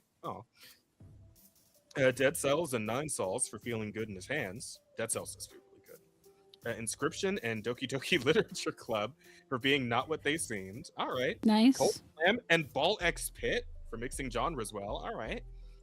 Viewfinder and Word Game for making up their own rules. Fall Guys and Marvel Snap because you can feel other people. Wait, what? That is okay. That is a sentence. It's phrased weird, but in terms of Fall Guys, I kind of get it. Because I haven't played Marvel Snap, but I kind of get what he means when he says that in Fall Guys. Because yeah, like the whole game is like you kind of like just flopping around like different obstacle courses and other people to try and like reach the end first, right? But like those other people might get in your way, you might fucking crash into them and all this other shit. Like I kind of get like, it's phrased weird, but I kind of get what he's saying though. Okay, I guess. Yeah. Yoshida also used his talk to provide advice for indie developers. When you follow the trend, you are already too late. Damn, you know this motherfucker from AAA saying that shit. Like that's exactly what Sony is like extremely guilty of at this point, right? Just trying to hop on the fucking live service bandwagon, shit 12 yeah. times over, and they're gonna fuck up every time because there's already too many live service games as is, right? Oh man, yeah. No, yeah, he's fucking hell. That's so spot on. That's the kind of that is the kind of advice game developers need these days, man. They need to be the trendsetters again. They need to make new, interesting shit that's going to catch people's eyes like nothing else does. That right there. Oh, that's the mentality everyone needs at this point. That's how we bring the game industry back to its golden era, man. That's how we do it. He suggested and shared stories about his crippling Marvel Snap addiction. Well, Okay. The first year, 3 years ago, I played this game with 3 accounts because I couldn't get an. Oh my god. bro, you know what? A real gamer makes real games, okay? That's funny. I mean, we did talk about that last week with Niles. Yeah. Yeah, I couldn't get enough. I used to say during that time that I live in between playing Marvel Snaps, so that destroyed me. Yoshida says he eventually dropped 1 Marvel Snap account per year until wearing himself off the game complete. Motherfucker had to wean himself off this shit like like he couldn't go cold turkey. He had to like slowly dash. This man was actually addicted. Dude. That's insane. Fuck. Marvel Snap cracked till he popped. At the end of December 2025, the admission of his effort was met with applause. That's fucking sick, though. Good shit. That story's pretty funny. Doesn't seem very bitter about the event. Good for him. Man, yeah, I kind of want to see if I can go like find an actual video recording of this, because I imagine that was a pretty fun talk to be at. But good for him, man. Like actually, bringing his experience forward to, especially to the indie scene, where obviously, gaming is kind of seeing its actual revival. Right, we're seeing all these amazing concepts and all these amazing projects come out. Obviously, some of them are a little hit and miss because it's the indie scene, and anybody can make anything. But for the most part, like a lot of the really cool stuff is coming out of the indie scene, and he sees it. Yeah, and he's like, he's lending all this wealth of knowledge that he has to it. That's a great thing. That's incredible. I love that. Yeah, good for him. Good for him. Indeed. He's a real one. And fuck Jim Ryan, just entirely. I don't even know what he's doing these days. I know he's not CEO of PlayStation anymore. I don't know what the fuck they got him doing now, but fuck him, in my opinion. Mm-hmm. Yeah, I suppose that's pretty much the long and short of it, though. So with that hopeful note of a man who's doing great things in the game industry even now, I think we can go ahead and get ready to wrap things up, eh? All right. Sound good? We're ending on a hopeful note. How's that, Rada? Yeah. Sure. Yeah. Oh, she's complaining about all the fucking shitty, awful stories, and now I have a good one. She's like, yeah, whatever. Sorry, are you still talking? Fucking soon today. All right. Wow, we have so many titles today. 1, 2, 3, 4, 5, 6, 7, 8, 9, 10, 11. We shave a few of those off. I think. We have to shave a few of those. We have to shave like 7 of them. All right. Damn. I think Brovaries Engorged is pretty strong. I think we can keep that one. Jesus Christ. No one can, undervalue the strength of Engorged Brovaries. Yeah. Of the goat ball options, I think goat ball never die is the strongest of the 3. Okay. Yeah. Oh yeah. I like Back Blown Out by the Body Snatcher, but I was gonna say that one too. I like that one a lot. That one needs no context. I like that one a lot too. I think we should. Okay, so that's 3. What was that? The Back Blown Out by the Body Snatcher. Oh yeah. From the anime Astro Watch. Yeah. Assa's Portuguese is showing. I like that better more than his Choke Jerkathon. I also don't like Choker Jokerton. I feel like if we must, Assa's Portuguese is showing is. I still think it's funny, but yeah, it's funny, but I just don't think it works. It sounds a little something about choke jerk just doesn't feel right saying. It feels I also would like to not have Slender of Me as a title, So obviously the Portuguese one is perfect then. Yep. Yeah. Okay. All right. It's not slander. I mean that was my grandma speaking through me at that moment, Fair enough. Those 4. All right. We got any questions? 1 second. Mm-mm. If we don't have enough questions, there are some little side stories I can throw up while we wait for votes to come in. We have one question. Dislutio Unta Tribus asks, normal, 1 today. From these berries, those you tasted, which one is your favorite? Strawberry, raspberry, gooseberry, black or red currant, honeysuckle, service berries, C, buckthorn. Wow. Well, my favorite berry is the strawberry. Yep, same. I don't like berries. I mean, if we're gonna go by berries, I'd probably banana. I fucking hate Technically you. true, I fucking hate you. I really hope you. Oh my god, you are such a cunt. You know, it's better than what I was. Oh my Better than what I was gonna lord. say, Asta. Because There's always one son of a bitch. Oh, you know.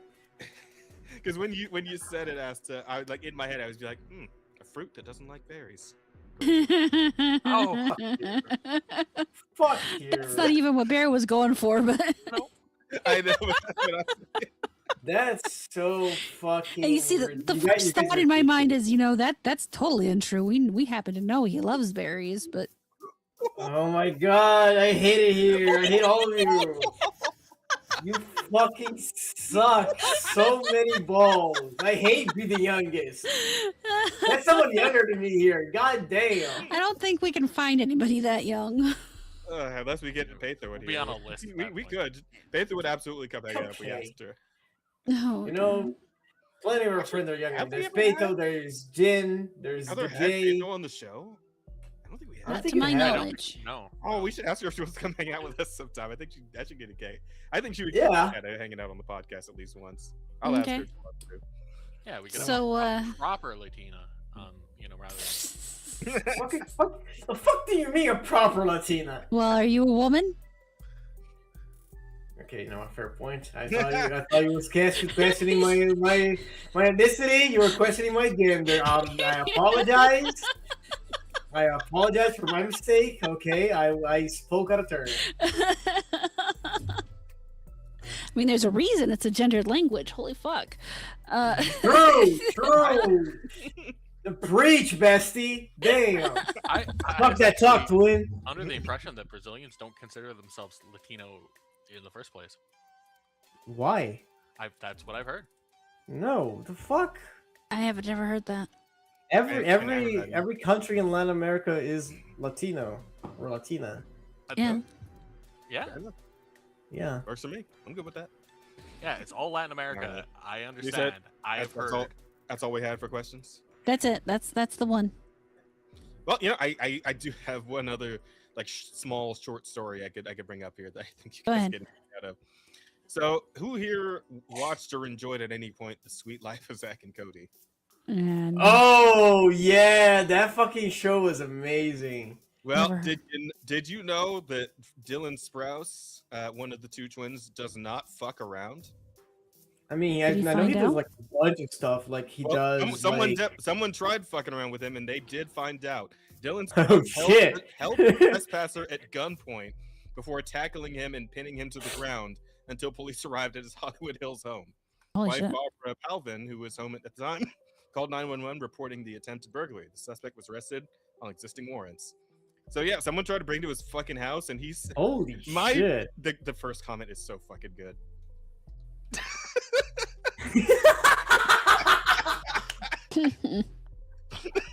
Wow.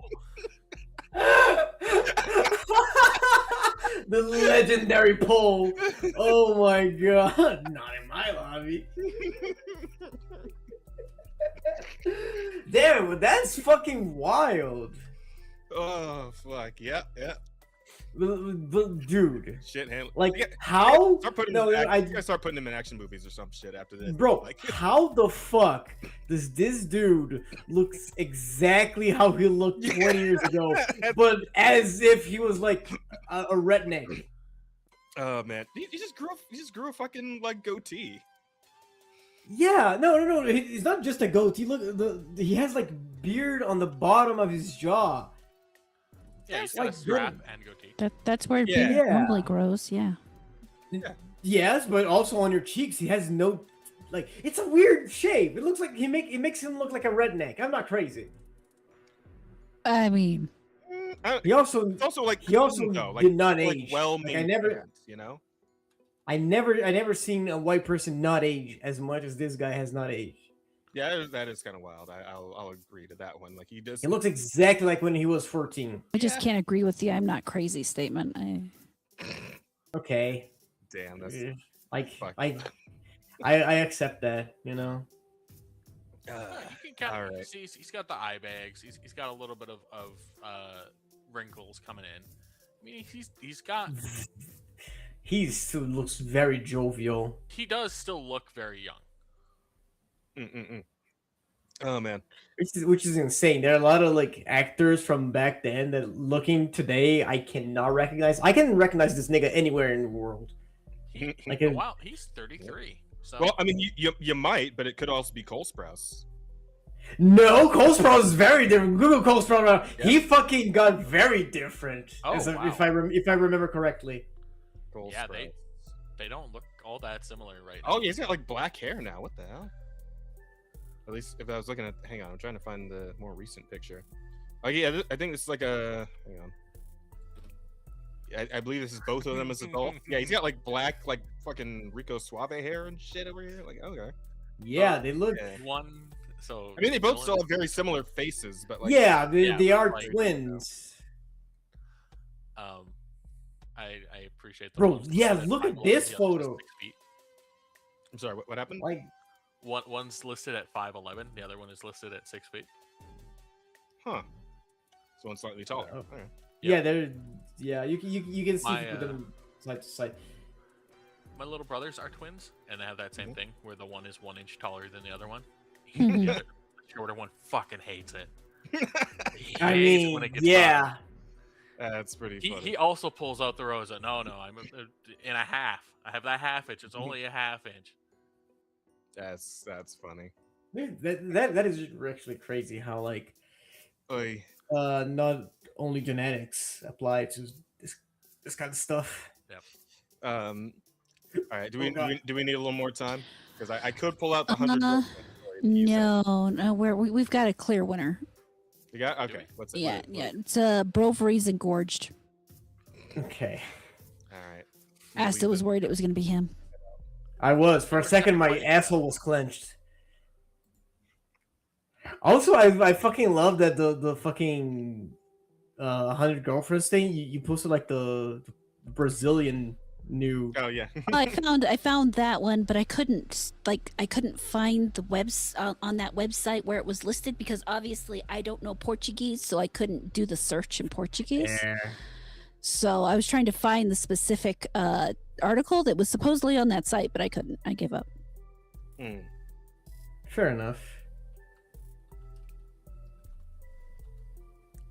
It's interesting. Right. Okay. Temp says Dylan Sprouse has that Dean Winchester vibe, while Cole Sprouse is rocking the Sam Winchester vibes. Interesting. Yeah, I kind of see it. Doesn't make any sense to me. They're like Temu versions of them, but yes. Temu versions. Senran and Kagura having to be canned because Sony tripled down on censorship is so depressing, especially since Senran had to be finished as a gacha game. Yeah, poor Senran. Also, it didn't come up in the picture, but did you see that Sony's going to be doing age verification shit? Oh, yeah, I did see that as well. That's rough. That sucks. I'm not a fan of that. Yeah. I mean, that shit is already like standard here in Brazil now because of the fucking law. So. Which sucks. But I mean, like it being there doesn't mean that it's any better. No, I understand you. I was just like, okay. Yeah, I was just reacting as how that would affect me, which is like very little. No, he's just saying he's already got it. Yeah. Got the dick of government up you. It's just coming for everyone else. Which sucks. I feel for you. This is a fucking video game service. Yeah. Which is worse, actually. Because you expect the government to fuck you over, you know? Video game company is supposed to help you. Well, I don't know about all that.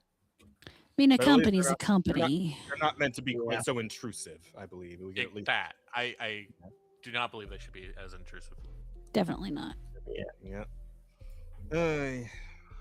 But this is the world we live in now, and this is shit we gotta deal with, I suppose. That it is, that it does, that is all the very truth. So we've got our title set.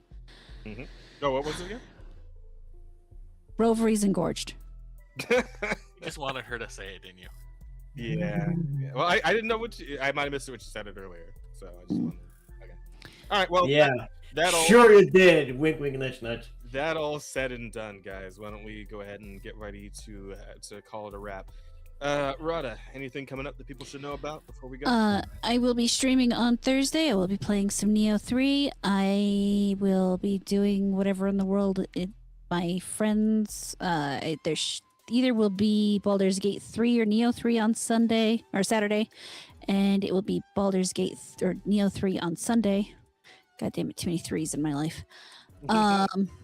And yeah, otherwise, I don't know. I'm not 100% sure if I'm going to do a video this week or not. I might. We'll see how my time shakes out. So. Cool. Japan and the U.S. are trying to push age verification nationwide right now too, but both are being fought back already. Oh, that's good. Yep. Solid. That is good. Yeah. Asta, tell them about the art, buddy. Yeah, go follow me on Twitter, Blue Sky, PixieV, Newgrounds, Patreon, and VGen if you want to give me money. It's King_Rosier in all the platforms. If you want to go follow me on Twitter, because there was a bot purge recently that I just found out. Not just, but like a couple days ago, I found out there was a bot purge and I lost like 50 followers. So yeah, if you want to go and follow me there, I would appreciate it because I was close to 900 and now I am back at 8. Oh. That's rough. But yeah, go give them some love. And hey, get excited. Keep a lookout. That stream mascot is coming. Mm-hmm. Yeah, it is. Eventually. Yeah, eventually. As for yours truly, I'll be back tomorrow over on the Digital Soul stream on YouTube and Twitch and fucking Twitter. Yes, and Twitter. Rosa will be joining me as well as Bon. We're going to play some Monster Hunter, try to get Rosa caught up to current endgame because we know that expansion is coming out somewhat soon. I believe probably around the summer, maybe late summer. In the evening, we'll be bringing back Share the Stage. Group stage will be tomorrow night. Yours truly will be there. I believe Patho expressed interest, and who knows who else might show up. Who knows? Maybe even Rod will somebody sing some songs again. I don't make any promises. But yeah, hang out. It'll be a good time regardless. We can do some karaoke. On Thursday, we're gonna do Monster Hunter Stories 3. Monster Hunter Stories 3 again. And then in the evening, of course, we got the weekly Marvel Rivals. I believe Patho will finally be coming to actually join us this time. And Asta will be there. So yeah. And of course, D&D Duo. Yeah, we ended up doing nothing but duo last time. It was just me and Bear. But it's still a fun time. We still had a good night. We won more than we lost, so indeed. Actually, that means we are pulling you back. I see. Yeah, didn't one other person also join us right at the end there? Right at the end we got somebody. Fuck, who was it? Yeah, somebody came and joined us. Who the fuck was it? Damn it! I don't remember. Ooh, now I feel bad. Yeah. Fuck. Well, that anyway, was a week ago. I don't remember things like that. Fair enough. Anyway, but yeah, guys, there are lots of good streams on the Soul stream coming up the next couple of days. So please do swing by and hang out. Would love to have you there. Tell your friends, tell your family, tell anybody who will listen. And of course, the podcast will be back next week, Tuesday night, same time, talking about the news. And we also have a special guest coming up. Rada, who was our guest again? Our special guest is a fellow named CM Doombeard. He is an audio book. What is the word? Voice actor. Voice actor. Yes, he voices audiobooks. So he did one of my favorite books, which is Theft of Fire by Devin Erickson. Everybody's heard me talk about it before. It is a sci-fi novel, so I do very much recommend it if you are interested in sci-fi. And since he does have an audiobook, there's really no excuse. Okay. So, and of course, we'll be discussing all the goings on in pop culture between now and then. However much that happens to be, couldn't be that much, honestly. But we'll see what's going on, and we'll tell you guys about it. So hopefully you will all be there next week to join us as well. But that's pretty much it, guys. We're gonna go ahead and call it a night. Thank you all for being here. Take care of yourselves, and we will see you next time here on the Offensive Charm podcast. Later. bye. Bye, Chad.